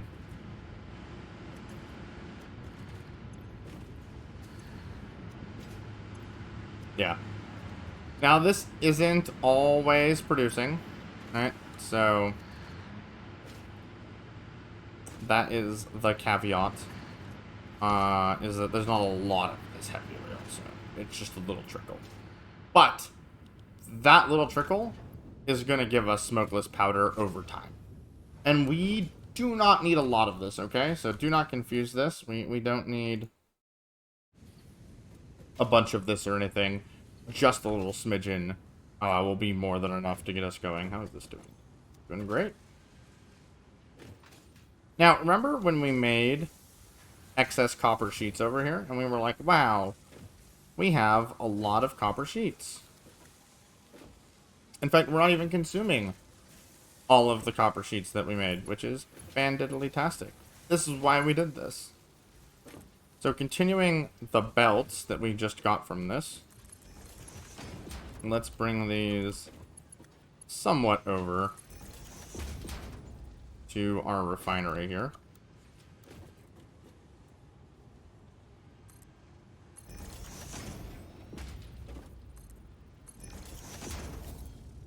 And that's because once we can research, so let's take a look at the M.A.M.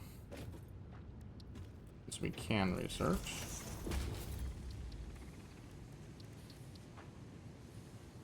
Once we can research both of these, we're going to start production on this rifle ammo. And it might take a few minutes to get there, but that's okay.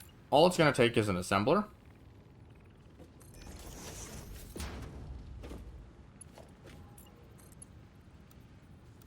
And just, you know, run that into there. And once we can select it, that's what we're going to do.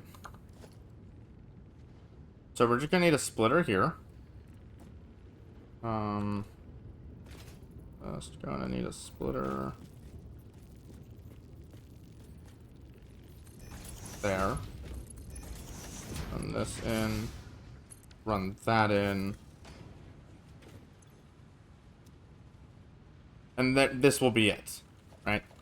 Unfortunately, we need to take this smokeless powder, because before we do anything, we need 250 smokeless powder. So in fact, let's go ahead and pull up the M.A.M.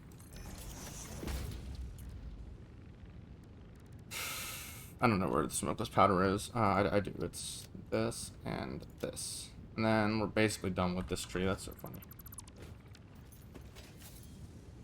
Okay, now the second thing we're going to need to craft is iron rebar. And iron rebar is really easy. It just takes iron rods. And we're not over producing iron rods, but we should have enough that if we just took a little bit, it wouldn't matter. So we're going to kind of skim off the top here. That is going to make this factory over here run a little bit less efficiently, but that's only while we're producing the rebar. Once we are done producing the rebar, it won't be a problem. So just taking a little bit off of one of the belts, we're going to set up a machine to make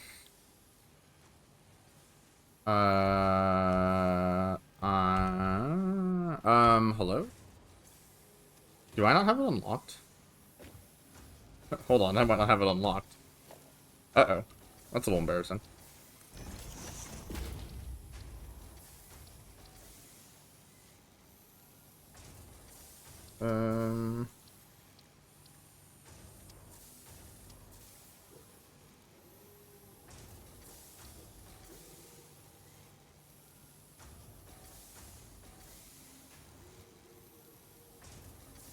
Ah.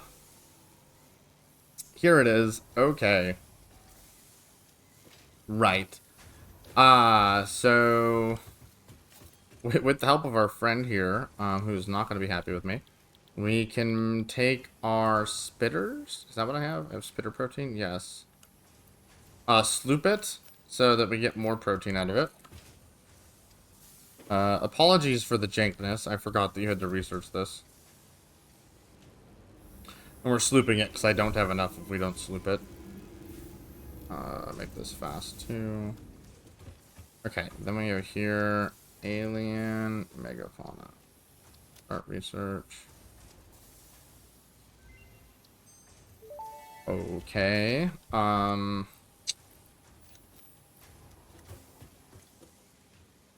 Gonna need more, aren't I? Oh, man. Because 4 is not enough for the research, right? I need to go kill one more thing. Thankfully, I just so happen to know where a hatchery is. One that's maybe even been a little troublesome.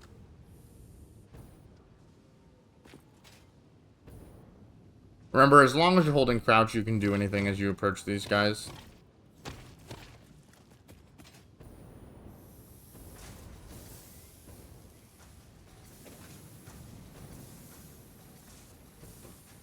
Okay. This has been embarrassing. Oh.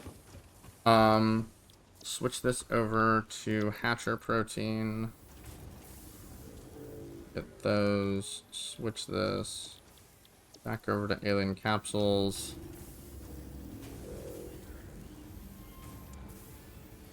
Okay. Then it was something like 100 iron rods. Click.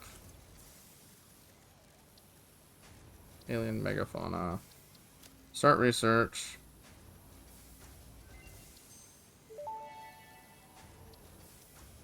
Research to develop the rebar gun is now available. When completed, And you will be screws. in possession of a tool effective against any local obstacles actively Thankfully, I know where to get objective to the screws. Yeah, so now, if anything requires screws, I'm just gonna kind of go yoink. 500 for me.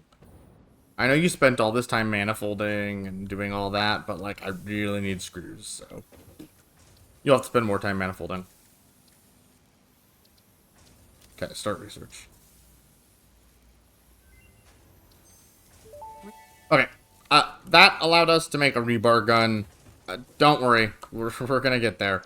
We're gonna go back here, though, and make iron rebar. And we're just gonna take all this stuff out of there. Because it doesn't need to be made quickly. Although we do need 200 of it, which we might just make by hand. Crafting bench. Oh, it takes the equipment. Well, let's go into the equipment then.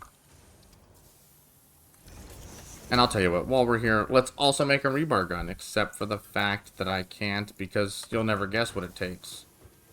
That's right, screws. How did you know? So we'll just come steal from something that has manifolding. We'll craft ourselves one rebar gun, and then we'll give back to the machine that we stole from. That way it doesn't take it forever to manifold itself out again.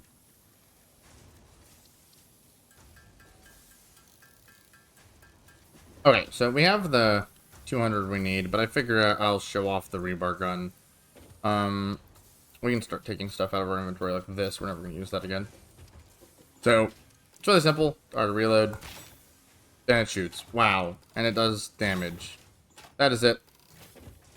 It's a fine weapon. I don't care much for it in its early stage. But when, you know, when combined with explosive rebar, I like it quite a bit. And that's what we're working towards.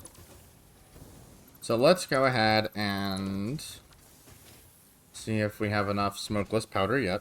Sulfur. So our first research is into the rifle, which we have the rubber for, but we need to pick up motors. We need to pick up more motors. Okay.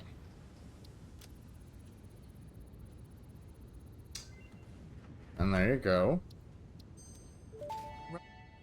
This will allow us to make the rifle. Wow. How'd you figure? Which, let me guess, takes screws? Of course it does. Everything in this game, every equipment takes screws. It's like the only thing screws are good for in your, like, dimensional depot. Which is why they aren't in my dimensional depot.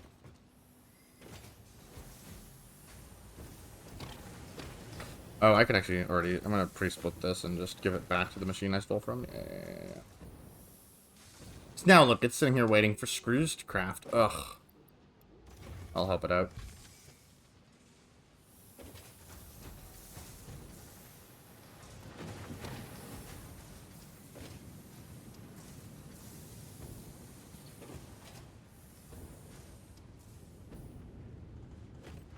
Alright, so back at the equipment workshop, let's make the singular rifle we need. You only ever need one, just like you only ever need one rebar gun. As long as you keep them in your hotbar. And this is going to replace my basher, unfortunately. And there we go. There is the extra 200 we need, along with steel beams. And now we can make explosive rebar in addition to our new rifle ammo. Which I'm not going to bother listening to Ada. So this can make rifle ammo. And it's going to need power.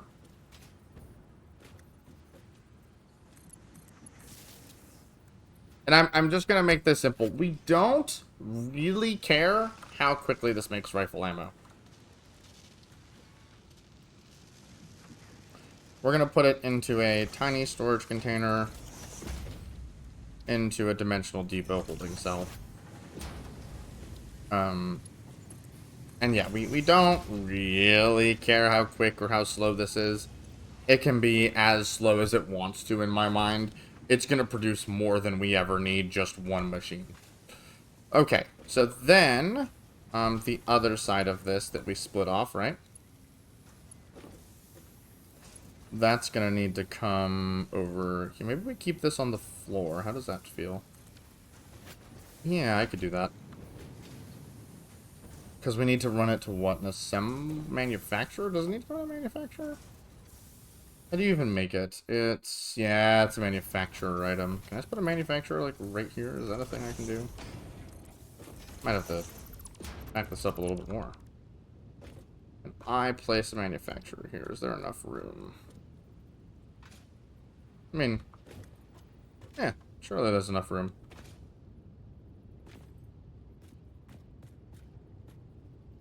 That's fine. Kind of strange, but it's fine. Gets the job done.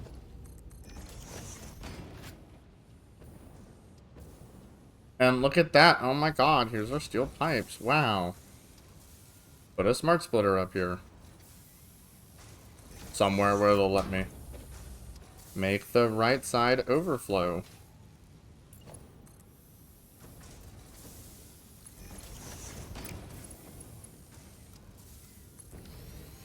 Do something like that. Oh, look, we have overflow pipes. Explosive rebar.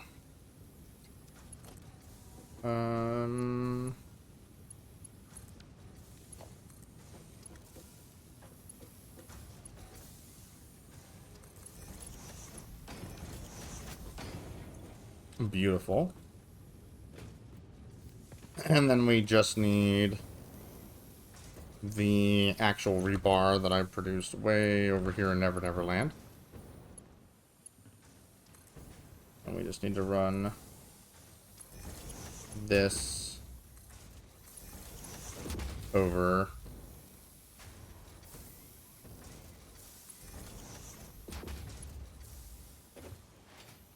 and we can just bring this down this way.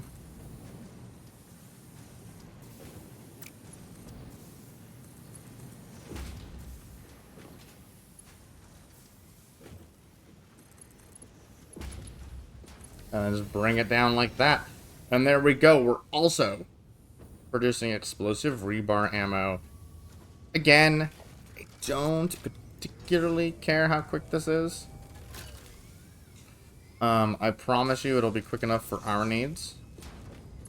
So whatever rate it's coming out at will be completely and totally fine. Do not worry about it. Then we're going to slap a dimensional depot up on top. And we are almost at immersive spheres.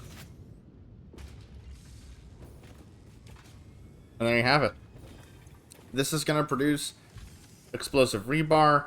It's going to, again, produce it at a rate that is acceptable. It's a little slow, but that doesn't matter. So, okay. Lock your rifle ammo in at the top. And rock your explosive rebar as well by pinning them. So they should be your top 3 things. Because these are the things you're going to need the most. Often out of your depot, that is. Alright, so now that we have ammo, we can find something to shoot so we can just, like, you know, play with our gun. There's a hatcher. Okay. So if you're holding the crouch button while flying in, you can shoot this thing and it won't open up at all. And then, I don't know, we can shoot this.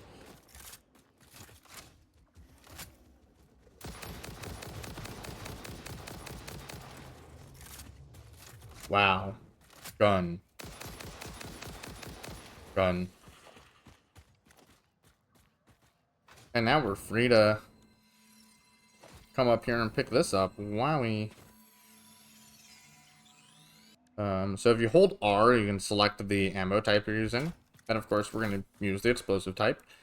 And so this works just like an obelisk. So you can blow up rocks with this, you can blow up cracked rocks, whatever. But I wanted to show off that you can actually use this to blow up the gas columns.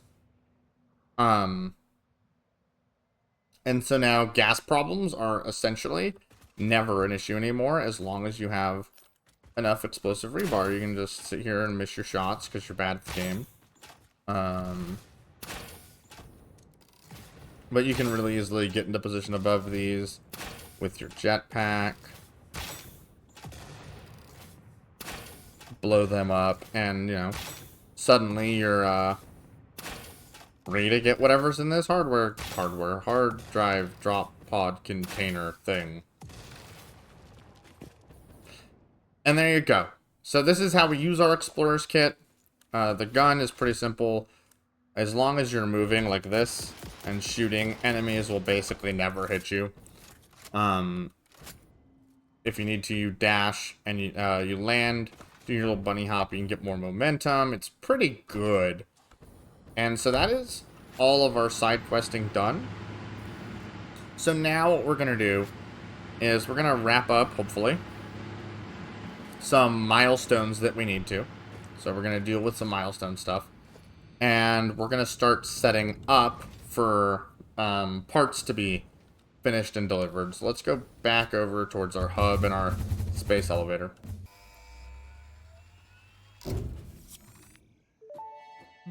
Alright, so that milestone unlocks the power of trains. Trains are pretty good.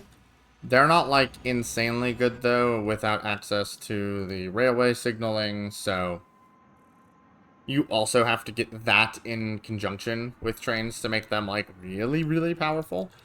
That being said, we'll go over trains in a very simplistic manner, because we probably are going to use them, but we're not going to do anything complex with them, since we're just trying to beat the game. And no logistic thing is needed to beat the game. Like, belts are the only thing you need, but trains can make things easier, so we'll look at them when we can. Okay, so let's start working towards completing phase 3. This took me just a few seconds to figure out how many of all the stuff we need, and if I hit the right buttons, we can get started. So we're going to need 3 versatile framework machines. These each need to be max overclocked if we want to finish this anytime soon. You could not overclock them and just walk away, but we're going to overclock them. Oh, I'm like, what is this? That's a new train item. I forgot they existed. You're going to need an industrial container for the number of steel modular things you're going to need. I forget what they're called. Encased steel beams? No, just steel beams, yeah. Okay. Either way, just something nice and easy like that. And this is going to get you all the versatile frames you need. And in a reasonable-ish amount of time. This will take 66 minutes to produce these. You know what? I think I'm going to do it at a different speed because I'm running out of mats. Great. Beautiful. Hello? Ah, there we go. I see. Okay, so this is all the versatile frameworks. That's the easy one. So next up, we're going to need 3 manufacturers.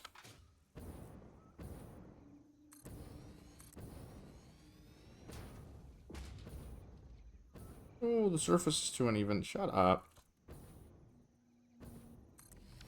Okay.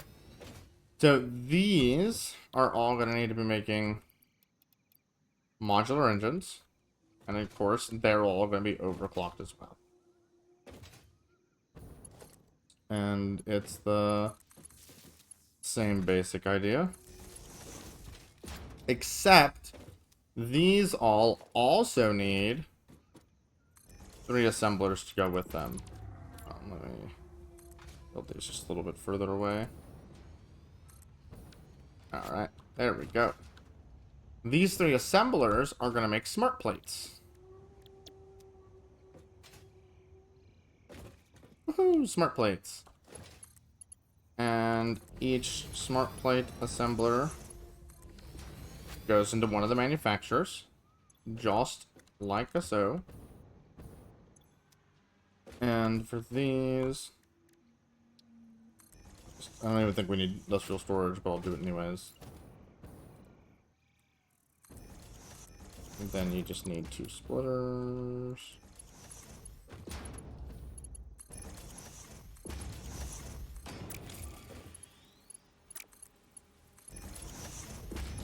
Great.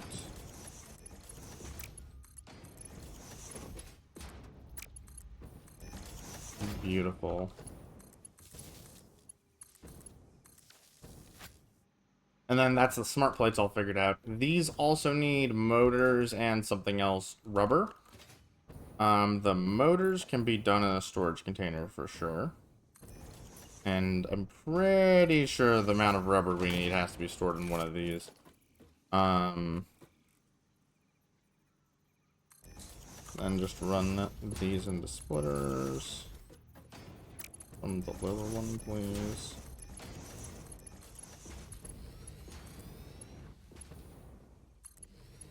Just take each one in like that. Beautiful. Do the same thing, I guess, where we just switch over to Mark 3s for no reason.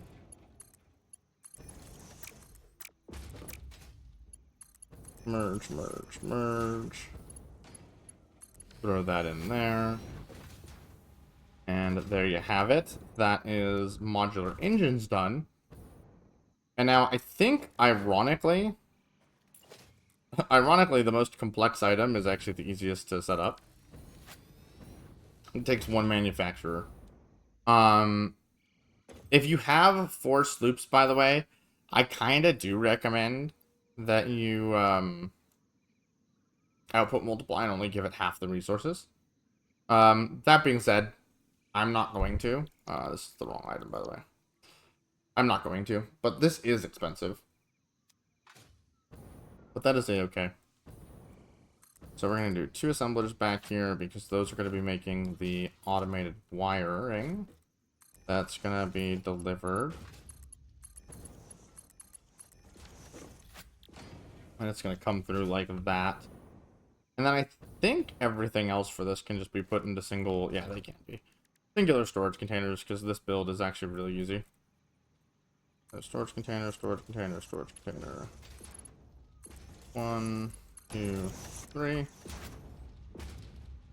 These here are going to make automated wiring. Auto. It was actually right there. It was the top one.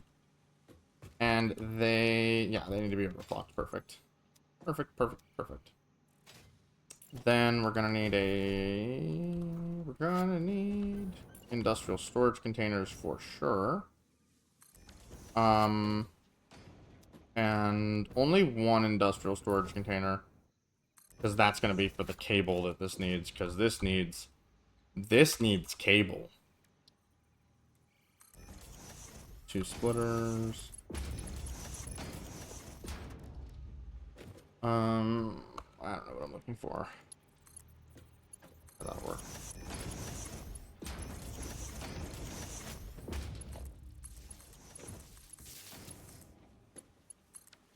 And there you go. That's good to go as well. And now we can hook that up right into there. Okay, so let's make a goodie bag list of all the things that we're gonna need. That way you can go pick it up, put them into their correct slots, and then just watch it run. So we need 2,500 of those, and are those the right numbers? That doesn't sound right. No, that sounds right. Is it really that many steel beams? Hmm. Okay. Well, this is gonna be a little tricky, but that's fine. I didn't plan around that. But that's okay. Where are those? Are those these? No. Those are these, yeah. Oh well, we're gonna make it work. We might actually be short on steel beams because I miscalculated. I did math wrong.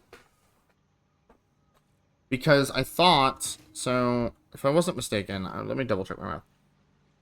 It's 2 to 12, which means that each one is 6. Which means you take this and you multiply it by 60. Oh, I did math wrong. Oh, I'm so sad. I can't believe I did math wrong. Oh well, happens. It happens. Well, that's gonna be a little awkward because of math, but whatever. The rest of this should be fine. So let's keep going. Modular engine, add to to-do list. Set this to 500. That'll tell you all the things you need to get. Ignore smart plating, but instead open smart plating, add to to-do list. 1,000 smart plating, because that's the number we need, right? Beautiful. And then next, it's at the bottom, ACUs or whatever, right? Here they are. Set this to 100. And then, what is it? You need to add the wiring. Wiring, add to-do list. How much wiring is it again? It's 500.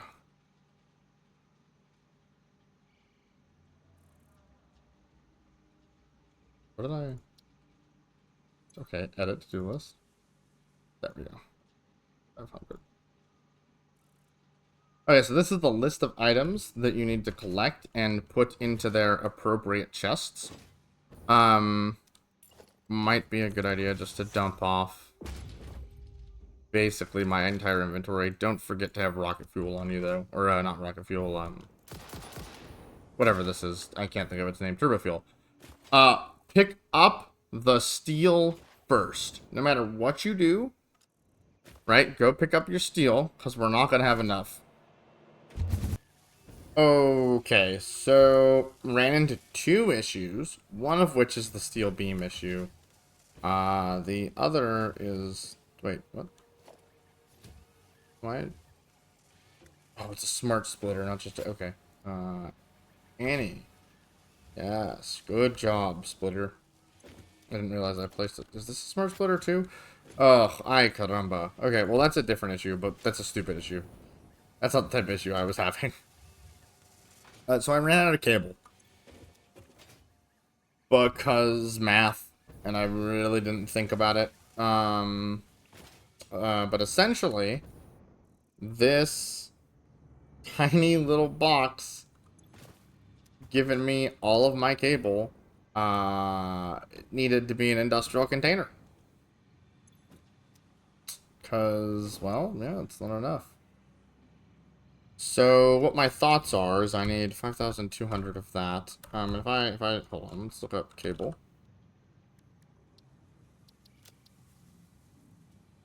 And I say I want 5,200. How much wire is that? Not much wire. Can I pull out that much wire? Yes, yes I can. Would be that much. It's okay, we can fix this. This is an easy fix.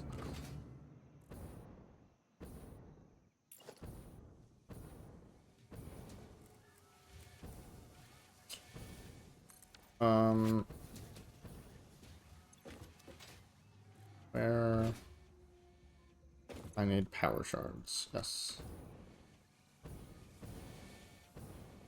So if I run this into constructors, it's like 3 cable constructors. Run this into here. Run this into a normal splitter and not a smart splitter.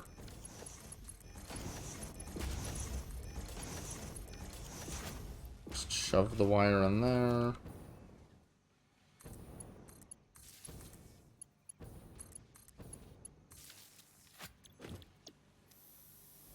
Run these into cable. Max them out. So they're making cable as fast as possible. Merge it. Run it into there and hope that's enough. This looks like it's going to be enough to solve that issue. So if you're like me and you ran into this issue, that's the solution. It's just taking the excess wire that you have and throwing it into a quick jank little setup like this to help backlog the cables. I don't know if it's going to produce fast enough to, like, not be a problem here. Because this number is going down over time. Because these consume 250 a minute. And this is supplying 75 times 3. So it's losing 25 a minute. It's probably fine. If it's not, it'll be close. And this isn't the slowest producing thing anyways. I think this is one of the faster ones. The other ones were just started earlier. Okay, so now we need to go look at our steel beam issue, I guess. And see how that's going. Okay, so the best I can do is I shoved the rest of my steel in there. All but 1,000 that I'm missing. And then I have 2 sloops. So I'm just going to sloop them. Like, that's it. That's all I'm going to do. I'm just going to sloop it. I think it'll work out. Shrug. That means this one's now going to finish the fastest. Like, these frameworks are going to finish the fastest. It'll reduce the required amount by 2/3 of whatever's remaining. I don't know. It'll work. I'm not happy with this outcome because not everyone has the sloop. So right now, what I'm going to do is I'm going to spend some time adventuring and finding sloop. And we are in, like, optimal adventuring mode, by the way. This is, like, as good as it gets. You pull out rifle ammo. You pull out explosive rebar ammo. You can break your way into any cave. You can shoot your way into anything. Yeah. What I'm gonna do is I'm gonna use my tube right here. That is made for taking me to here. I'm gonna take that as far north as I can. And then from there, I'm just gonna start looking for sloops. That way, you know, this is what we're gonna do with this time anyway. Sloops and spheres. Sloops and spheres. So, north and sloops and spheres. And using the jetpack, hopefully we can get a decent... Well, we're not doing that.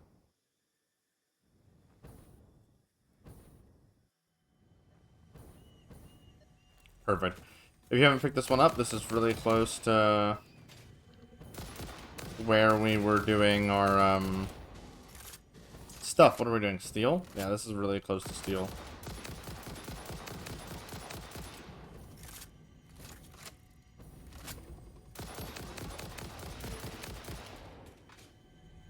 So there's one sloop.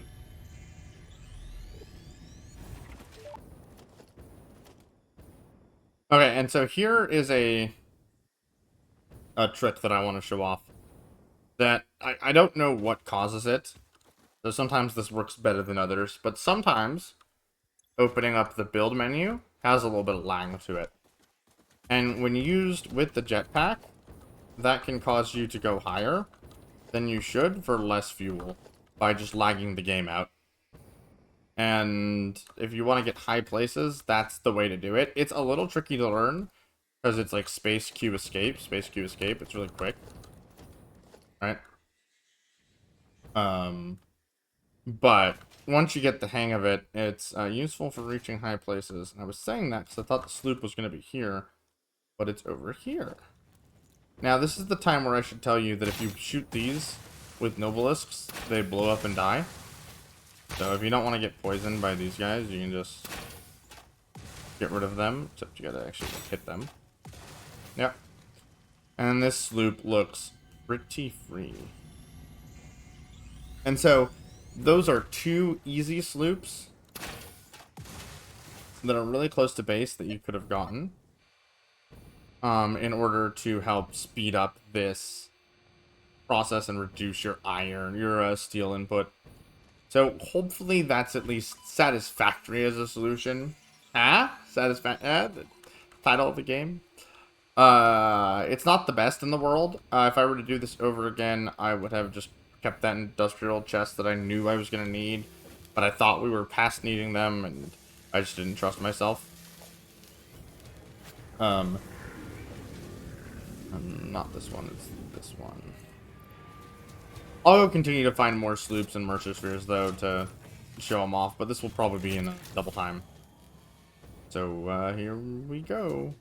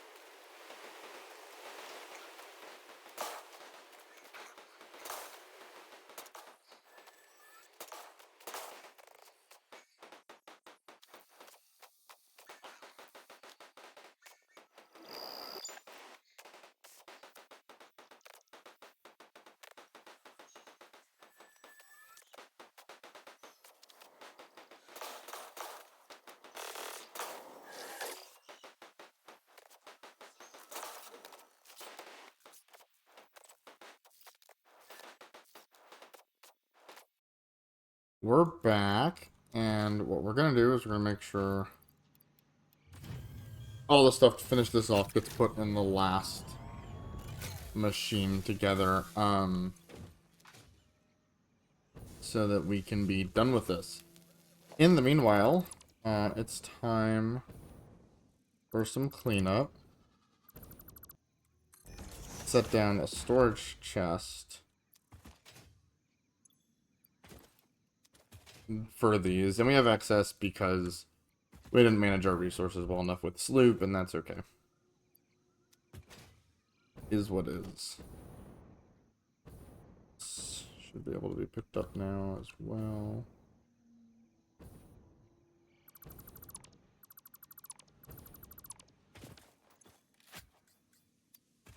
Okay, I'm gonna take these steel beams and dump them off at the steel beam chest. That way they're just out of my inventory and I don't have to feel bad about throwing them away. So needed to consolidate the smart plating, but I failed to do that, which is fine, it's my fault. Give this stuff, give this power, let it run really quickly.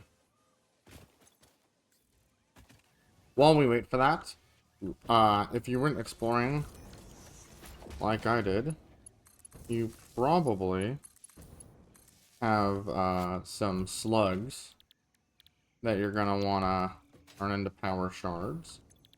And you probably have slooping capabilities on you. So might as well get these all done.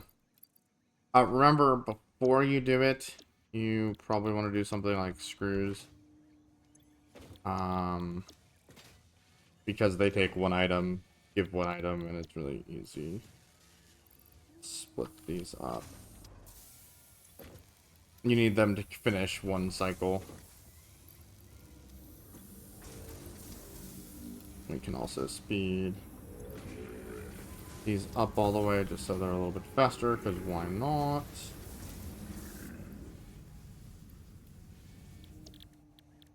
Alright. Purple slugs.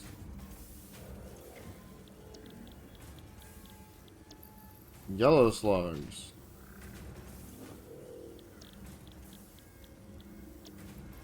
Blue slugs.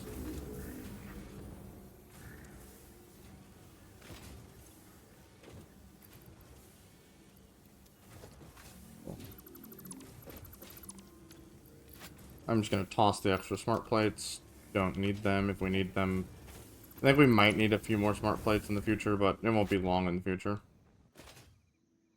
Which means we can put the final modular engines in, and that's phase 3 ready to be done. We're just going to process some stuff really quickly and finish up some last minute things before we go into phase 4. Like, for example, those slugs right there. But also, we want to probably upgrade this, which is gonna take a little bit of these. How far down can we go? I have 29. 7 plus 7 is 14, plus 3 is 17. Good. Good. Math is hard sometimes. So 13 would be too many. So we want 206, I think is the number. Is that correct? Did I do that correctly? Because it's 203 for each of them. Plus 29, which is 35?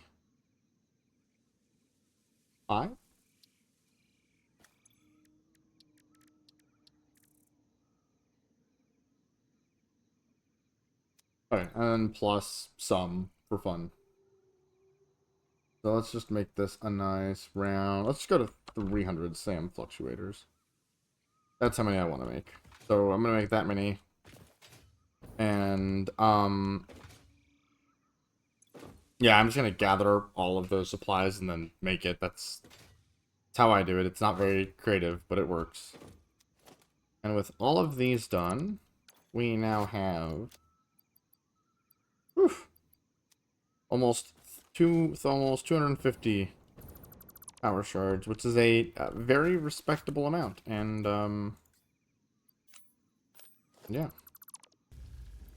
Alright, now with our fluctuators in hand, we should be able to start by researching this.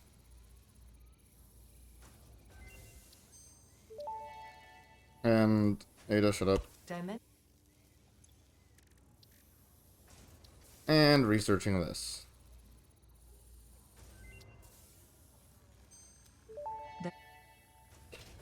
So, we've doubled the amount of things we can store, or I guess we've increased it by, what, 50%?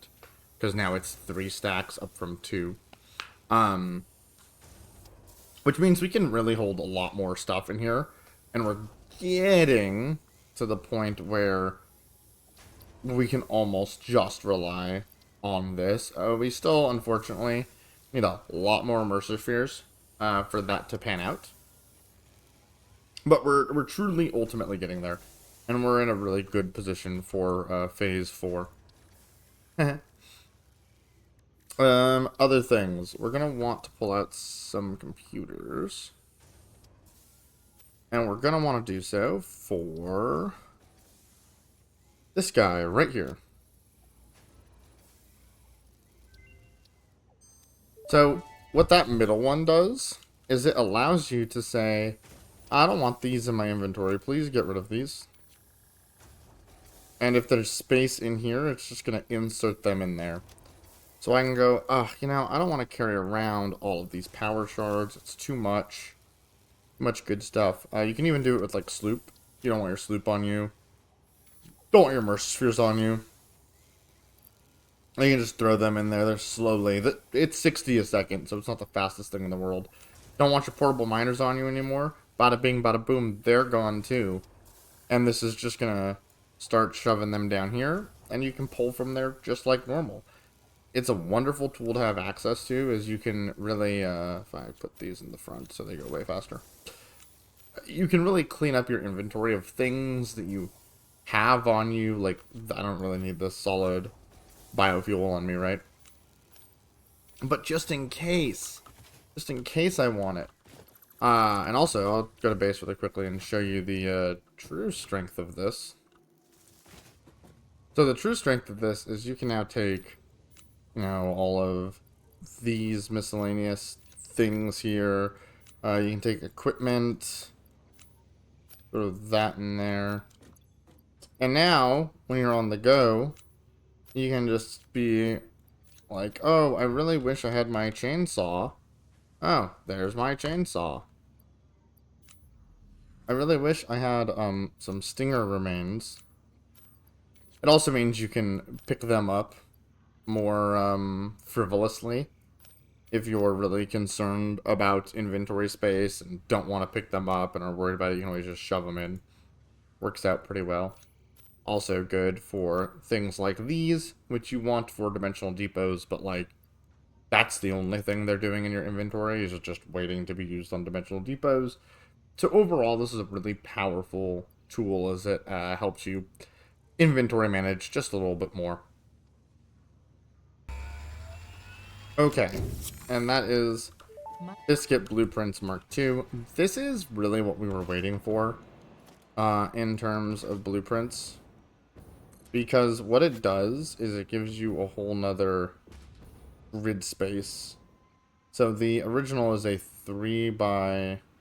Sorry, the original is a 4x4, and this is a 5x5, which doesn't seem like a lot, but it now means that you can fit assemblers in there, you can fit more constructors in here, you can fit more smelters, more foundries, all of that stuff. So that's what we're going to be using this for, and let's just go through and do that.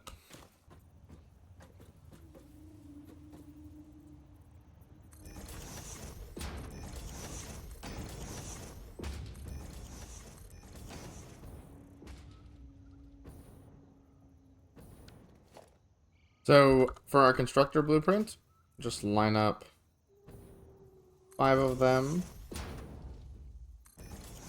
on one side. Place splitters down the middle.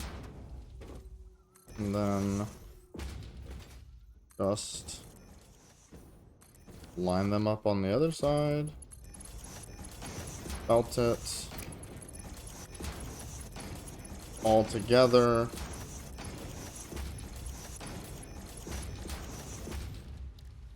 Get yourself your power pole.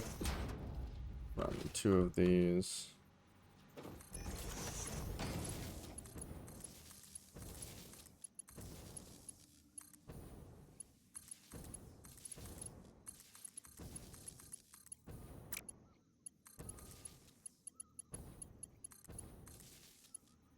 And there you go. Those are the power poles done, so that each one also has 1 available space.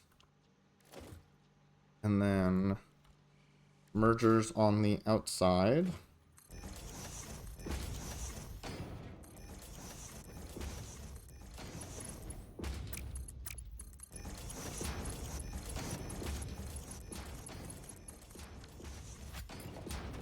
Just like so. Grab mergers. Do it on this side as well. Nope. Okay, so this is instructors 10x.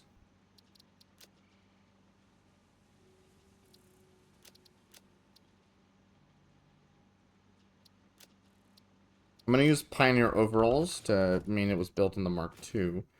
Now, what I am curious about is how these work with auto connect. Like, can I auto connect this into this? No, okay.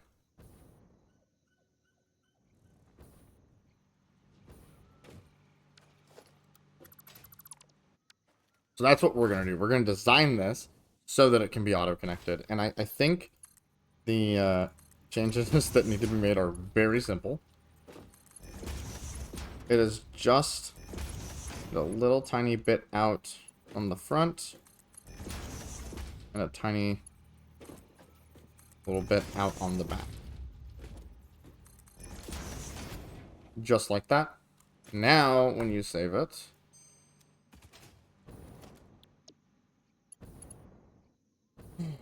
I believe they'll auto-connect. Whoa. Oh, I see it. There you go. Now they'll auto-connect, so if I want to, you know, line, multiple of these up, I can do so really easy with auto-connect. And that's new to me, so I haven't played with that yet, which is why you're seeing, like, my first-hand reactions to it and experiences with it, but it's pretty easy to do. Okay, now, we get to make one for assemblers. Okay, so now, for how I like to do my assemblers. Leave yourself just a little bit of room on the edge. One little cross here is fine. Get this all the way so that it lines up with this cross here in the corner. And then do the same thing on the other side. The first cross on the corner. So this gives you enough room to put a splitter in the middle on both of the rows, like so. And that allows you to do this. Then you can not get this in the exact right spot because these can't move in halves. So you have to be careful with how you place this. Or it'll just look ugly. It's not actually a problem. But I don't need it to look ugly if I'm going to blueprint it a bunch. So right there should be fine. So don't use control when moving these around. Okay, let's do that. I don't know how I place 2. Let's embed it into itself like that. That connection might look tricky, but it's really easy to do. You just double click on it and it just works.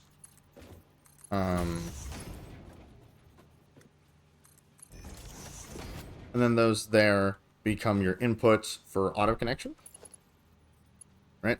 And then we're going to come to what we do on the ends in just a second. But let's line these all up. And line those all up.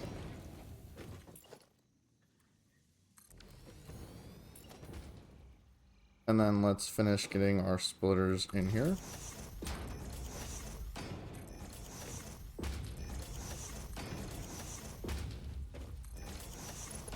Beautiful. Let's just do one side at a time.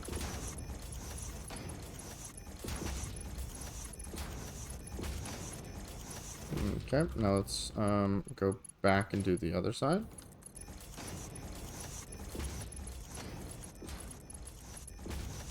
Okay, and if you're like me, the last time I did this, I messed this up. Just look for any arrows. There should be no green or orange arrows in this entire area until you get here at the end, where there should be 2 green arrows. And I'm not sure about this, but I think for auto connecting, let me test something. Test. Does this just work for auto connecting? So if I place this here, yes, okay. And what's beautiful about these auto connects is these allow you to get the machines as close to each other as possible. No, you still have to space it out a bit. Oh, but you wouldn't have to. Okay, you actually wouldn't have to if I did this right. I see. And that's why we do this. We test and we learn. Don't take this one out as far. Make it short. I'm going to just put it inside of the other one, which is going to look a little weird. But that should work for auto blueprinting. And it really should work because it's a connection point anyways. It'll be easy to work with. So now if I take this and I place one that's going like that, when I go to auto connect it, yeah, you can see I can put the I put the assemblers right up against each other and it locks perfectly into place. So that is beautiful. That's how you do it. So lesson, you can end in a connection point, like a splitter, as long as the other end starts in a connection point. So that's really good information to have. Okay, so then let's place power poles. And it looks like we're going to need 2.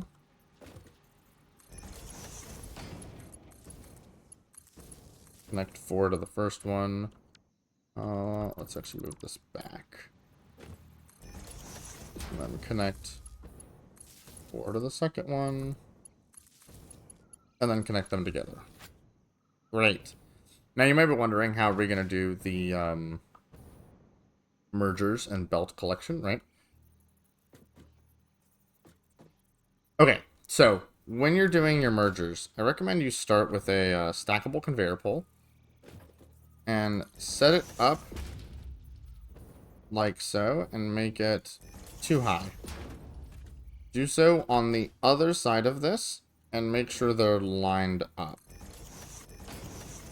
And those look lined up. To test if they're lined up, and actually just in general, run a belt all the way across in straight mode. You want the belt going this way, by the way. So you want the belt flowing this way along with your input. So same way as the input. Then what you can do is you can place mergers on this. And using your eyes, you can try your best to line them up with these inputs below. Making sure you're putting it's snapping on the belt. Nothing else. Then you should be able to do this. And as long as you are getting those lines, they're connecting. And so there you have it. that there is your nice and simple merger line. We're going to go ahead and delete this section right here, now that we're done with that. And this should work for auto connections. Let's go test it.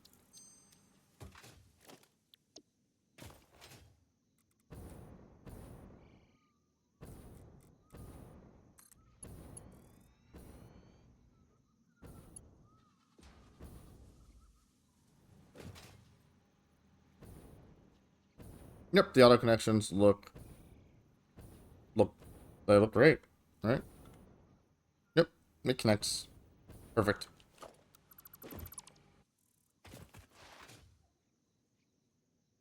So now we're just gonna do the same thing on the other side, just to show it off again. 1, 2. Same spot. Run a belt.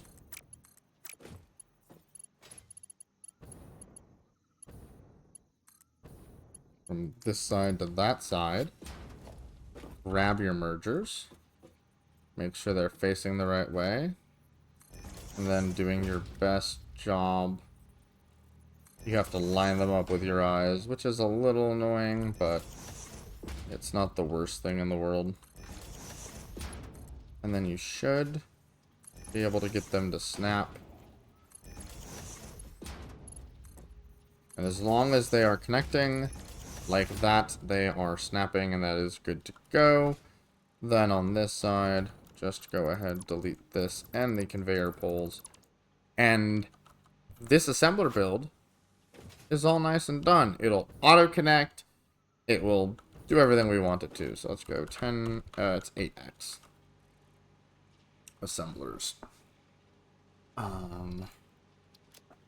Assembler. Select color, load preset, Pioneer overalls. Beautiful, looks good. And if you made a test blueprint like I did, make sure you go in and delete it. Remove blueprint, confirm, apply changes. Okay, next up would logically be, let's do smelters, I guess. So how it's going to work is if we can tab over, and if that gets us an extra one, which it does, that's a big deal, because we're getting 8 now. So make sure that first one, you have to hit H. If I can show it off, you have to hit H and then Control to really get it against the edge. Otherwise, I don't think it really matters too much how you do this. Okay. Don't know how that's possible. One of these didn't line up, I guess. Yeah, one of them didn't line up. Shrug. Then, not a smart splitter, just a regular splitter, please. Run a splitter down the middle. And there we go.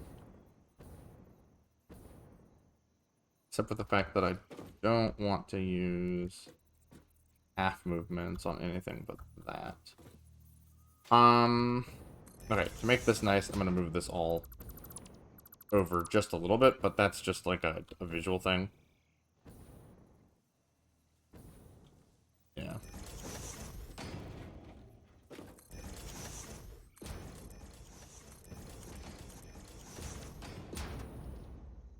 Have to place them all down again. There we go. Now this one, we don't need it auto-connecting to other things. This is going to be annoying. You have to hit H and Control on every single one. Cool. And the reason we don't want it auto-connecting to other builds is simply because the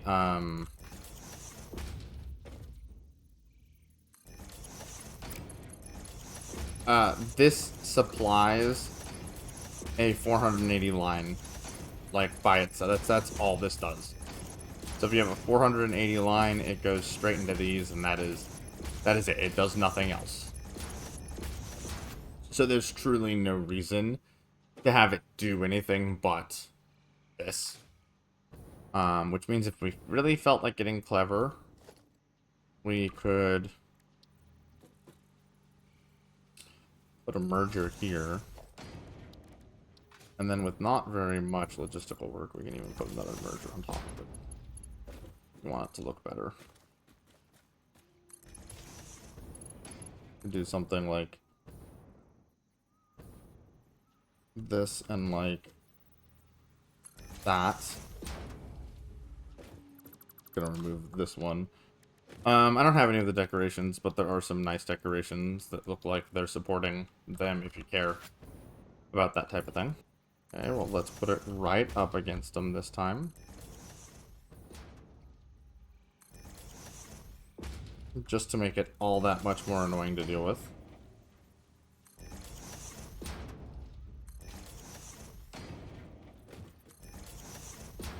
Make sure this last one faces outwards. Okay, and then just do the same thing.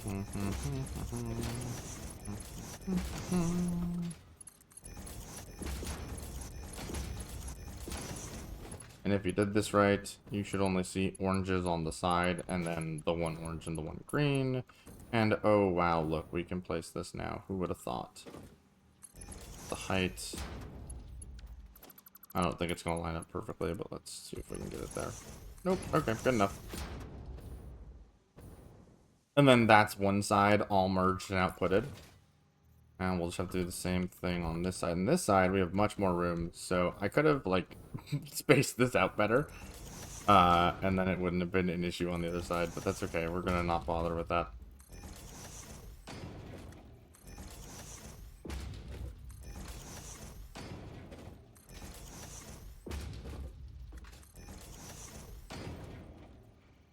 This one needs to face outwards. And just by the way, if you really did not care about your aesthetics at all... Oh, I could have placed this one lower, couldn't I have? Yeah. What you really could have done is you could have made this go through just straight to here, so you could do like this. And it's gonna look stupid, but like that keeps everything the same height, right? So if you don't care about looks and you just want everything to be the same height, you can do that. That being said, I don't always care about looks, but like I feel like the trade-off for the looks versus the height here is like negligible. There's basically no difference as far as I'm concerned.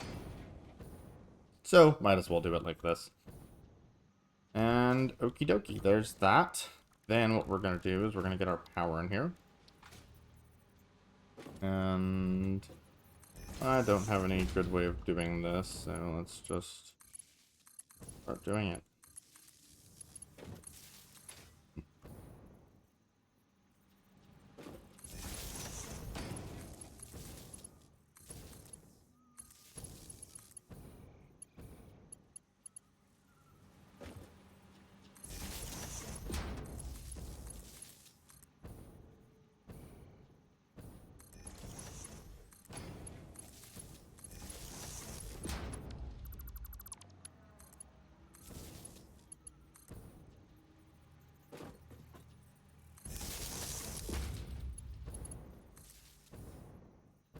Okay, and then, just do a scan through always to make sure they're all hooked up when you're doing blueprints. So this should be 12 smelters, done and dusted. Quite easy. It's not the ugliest thing I've ever done. Not the prettiest thing either, but...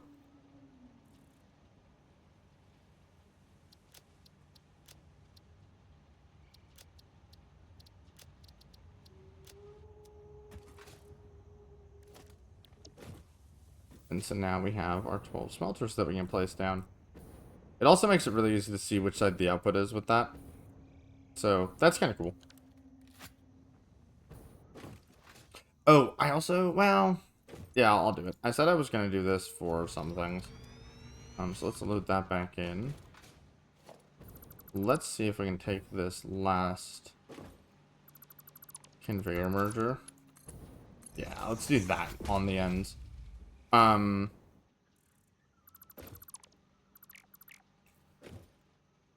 I also didn't hook up this entire side. Sick. Good catch me. That's why you double check things. Ha ha ha ha ha ha ha. But by doing it on this, since this is not going to be expandable, right? It shows that on this end, there's only one valid input, and it's nice and easy and obvious. So this will make, like, working with this and reading it when there's a bunch of them laid down even easier. That's cool. Alright, what do we have next? Foundries? Yeah, it's foundry time. And foundries are gonna work very similarly to assemblers. So you can get 4 in here if you place them properly. The only difference between foundries and assemblers is that there's more room on the outsides because they're not as thick, so it doesn't have to be as compressed.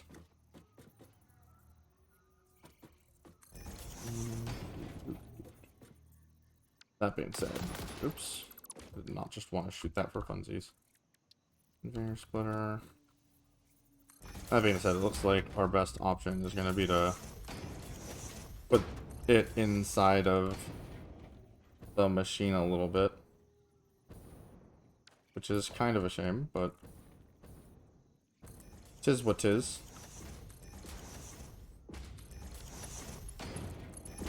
Okay, let's do one side first.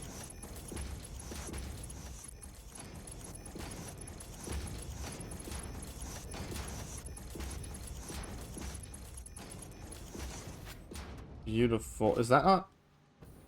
Is that spaced out too much? No, it's just how they all look. Is that really how foundries look when they're placed next to each other? How? Range. Is there really that much space between them? Yes, there is. Okay. That's fine. It just looks wrong, I guess. I don't know. Anyways,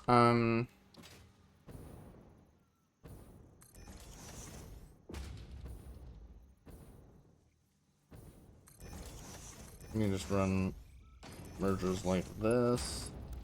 And I don't think these need to be expanded. 45 times 8. No, you can't really expand these, can you?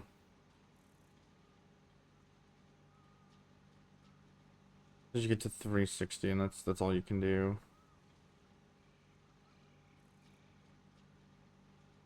Would you have to get to 12? No, you just have to get to 10. I'm gonna consider these modular.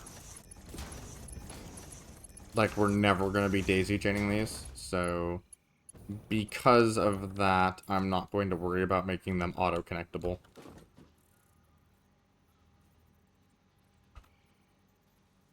Because it just seems like there's no world in which we would need them to auto-connect.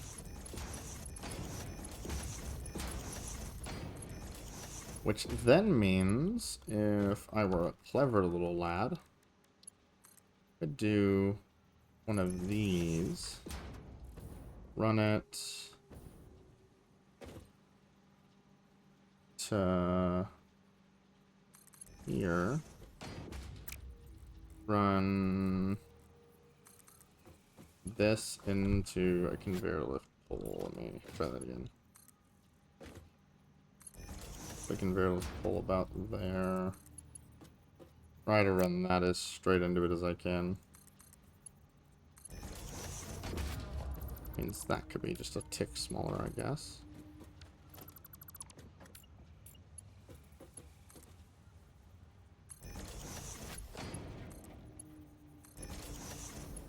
Oh, that doesn't look too bad. And then do it this way.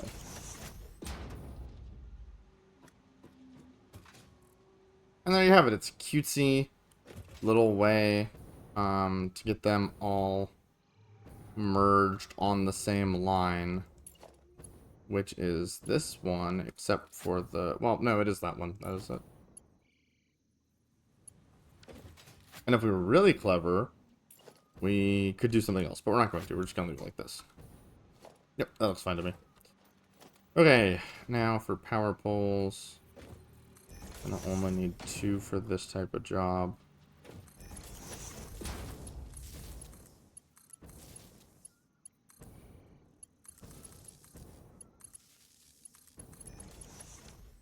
Nope. Beautiful. 8x foundry. Foundry, select color, loop preset, binder rolls. 8. And that has everything done, right? Yes. Oh, except, remember, I want these to only be like that. Okay, and that's 8 foundries done. I think the only thing left to do is 4 refineries. So if you absolutely hated our refinery design that we had before, good news, there's now a better one, and that is centered. That will allow for, you know, auto connections and whatnot without being like the literal most hideous thing that I could have ever imagined, right? So this is the output side, and on the output side, you need mergers. And the mergers need to run that way. And then if you just make a whittle nub, can you make that? Too short. Ah, but you can do that. Okay. And then you just go boop, boop, boop.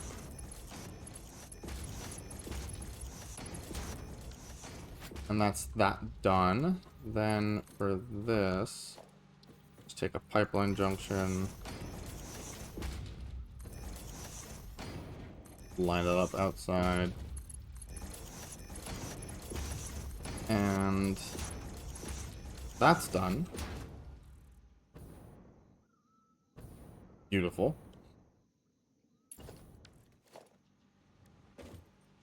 Okay.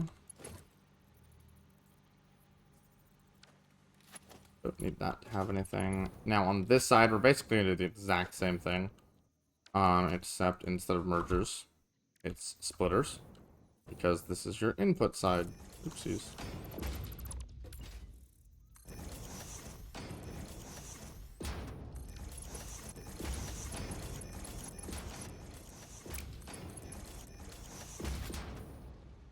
Okay.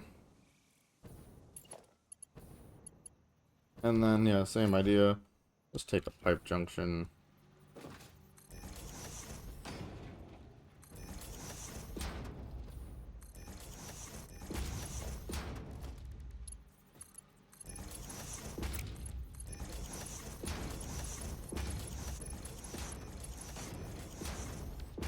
And there you have it. It's all set up. Just need to run a belt like this. 4x refineries. Something like that. Spelling hard. Okay, now just a really quick test of this. To make sure it auto connects nicely, which I think it will. Okay, those pipes didn't auto connect, so it needs the same idea. Like the same concept needs to happen, right? Where you have a little tiny... Okay, but you don't have to like auto. Could you just like face the right way? Yeah, there you go. Just a little tiny pipe nublet on this end. There we go. Save it.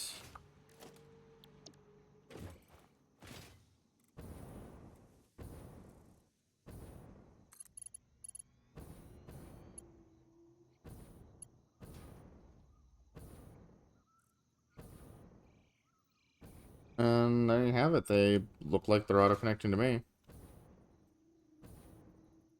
Yeah, everything looks really solid. Beautiful.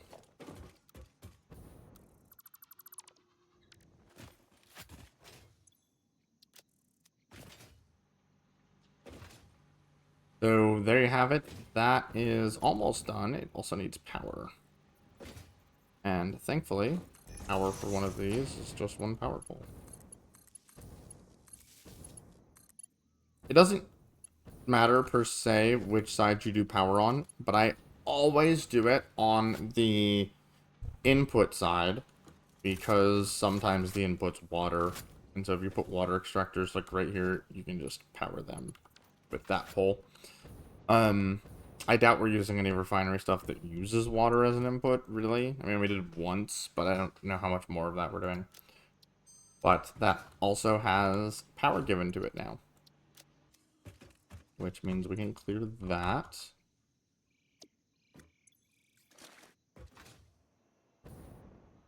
Okay, now, this one might come as a surprise, but I also want to do fuel-powered generators. Because, as it turns out, once you have, this, shape, you can get 4 of them in here if you aren't bad at this. Which, you know me. Haha.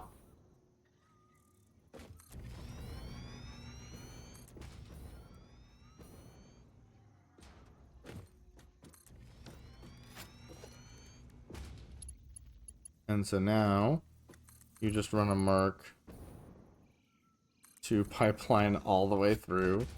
I don't think you need to run it that far. In fact, I'm going to start over with the pipeline. Run it from there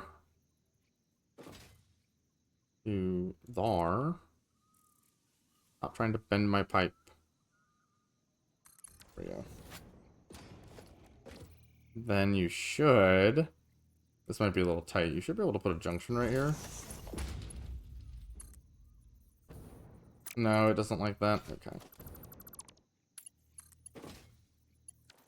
Well, you should be able to put a junction here and there. And while these junctions are not pretty, they do function. Actually, that is kind of cool. I lied. And there you have it.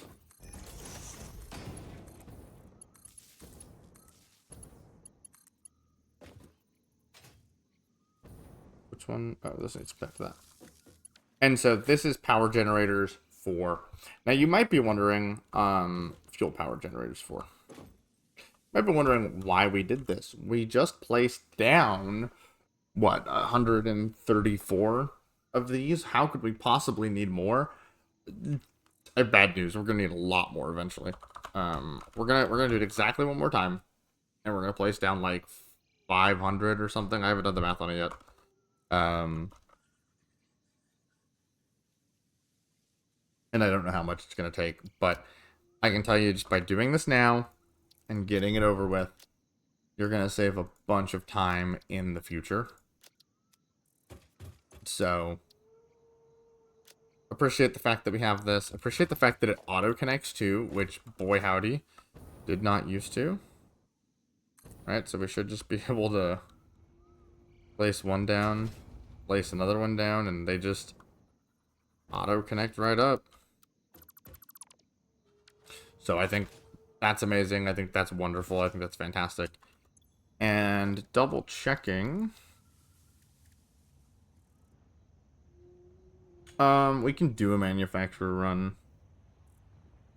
It's kind of useless, but we can do the manufacturer one. Let's do the manufacturer one too, since we're doing all of them.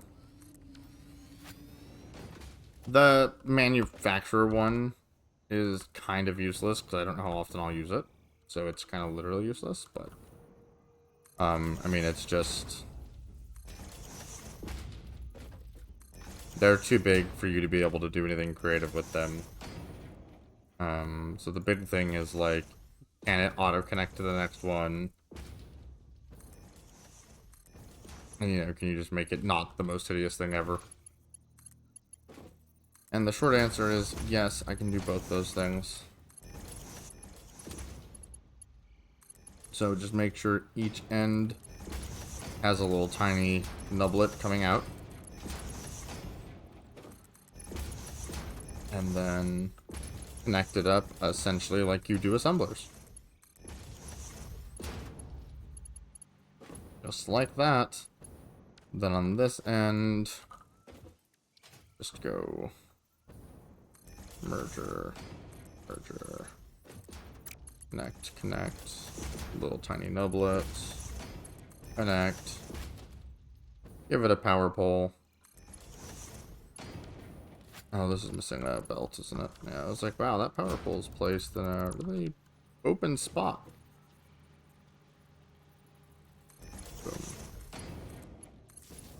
Wow, look, it's a power pole. Okay, and that's 2x, man. Manufacturer.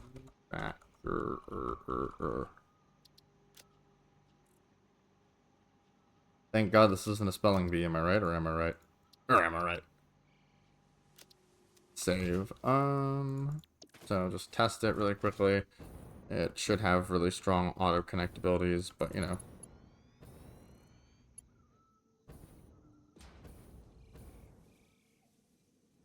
Wow. Look at those auto connects.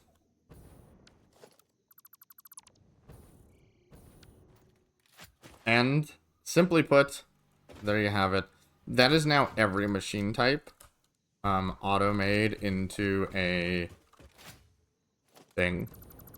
Can't think of what the things are called. Hello, dismantle plate. Wait. Okay, I mean, yeah, goodbye stuff.